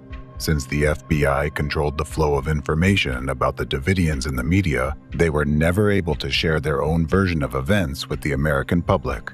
All Americans have seen in the media are images of the crazy David Koresh and the same repeated unsubstantiated accusations by anti-cultists. Dehumanization of the Davidians, combined with the anti-cultists' manipulative techniques, turned the American citizens into a faceless group of religious fanatics. Such media coverage of the events produced an illusory perception that the deaths of American citizens were not a ground for public protests against excessive force used against them. Therefore, Until the very last moment, the entire country was silently observing the events in Waco as yet another reality show, until those people and their children burned alive in the fire. Realization of what had happened started coming much later, and not to all observers of this terrorist attack organized by anti-cultists. Even now, in articles about those events, you might see the phrase, "About 80 cultists died," not people, not American citizens, but cultists. This terminology is used by anti-cultists and their supporters to ensure that the deaths of those people do not evoke sympathy or regret in you. It is meant to absolve you, as a society, of guilt for allowing this to happen, and for letting the actual perpetrators of this mass murder go unpunished. The Waco tragedy, the terrible death of all those innocent people and their children, is essentially an act of genocide carried out by anti-cultists through representatives of the authorities and law enforcement agencies. And in this case, those who committed it are no different from the Nazis during World War II.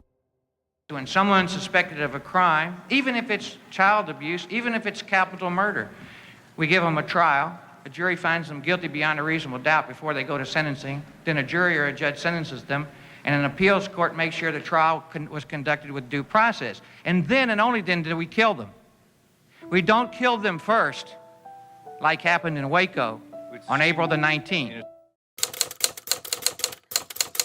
Aftermath of the Waco tragedy. And I'll remind the American people one more time that during that entire time, those 6 hours, and indeed those 51 days, the FBI never fired one shot at the Davidians.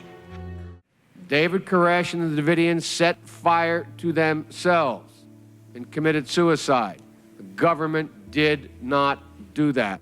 Assertion to me that the media and that the government has made a kind of blanket declaration that the Branch Davidians committed, quote, mass suicide, to equate it to a Jonestown, Guyana suicide.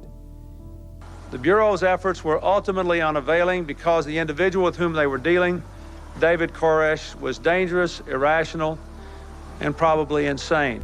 I was, frankly, surprised would be a mild word, to say that anyone that would suggest that the Attorney General should resign because some religious fanatics murdered themselves.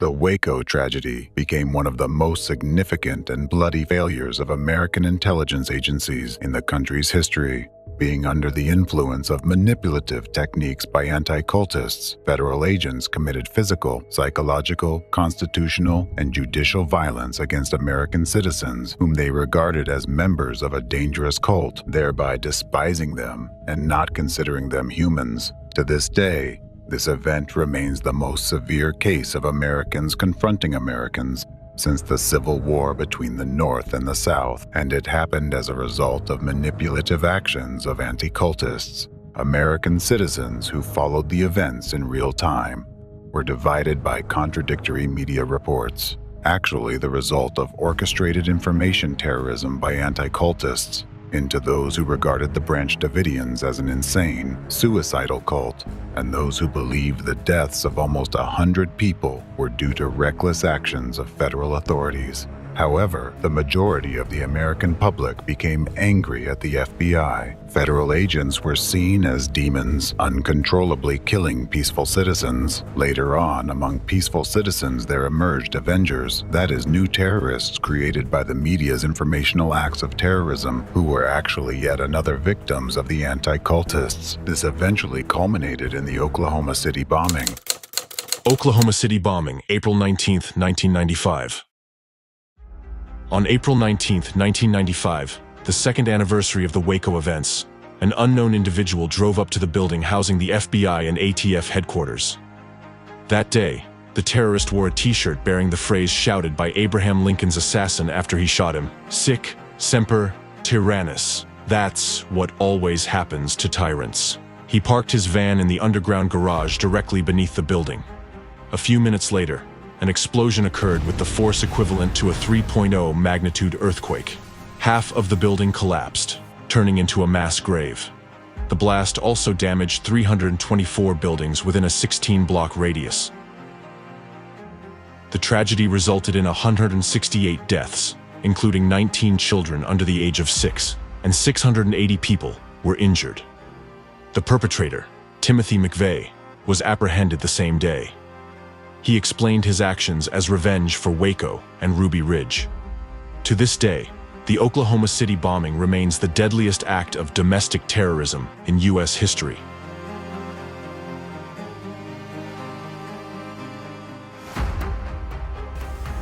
And what did you do to these people? You deprived them of life, liberty, and property. You didn't guarantee those rights, you deprived them of them. Waco started this war. Hopefully Oklahoma would end it. The Oklahoma City bombing vividly illustrates the profound impact of the Waco tragedy and the Informational Terrorist Act created by Anticultists on its basis. For many people, the Waco siege crystallized an already distrustful attitude towards the government, while for those inclined to radical views, those events contributed to regarding the state as a ruthless enemy of its own people. The events in Waco marked the beginning of intensification and radicalization of the anti-government movement within the country. To this day, Americans consider April 19th to be a symbol of confrontation between the people and the government. From that very day, in the eyes of many Americans who witnessed the death of their fellow citizens live on television, America ceased to be a safe land of freedom and democracy. Instead, it became a country where the government could turn against its people. I don't know how the American people can stand by and watch such a thing take place. We have people out here, we have all these people, women, children, tiny babies. These men came in here and they started firing on us. The bullets came through the walls and people were killed, people were injured. And this is America. I mean, I thought this was the country of, freedom of speech, freedom of religion, whatever, and just human decency. It just doesn't seem to exist. Waco still resonates within the anti-government community as an event that demonstrates the federal government does not protect its citizens, that it is willing to violate their civil rights and take away their guns. The Waco siege became a symbol of discord over a range of issues, such as violence and gun ownership, trust in government and state authority, and religious persecution.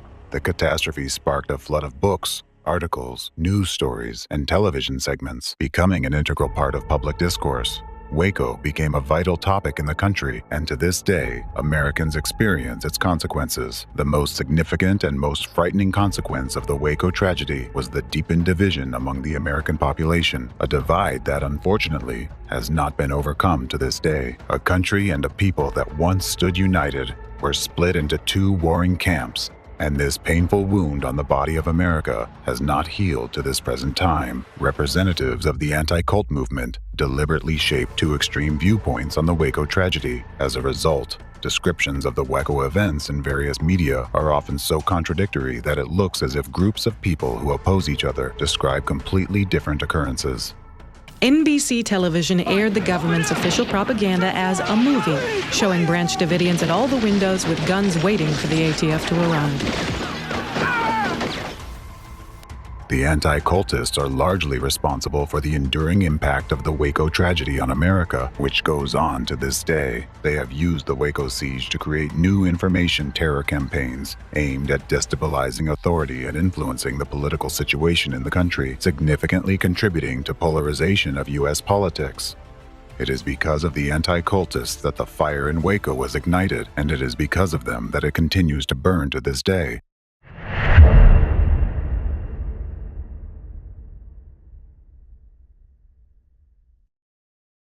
Back then, anti-cultists laid the foundation for a future civil war. They artificially created a basis for confrontation between supporters of the two dominant political parties in the United States and provoked the emergence of not only discontent with the authorities, but also extremely radical sentiments in society. The anti-cultists still use these fruits of their own activities, continuing to incite hatred in society and create conditions for a future confrontation between citizens of one country, between us, Americans. The anti-cultists arranged the terrorist attack in Waco with the help of their main accomplice, the media and dishonest journalists under their control. And if back in 1993, Rick Ross and his companions labeled a community of about 100 people as a cult, which resulted in their murder and a chain of terrible consequences for the United States, the other anti-cultist and deprogrammer, Stephen Hassan, has gone even further.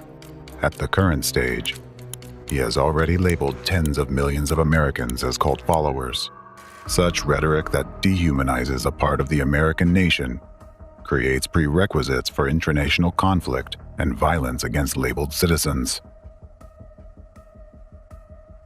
It is also noteworthy that this rhetoric amazingly repeats the narratives of anti-cultists in Russia, who label the people of America as one big cult. Yet, before, they manipulated only their own people in this way, setting up Russians against Americans, whereas now, the agent of the anti-cult gang in the USA, who's been conducting his destructive activities here for many years, repeats the same actions, but this time from inside America, setting Americans against Americans. Moreover, Stephen Hassan has already gone further, saying that the entire USA needs to be deprogrammed. And the bottom line is all of America needs deprogramming because we've all been negatively influenced by Donald Trump. What is meant by deprogramming the entire country?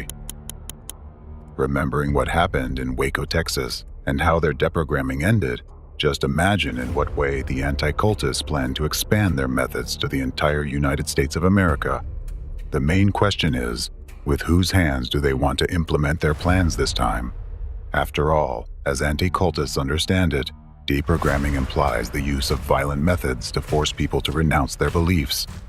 Isn't this the main motive and driving force of a civil war, to force one part of the population to give up their views and to submit to the will of another part of the population, thus labeling a part of Americans as adherents of the cult of Trump and calling for deprogramming?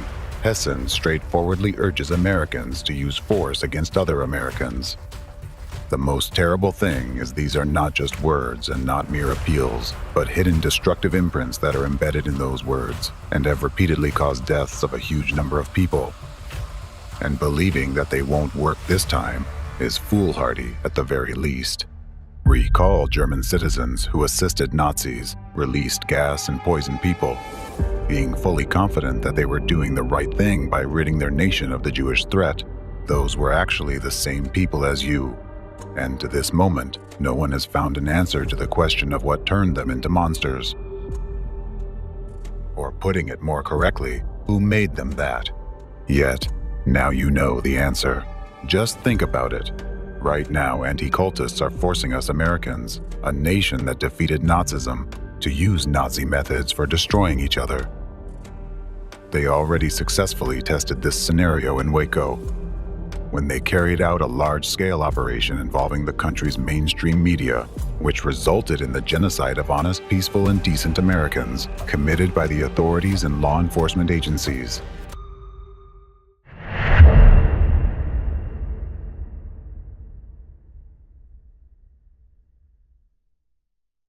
How can you explain a situation where American law enforcement agencies tasked with protecting their people arrived for a routine search and ended up launching a full-scale military operation using military equipment against ordinary citizens of their country, which resulted in the deaths of almost 100 people? Indeed, from the perspective of common sense, a military raid that cost the U.S. government millions of dollars a day and was carried out against a group of American civilians that mostly included children, women, and elderly people looked like a disastrous misunderstanding. Why did the representatives of ATF and FBI accept the false, ungrounded information provided by anti-cultists as facts? Why did they rely solely on their pseudo-expert opinion at a time when the FBI had materials indicating that those people were incompetent in such matters? Moreover, FBI agents knew perfectly well that Rick Ross had personal hatred towards all kinds of new religious movements and an undisguised desire to urge law enforcement agencies in their attempt to destroy the Davidian group. In other words, federal agents had all the information they needed to understand that relying on anti-cultists in the matters of new religious movements was the same as believing that the Ku Klux Klan would remain impartial in assessing racial minorities. Yet, why did the agents trust the anti-cultists and implicitly follow their recommendations? Because representatives of intelligence services, law enforcement agencies, and the government were manipulated by anti-cultists who pushed for a violent crackdown on their stigmatized victims. In essence, officials were programmed for such actions. Let me draw your attention to another crucial point. The Waco tragedy occurred in 1993, the same year when the central ideological hub of anti-cult terrorists was established. Its leader was trained at a Russian Orthodox Christian educational institution in the United States. This means that even at that time, there were already breeding grounds for global anti-cultism of the Russian origin in the US, and they had enough influence to carry out such terror attacks. But that's not all. I delved into such detail about those events so that you can fully understand how representatives of anti-cultism operate and what the consequences of their actions are. The thing is that during the Waco siege, the FBI consulted with another cult fighter, Igor Smirnov, a Russian scientist and inventor of mind control weapons. Igor Viktorovich Smirnov was a Russian scientist best known for his role in Soviet-era mind control research and the poorly explored field of human behavior study he called psychoecology. His maternal grandfather, Smirnov Ornaldo, was a renowned hypnotist. Igor Smirnov was the son of a high-ranking Soviet officer, Viktor Abakumov, head of SMERSH from 1943 to 1946, and Minister of State Security, MGB, from 1946 to 1951, under Joseph Stalin.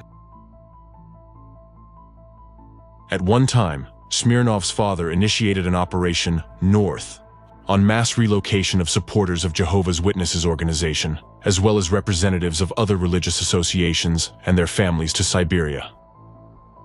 Despite his scientific activity, Igor Smirnov, just like his father, had anti-cult views, as he wrote in his book Psychoecology. Thus, in describing various religious groups, he solely used anti-cultist language and the label sect.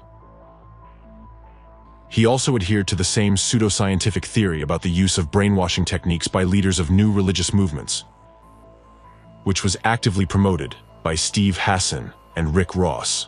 This was at a time when Smirnov was personally involved in the development of such technologies. Most of Igor Smirnov's research focused on remote influence on another person's consciousness and programming one's psyche and behavior. Application of psychotronic weapons developed by Smirnov included the potential to affect large groups of people for various purposes. For example, to incite mass aggression in a crowd, or, conversely, to calm public unrest. The majority of the experiments he conducted remain classified to this day. Smirnov wrote, "Psychotechnologies are the culmination of everything humanity has engaged in thus far. They are much more serious than the atomic bomb and space flights. Right now, we have only created a stone axe. Although using it, we can already perform surgical operations. We have obtained instrumental ways to access the subconsciousness and correct certain areas. Everything else is just specific applications."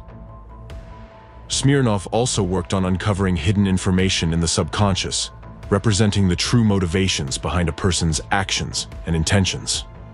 He developed a method for identifying individuals potentially inclined to commit acts of terrorism. The question remains whether the goal of this development was to prevent terrorist acts, or to find individuals who could easily be turned into new terrorists if desired. Regardless, this method formed the basis of security systems designed for airports to identify terrorists before they attack. Today, this technology is used in various countries, including the United States.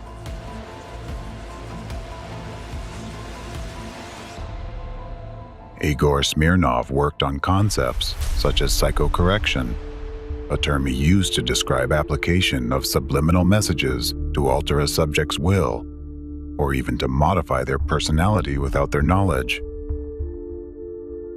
Federal agents intended to use Smirnov's techniques to resolve the situation in Waco.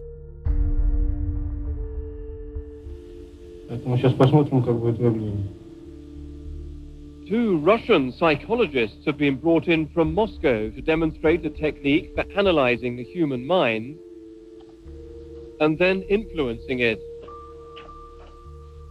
The concept is that with an understanding of an individual's mind, keywords transmitted in music or white noise will force that person to obey. The FBI examined the system to use against David Koresh at Waco in Texas. Thus, the FBI Counterterrorism Center experts secretly met with Smirnov in the United States. He proposed a plan. During negotiations, they should transmit messages from relatives of the Davidians, encrypted in a certain way that would bypass critical perception and be instilled directly into the subconsciousness of recipients, compelling them to follow these commands. In this case, the commands would be to leave the building and return to their families. For the leader of the Davidians, David Koresh, a special voice was planned to be used, allegedly the voice of God, that would be played by an actor and urge Koresh to surrender voluntarily. However, when agents asked what would happen if the subliminal signals did not work as intended, Smirnov replied that Koresh's followers might slit each other's throats, committing acts of fatal violence. According to the official version, the FBI declined Igor Smirnov's services after this kind of response. But that's the official version. Now, let's piece together the facts. Fact 1. At one of the press conferences, an FBI representative publicly stated that during negotiations with David Koresh, the leader of the Davidians, an agreement was reached that the people would peacefully leave the building. However, Koresh suddenly changed his mind, claiming he heard the voice of God telling him to stay and wait. Steve, I want him to come out. I understand. When does he plan to come out? He said his God says that he is to wait. How long? How long does he look? He says that he did not fulfill his promise to leave immediately with his followers because God told him to wait. Do you people believe that Koresh is actually talking to God? Koresh believes he's talking to God. This fact, strangely, aligns with one of the steps in Smirnov's proposed plan, except that the effect of the supposed voice of God was exactly opposite to the declared result. Fact 2. Smirnov used manipulative techniques to influence human behavior by inserting hidden messages. These commanding messages were recorded on tape and technically altered to conceal their presence from conscious awareness. By bypassing critical analysis in one's consciousness, those commands were directly implanted into subconsciousness, urging a person to carry them out, believing it to be their own conscious decision. To an untrained ear, such technically processed recordings of hidden commands sounded like the squeal of pigs. Now let's return to the Waco siege. As already mentioned, the FBI used psychological pressure techniques on the besieged Davidians, one of which involved loud, irritating sounds. Official FBI reports and eyewitness testimonies state that among the sounds broadcast through loudspeakers were the sounds of animals being slaughtered, including the screams of rabbits being killed. This inadvertently brings to mind the sounds of pig squeals used in Smirnov's mind control experiments. Sound tapes of rabbits being slaughtered, or Nancy Sinatra singing songs, and then they would bring out lights at night, and not that Nancy Sinatra always was that bad, but the ones that she had kept. The point was this: they were trying to have sleep disturbance, and they were trying to take somebody that they viewed to be unstable to start with, and then they were trying to drive him crazy, and then they get mad because he does something that they think is irrational.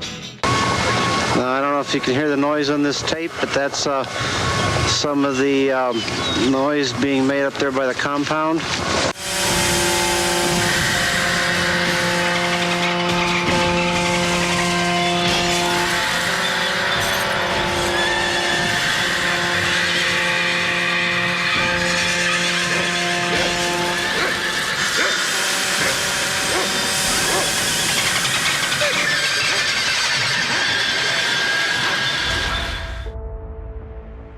this raises a question. Why would the FBI use such strange sounds for a psychological attack on the Davidians?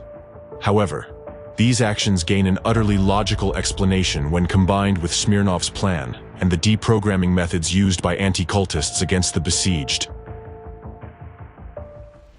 One question remains. What was the true purpose of the plan proposed by a man who collaborated with the KGB to American intelligence agents as the final solution to the issue of the supposedly dangerous and sinister cult? What hidden directives were then transmitted through those encrypted sounds? And who was the intended target of that influence? We have seen what was the ultimate outcome for the Davidians. However, the law enforcement officials present at the Waco siege could have also been affected by those sounds. Moreover, Timothy McVeigh, the perpetrator of the Oklahoma City bombing, visited the site in 1993 to express his support. The man later bombed the FBI and ATF building to avenge Waco. Did he hear the sounds that echoed throughout the area? The likelihood is very high. Was he a victim of anti-cult programming? He definitely was. We cannot assert that Smirnov's psychotechnologies alone influenced him. Multiple layers of embedded directives played a role in this case. Those directives were part of other waves of informational programming launched by different branches of global anti-cultism. In reality, the psychotechnologies used by Smirnov were merely a stone axe, as he himself put it. Far more effective and sophisticated are the hidden manipulative techniques employed by anti-cultists, including puzzle programming, where information codes are embedded in the words themselves and do not require any special technical means. To an average person, such words, phrases and their combinations, or the frequency of repetitions may seem unremarkable and draw no attention, but for those who understand the principles behind their arrangement, they are like precise mathematical formulas. Using those formulas, one can assemble specific people at a particular time and place to perform a specific action. And the likelihood that those formulas will work is close to 100%. These are ancient manipulative methods that predecessors of the anti-cultists used as long ago as in the times of Christ to make the crowd shout, "Crucify him!" Just as humanity has been working throughout history to improve various types of weapons, in the same way, methods of psychological manipulation were being refined for an external invisible force to subjugate a person's will and to enslave them. Based on these ancient methods, further developments were conducted in secretive research bureaus in the Soviet Union.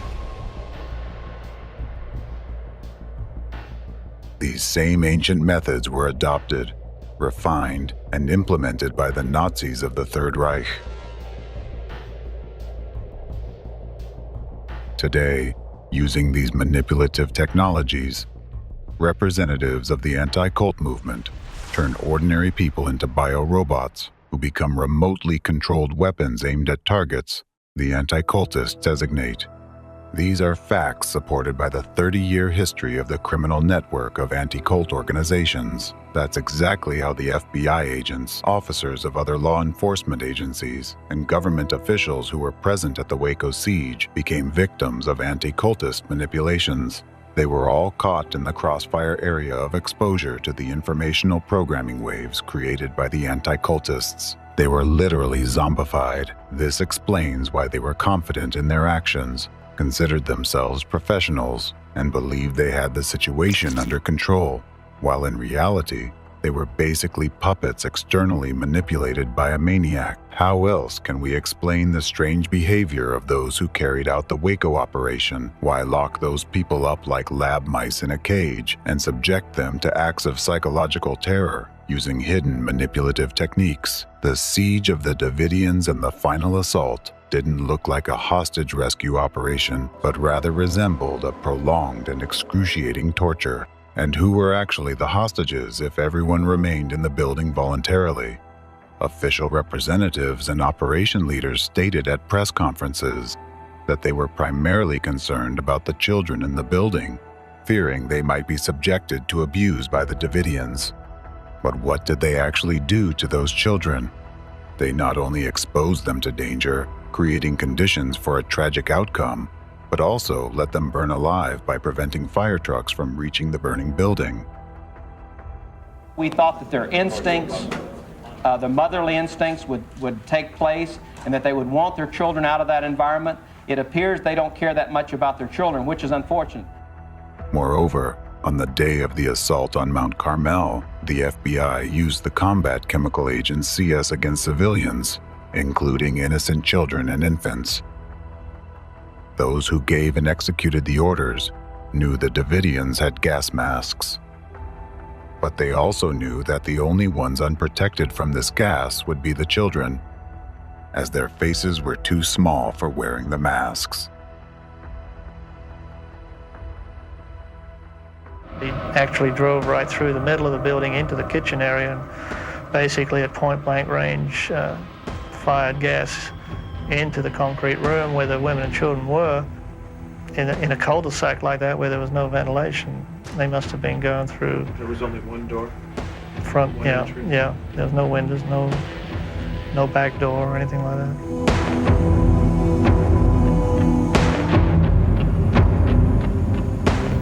We put massive gas in there.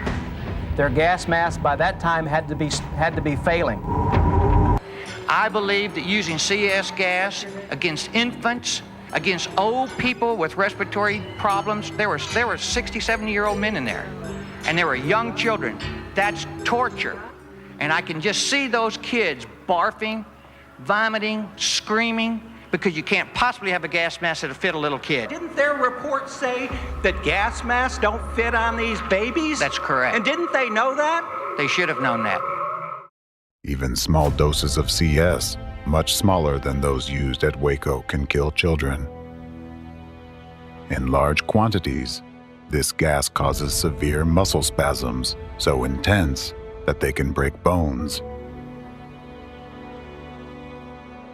The Waco events resembled a torture chamber created for those people by a deranged maniac, where the parents were powerless to act and were forced to watch their children suffocate and suffer from broken bones due to severe muscle spasms, and then to burn alive along with the kids. Those who were still able to move after being gassed tried to escape the fire through the only door leading outside from their shelter, but they were shot. Government defenders claim that the Davidians killed each other in an attempt to escape the torment. Meanwhile, government critics refer to infrared surveillance footage and argue that the Davidians were shot by law enforcement from an armored vehicle as they tried to flee the burning building.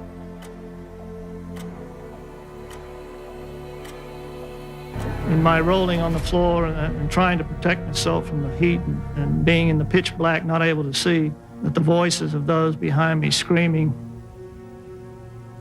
kind of got through to me. My God, torturing babies and saying it's part of their job and saying it's okay because their parents were bad. The mother of Pablo Cohen, an Israeli Jew, talking to an American Jewish lawyer, watching that gas be inserted into that building, watching an American tank knock down an American house and then it burst into flames. And you imagine the images in an Israeli's mind with the Holocaust survivors in Israel? I couldn't answer. I think you can tell from today, it's not often that I'm without words.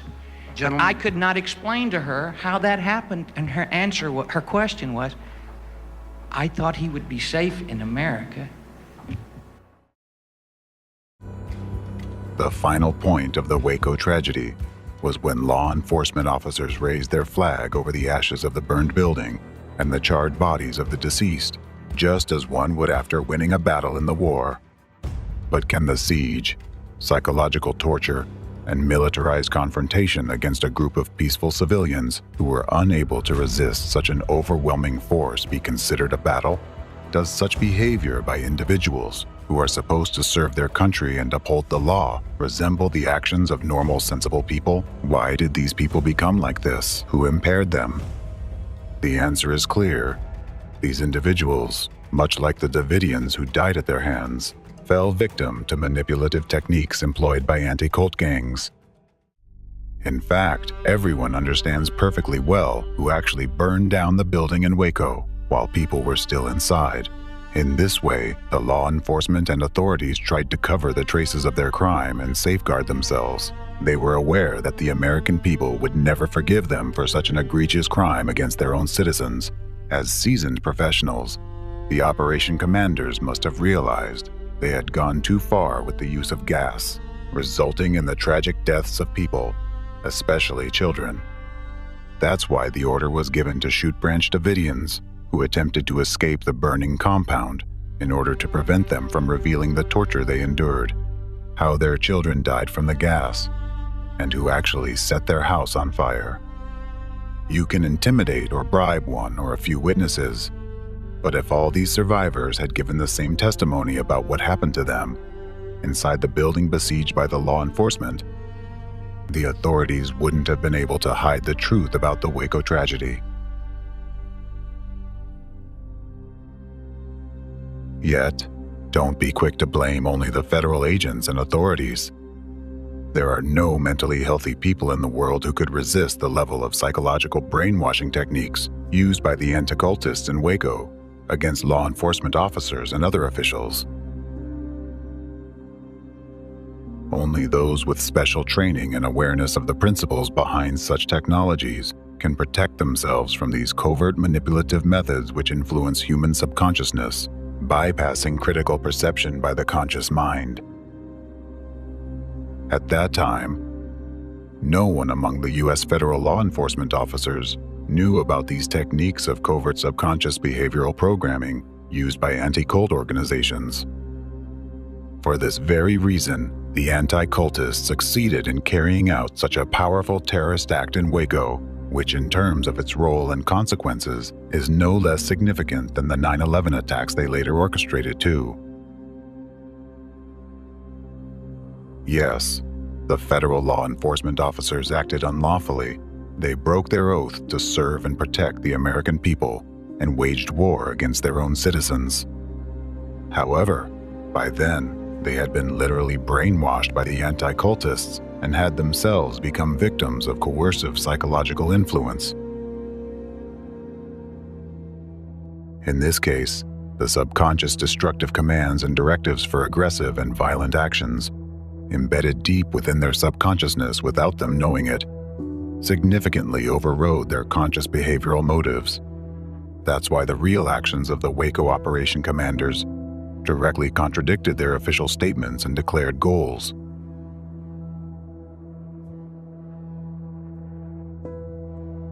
And that's why they caused horrific and painful deaths to children despite numerous expressed concerns for their fate during the Waco siege. All of the decision makers were largely unaware of the real causes of their own actions. It was precisely the destructive commands embedded in their subconsciousness that compelled law enforcement officers to act with Nazi-like methods. Hence, in the United States, a free country, law enforcement locked their own citizens inside a compound and released gas into it. They acted this way because they had undergone severe psychological manipulation by the anti-cultists, just as the Nazis had once been manipulated. At that moment, U.S. law enforcement no longer regarded the Branch Davidians as human beings. They treated them as the Nazis treated Jews at the final stage of genocide. The tragedy in Waco, with the horrific deaths of all those innocent people and their children, was not merely a terrorist act, but a genuine act of genocide perpetrated by anti-cultists with the hands of government officials and representatives of law enforcement agencies, meaning with the hands of American citizens against other American citizens. At that moment, those who committed it were no different from Nazis during World War II. This underscores the insidious power of subconscious suggestion and covert techniques of manipulating consciousness that are used by representatives of the transnational terrorist network of anti-cult gangs. This is why all anti-cultists pose a great danger. By employing methods of zombifying the population, they turn good people into criminals, terrorists, and murderers. They compel those entrusted to uphold the law and safeguard democracy to violate these laws and strip people of all their rights and freedoms. In the same way, law enforcement and military entities in Russia, Ukraine, and China are victims too. They are those whom anti-cultists have set on targets they marked with yellow stars, those who have been suggested that it's acceptable to use force against their own citizens and even torture them, those who, under the influence of coding mindsets embedded in their subconsciousness by anti-cultists and their accomplices, are currently depriving innocent people of their freedom and lives, those who have been persuaded that physical destruction of a brotherly nation is a righteous and worthy cause. Therefore, it doesn't matter what a person's occupation is, even if he is a representative of intelligence services or law enforcement agencies. No one is immune to such an impact. The only defense against the methods of covert manipulation of consciousness and subconsciousness is to be aware of their existence and how they operate. Otherwise, it's impossible to resist these manipulations. In this regard, it is crucial to emphasize once again the value and profound significance of the investigation that uncovered such methods. Dr. Egon Tolakian publicly disclosed the findings of this investigation on April 12, 2024, and they are freely accessible to anyone interested. So, what really happened in Waco? Was it a manslaughter resulting from the careless actions of law enforcement and unprofessional decisions by the government, as anti-government groups believe? Or was it a suicide by mentally unstable people who couldn't withstand the pressure, as government defenders claim? Now each of you can answer these questions for yourself. Now you know that neither the first nor the second option reflects the true nature of what happened.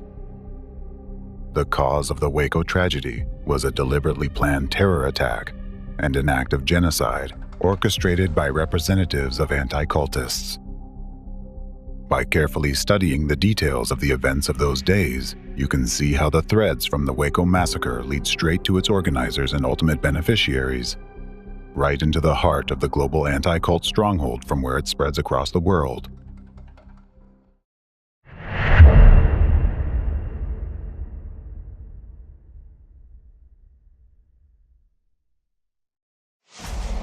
Now, let's go back to the events at Columbine High School. It turns out that the starting point for both the Oklahoma City bombing and the Columbine shooting was the tragic death of members of the religious organization in Waco, stigmatized by anti-cultists. If the Waco siege hadn't occurred, there would have been no bombing in Oklahoma City. Therefore, there wouldn't have been two powerful information terrorist attacks that led to Columbine. The two teenagers would not have been subjected to the waves of information programming launched by anti-cultists. And the key event that now serves as a powerful informational terrorist act, generating more and more school shootings, would not have occurred if at the outset of the Waco events, when the word cult was first applied to the Davidians, society had reacted immediately and taken measures to stop the activities of anti-cultists and their accomplices. A large number of deaths could have been avoided, and children would not be killing other children today. The true culprits behind the Waco tragedy and the subsequent tragedies it caused remain unpunished. It is the anti-cultists who bear responsibility for the deaths of all those who perished in Waco and as a result of the Oklahoma City bombing. On their hands, they also have the blood of the children who have died and are still dying from the school shooting epidemic. For all of these and many other crimes against humanity, representatives of anti-cult organizations must inevitably be held accountable, corresponding to the severity of their crimes.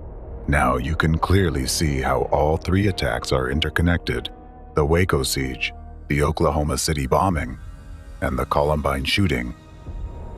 The critical link between them is the single guiding hand, the unified ideological center where these attacks were planned to be executed by others. These are all sequential interconnected elements in a single strategy by the enemy to push America into a state of civil war through the actions of Americans themselves, and thereby to destroy the stronghold of democracy from within. If a civil war did take place, the Waco siege in 1993 could be considered the beginning of it. To this day, the architects of the Waco terror attack and genocide consider it to be one of their most successful operations in terms of its far-reaching consequences. For them, the Waco case is a benchmark. It was the final straw that was meant to destroy freedom in America, the spark to light the flames of civil war, according to their plans. The war, the foundation of which had already been laid by representatives of anti-cult organizations, and the image of which is already being shaped in your minds by those sinister architects of consciousness who stand behind the anti-cult terrorists, and who are the masterminds behind the entire global anti-cult movement. It is these very architects of consciousness who are the sole beneficiaries of a civil war in the United States. But now, 30 years later, with the activities of the global criminal network of anti-cultism exposed, we Americans can finally extinguish this fire and prevent it from ruining our country. Now that the truth has triumphed, the victims of the Waco tragedy and all the innocent victims who suffered at the hands of anti-cultists, those who were stigmatized and whose remembrance was tainted with lies, can finally find peace. Now it's in our hands, fellow Americans, to prevent a civil war in our beloved country. Now the activities of the criminal terrorist anti-cult group will inevitably be stopped. For a long time, the threat they posed was underestimated. But now, their true essence has been revealed. It might seem that anti-cult organizations and their representatives act independently, but as you already know, they are actually well organized, and their actions are coordinated.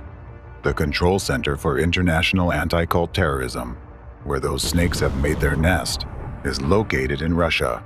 From there, they were picked up by a hidden force, grandmasters who have placed anti-cultists on the geopolitical board as their pawns and begun their game. They have turned various media outlets into transmitters of destructive, manipulative messages, inciting citizens to hate, kill each other, and commit terrorist acts. At the same time, they urge government officials and law enforcement to act unlawfully, immorally, and inhumanely. And they compel politicians to make catastrophic mistakes. Representatives of anti-cult organizations in various countries of the world are already behind judges, law enforcement officers, politicians, and government officials, exerting covert impact on them. They have already gained leverage in some European countries. The most damage during their activities has been inflicted on Russia and Ukraine, and for 30 years they've been methodically and purposely moving towards starting a civil war in the US and Europe to ultimately destroy democracy worldwide. Once, the ideological inspirers of anti-cultists turned the ideology of National Socialism into the monstrous racist totalitarian form that we know today as Nazism. At that time, anti-cultists managed to embed their perverse brainchild at the government level. Thus, the ancient methods and tactics of predecessors of anti-cult organizations became the national ideology of Nazi Germany. They succeeded once, and now the anti-cultists of your time, along with the force behind them, are trying to replicate their success in Russia and Ukraine, aiming to eventually spread and reinforce Nazi methods and practices in the European Union countries, so as to ultimately reach the United States. Behind all the provocations against Islam in recent years, which you observe and wonder why they are happening, there are anti-cultists and global anti-cultism as a whole, striving to implement their plan of establishing a totalitarian regime worldwide. They have pushed our world to the brink of nuclear war, genocide against Muslims, and complete destruction of democracy, freedom of speech, and human rights. What I've just said is backed by facts. Recall what you have seen and learned in this film, and rest assured that it shows just a small part of the horror that anti-cult organizations and their architects of consciousness are perpetrating with impunity nowadays. They have destroyed families, ruined lives, and caused millions of deaths. All of this has been done by just one branch of the entire global anti-cult network, but it is the most advanced and active of all. It includes those who have managed to dismantle many democratic laws and bring much suffering to people. And I must say, they have achieved a lot. Through their informational terrorist attacks, the Anticultists have managed to manipulate public consciousness so thoroughly that now people must work hard to rid themselves of deep-seated beliefs which they think to be their own. Although in reality, many of those beliefs are dangerous foreign bodies embedded by anti-cultists, and they are so deeply rooted in people's minds that many of you no longer distinguish them from your own ideas. Unfortunately, due to the ongoing investigation, we cannot reveal everything today, because the situation is actually even worse. But even what has been said is enough to realize the danger our world is in and to understand what must be done to ensure that freedom and democracy do not become relics of the past and mere history. Now you know how to save this world. Before your eyes, a phenomenon far more horrifying than Nazism has unfolded, the one that has already harmed more people than both world wars combined. Representatives of anti-cult organizations and global anti-cultism are guilty of numerous crimes against humanity. Having revived the legacy of Nazism, they engaged in organized terrorist activities for an unacceptably long time, initiated wars, committed acts of genocide, and planned a large-scale genocide that could engulf billions of people. Using deceitful and cynical methods, they have waged a hidden, undeclared war against the entire humankind. But now the time has come for the activities of the anti-cultists to be scrutinized, exposed, and brought to public trial. And this will not just be a judicial process. It will be a historical moment when justice will triumph over evil. It's a moment when the world will hold accountable those who violate the most fundamental human rights. It's a moment when all of us must rise and say, never again.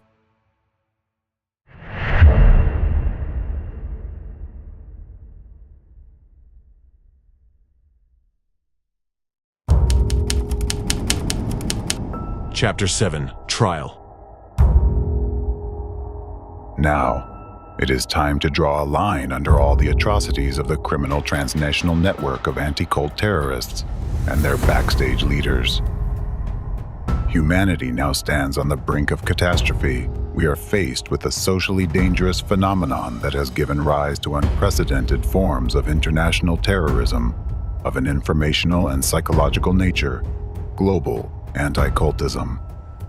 This phenomenon undermines the foundations of our society, threatening the fundamental principles of democracy. Anti-cultism is, in essence, a new form of Nazism. Representatives of global anti-cultism have been behind numerous wars, terrorist attacks, and an attempt to bring the world to a new genocide. They have betrayed their people and their homeland. They have sold out and betrayed even their own children and their future. Billions of people have already suffered at their hands. If we wait any longer, if they are not stopped, eventually everyone will suffer. They have already changed the world, infiltrated your minds, and sought to use your own hands to destroy this world. Therefore, the main task now for all people is to prevent this and do everything to eradicate anti-cultism and its destructive methods from our society, and to defeat this evil once and for all. Only then will justice, goodness, and truth prevail, and only then will you be able to reclaim your freedom and peace. To make this possible, evil must first be exposed and brought to justice. Within the framework of global anti-cultism, numerous crimes, including particularly serious ones, are committed.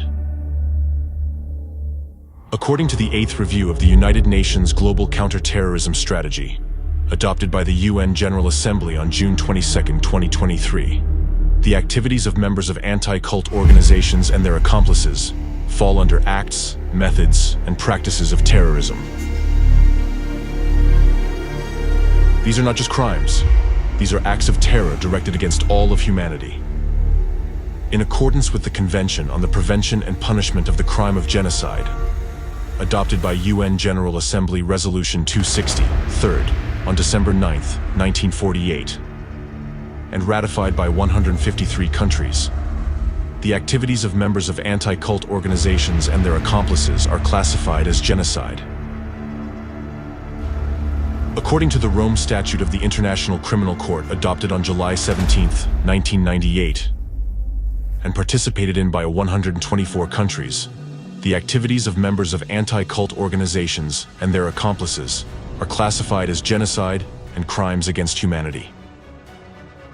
Thus, considering the scale and degree of social danger posed by these crimes, all representatives of anti-cultism, and everyone who directly or indirectly, through their actions or criminal inaction, aided them in committing these crimes, must be held accountable for carrying out a series of terrorist acts, committing genocide and crimes against humanity and all of humankind. For all these grave crimes, there is no statute of limitations. Over the course of 30 years of criminal activity by anti-cultism, billions of innocent people have suffered, causing significant harm to their physical and mental health. And these aren't just numbers, these are lives that have been maimed or destroyed. The phenomenon of anti-cultism is unprecedented in its inhumanity. Today, law enforcement, judicial, and international legal bodies, as well as the media, have been infected by anti-cultism. Therefore, an entirely new approach is needed to eradicate this phenomenon and compensate for the damage it has caused. History remembers how in 1945, an unprecedented judicial body was established, the International Military Tribunal, which, as part of the Nuremberg trial process, convicted the crimes of the Nazis. Similarly, today, by the legitimate demand of the people themselves, a special international criminal tribunal must be established to investigate and prosecute all those involved in anti-cultism and its crimes against humanity. Global anti-cultism, as a new form of Nazism, is an unprecedented phenomenon and requires the establishment of a separate international criminal tribunal for its examination. In fact, just like nowadays, during the Nazi era, society did not fully grasp the scale of the crimes, and only judicial processes were able to reveal them. Similarly, it is now necessary to create a new tribunal that will address the crimes of anti-cultism and informational terrorism. Such a tribunal will uncover the truth about this phenomenon and show society the real number of victims. An investigation is currently underway intending to identify all individuals involved in the crimes of anti-cultism. Inevitably, the ideological inspirers, organizers, and key figures of global anti-cultism will be sentenced. Additionally, accomplices in anti-cultism crimes among representatives of government services, security forces, law enforcement, and judicial bodies will be held accountable. All those who exerted unlawful force on innocent people. Those who, using their official positions, participated in falsifying evidence of guilt, fabricating criminal cases, and committing unlawful acts of violence, as well as those who acted under the necessity to follow orders from higher authorities, fully aware that such actions were illegal. All of these individuals knowingly violated the law and the oath they took to serve their people, thereby carrying out actions against democracy itself. The International Criminal Tribunal will hold all individuals, regardless of their status, social standing, or importance of their positions in governments, accountable for complicity in terrorist activities, actions on the enemy's side aimed at undermining the constitutional order and the foundations of democracy, and aiding crimes against humanity directly or indirectly. The court will be precise, just, and uncompromising. The decisions of the International Criminal Tribunal cannot be appealed, reviewed, or overturned by any other judicial body. Initially, criminal cases can be initiated in individual countries affected by the Anti-Cultist Informational Terrorist Acts. In accordance with the existing legislation, individuals suspected of committing acts that threaten state security, including treason and terrorism, shall be held accountable under the law and may be subject to trial in a manner that ensures respect for the principles of justice. Subsequently, it is proposed that all cases be consolidated within a single international judicial process. The tribunal will consider charges against representatives of global anti-cultism for terrorism, genocide, and crimes against humanity. The case should be conducted with maximum public disclosure so the public can stay informed of the proceedings. The process must be as transparent as possible and under the observation and control of society. In addition to determining the punishment for all those involved in global anti-cultism and its criminal activities, the Special International Criminal Tribunal will also establish a mechanism for compensating all individuals who have directly or indirectly suffered from anti-cultism over the past 30 years.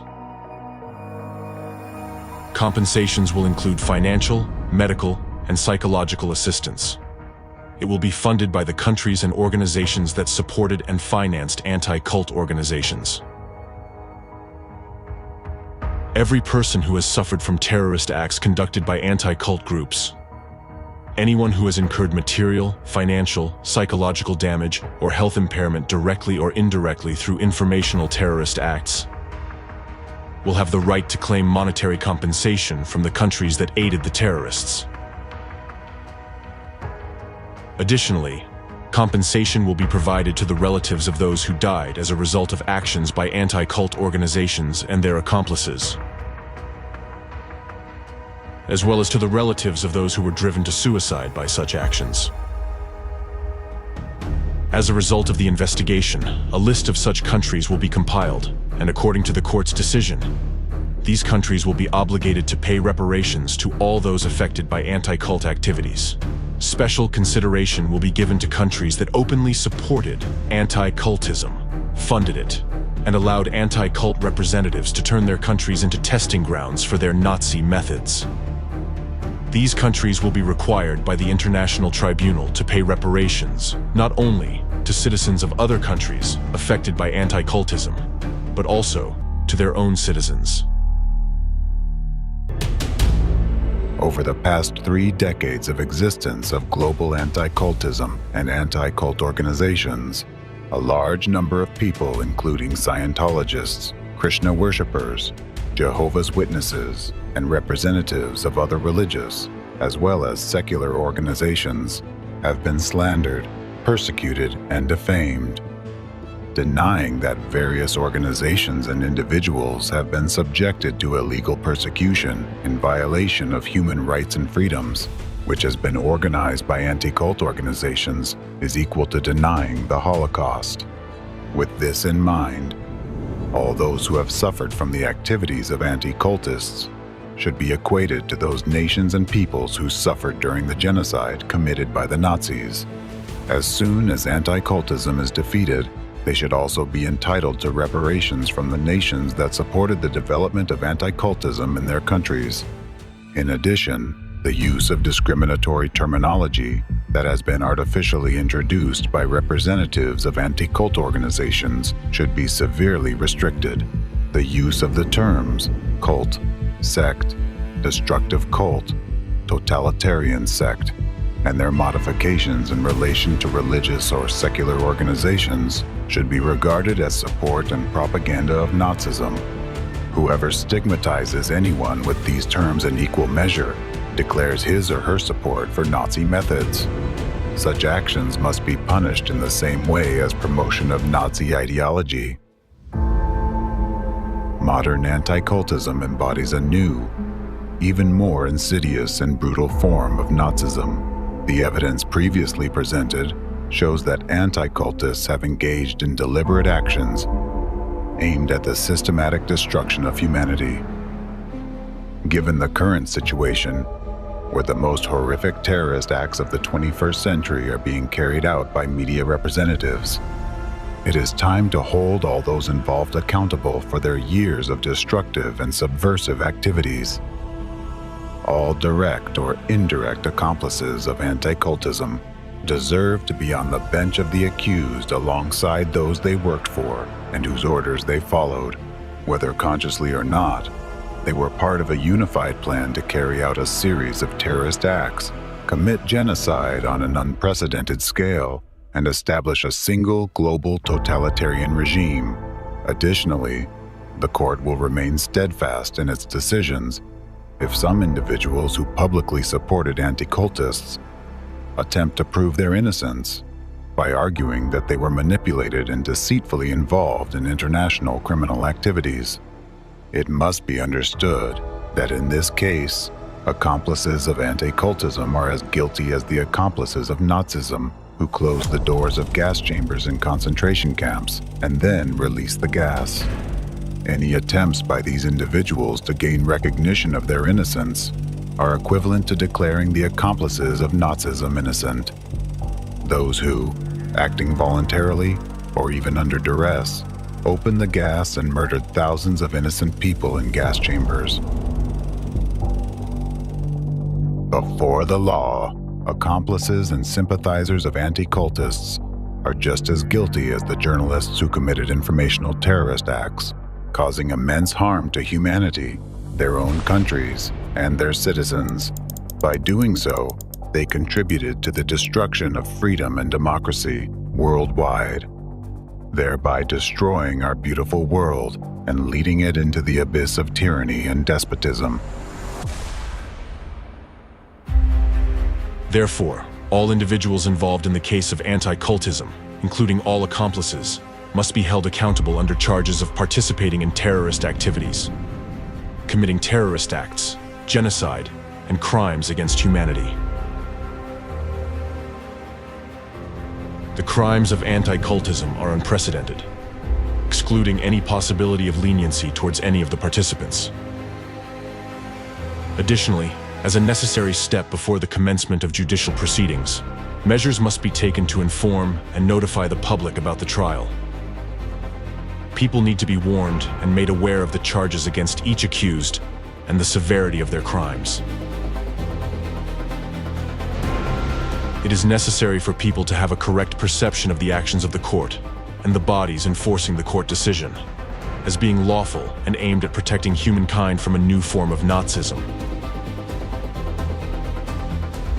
Therefore, people must be informed about the nature and scale of the entire criminal activity of the anti-cultists, which is directed against all of humanity, as well as the severity of the crimes committed under global anti-cultism. In this regard, the investigation results presented by Dr. Egon Shalakian are particularly valuable. This is the starting point that laid the foundation for the events unfolding now in the legal field.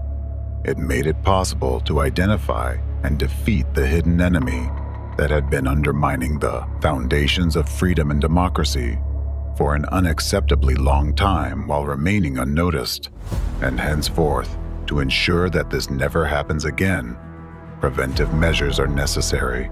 Therefore, now more than ever, there is a need to create, at the lawful request of the people, a unified organization, SHIELD, with international status and special powers to stand guard over human rights. The goal of this global organization will be to protect freedom and democracy by any legal means available, anywhere in the world. We defeated Nazism, and we are close to victory over anti-cultism, but we do not know what we may face tomorrow.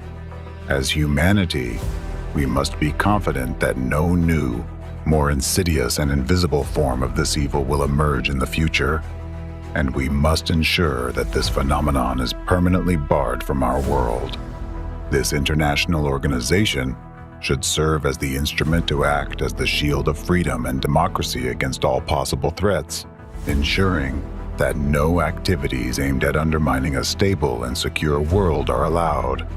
The SHIELD organization will have all the authority to stop any attacks on freedom and human rights. It will ensure that the law and judicial system work for the people, not against them. Once, right after the defeat of Nazism, we missed our chance. Even then, knowing and understanding how, at the instigation of the Anticultists of that time, the Nazis operated on a psychological level, how they implanted destructive images, and how they manipulated people's minds.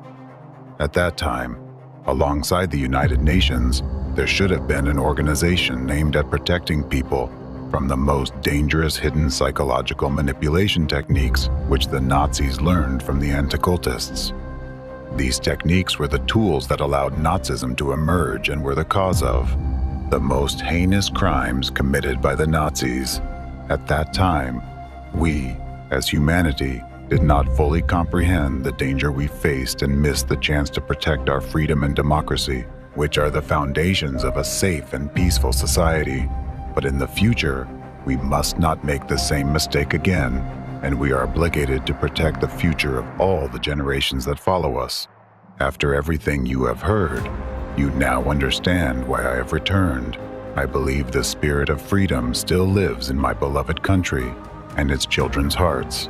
I believe in America. I believe in you, Americans, and I believe in people.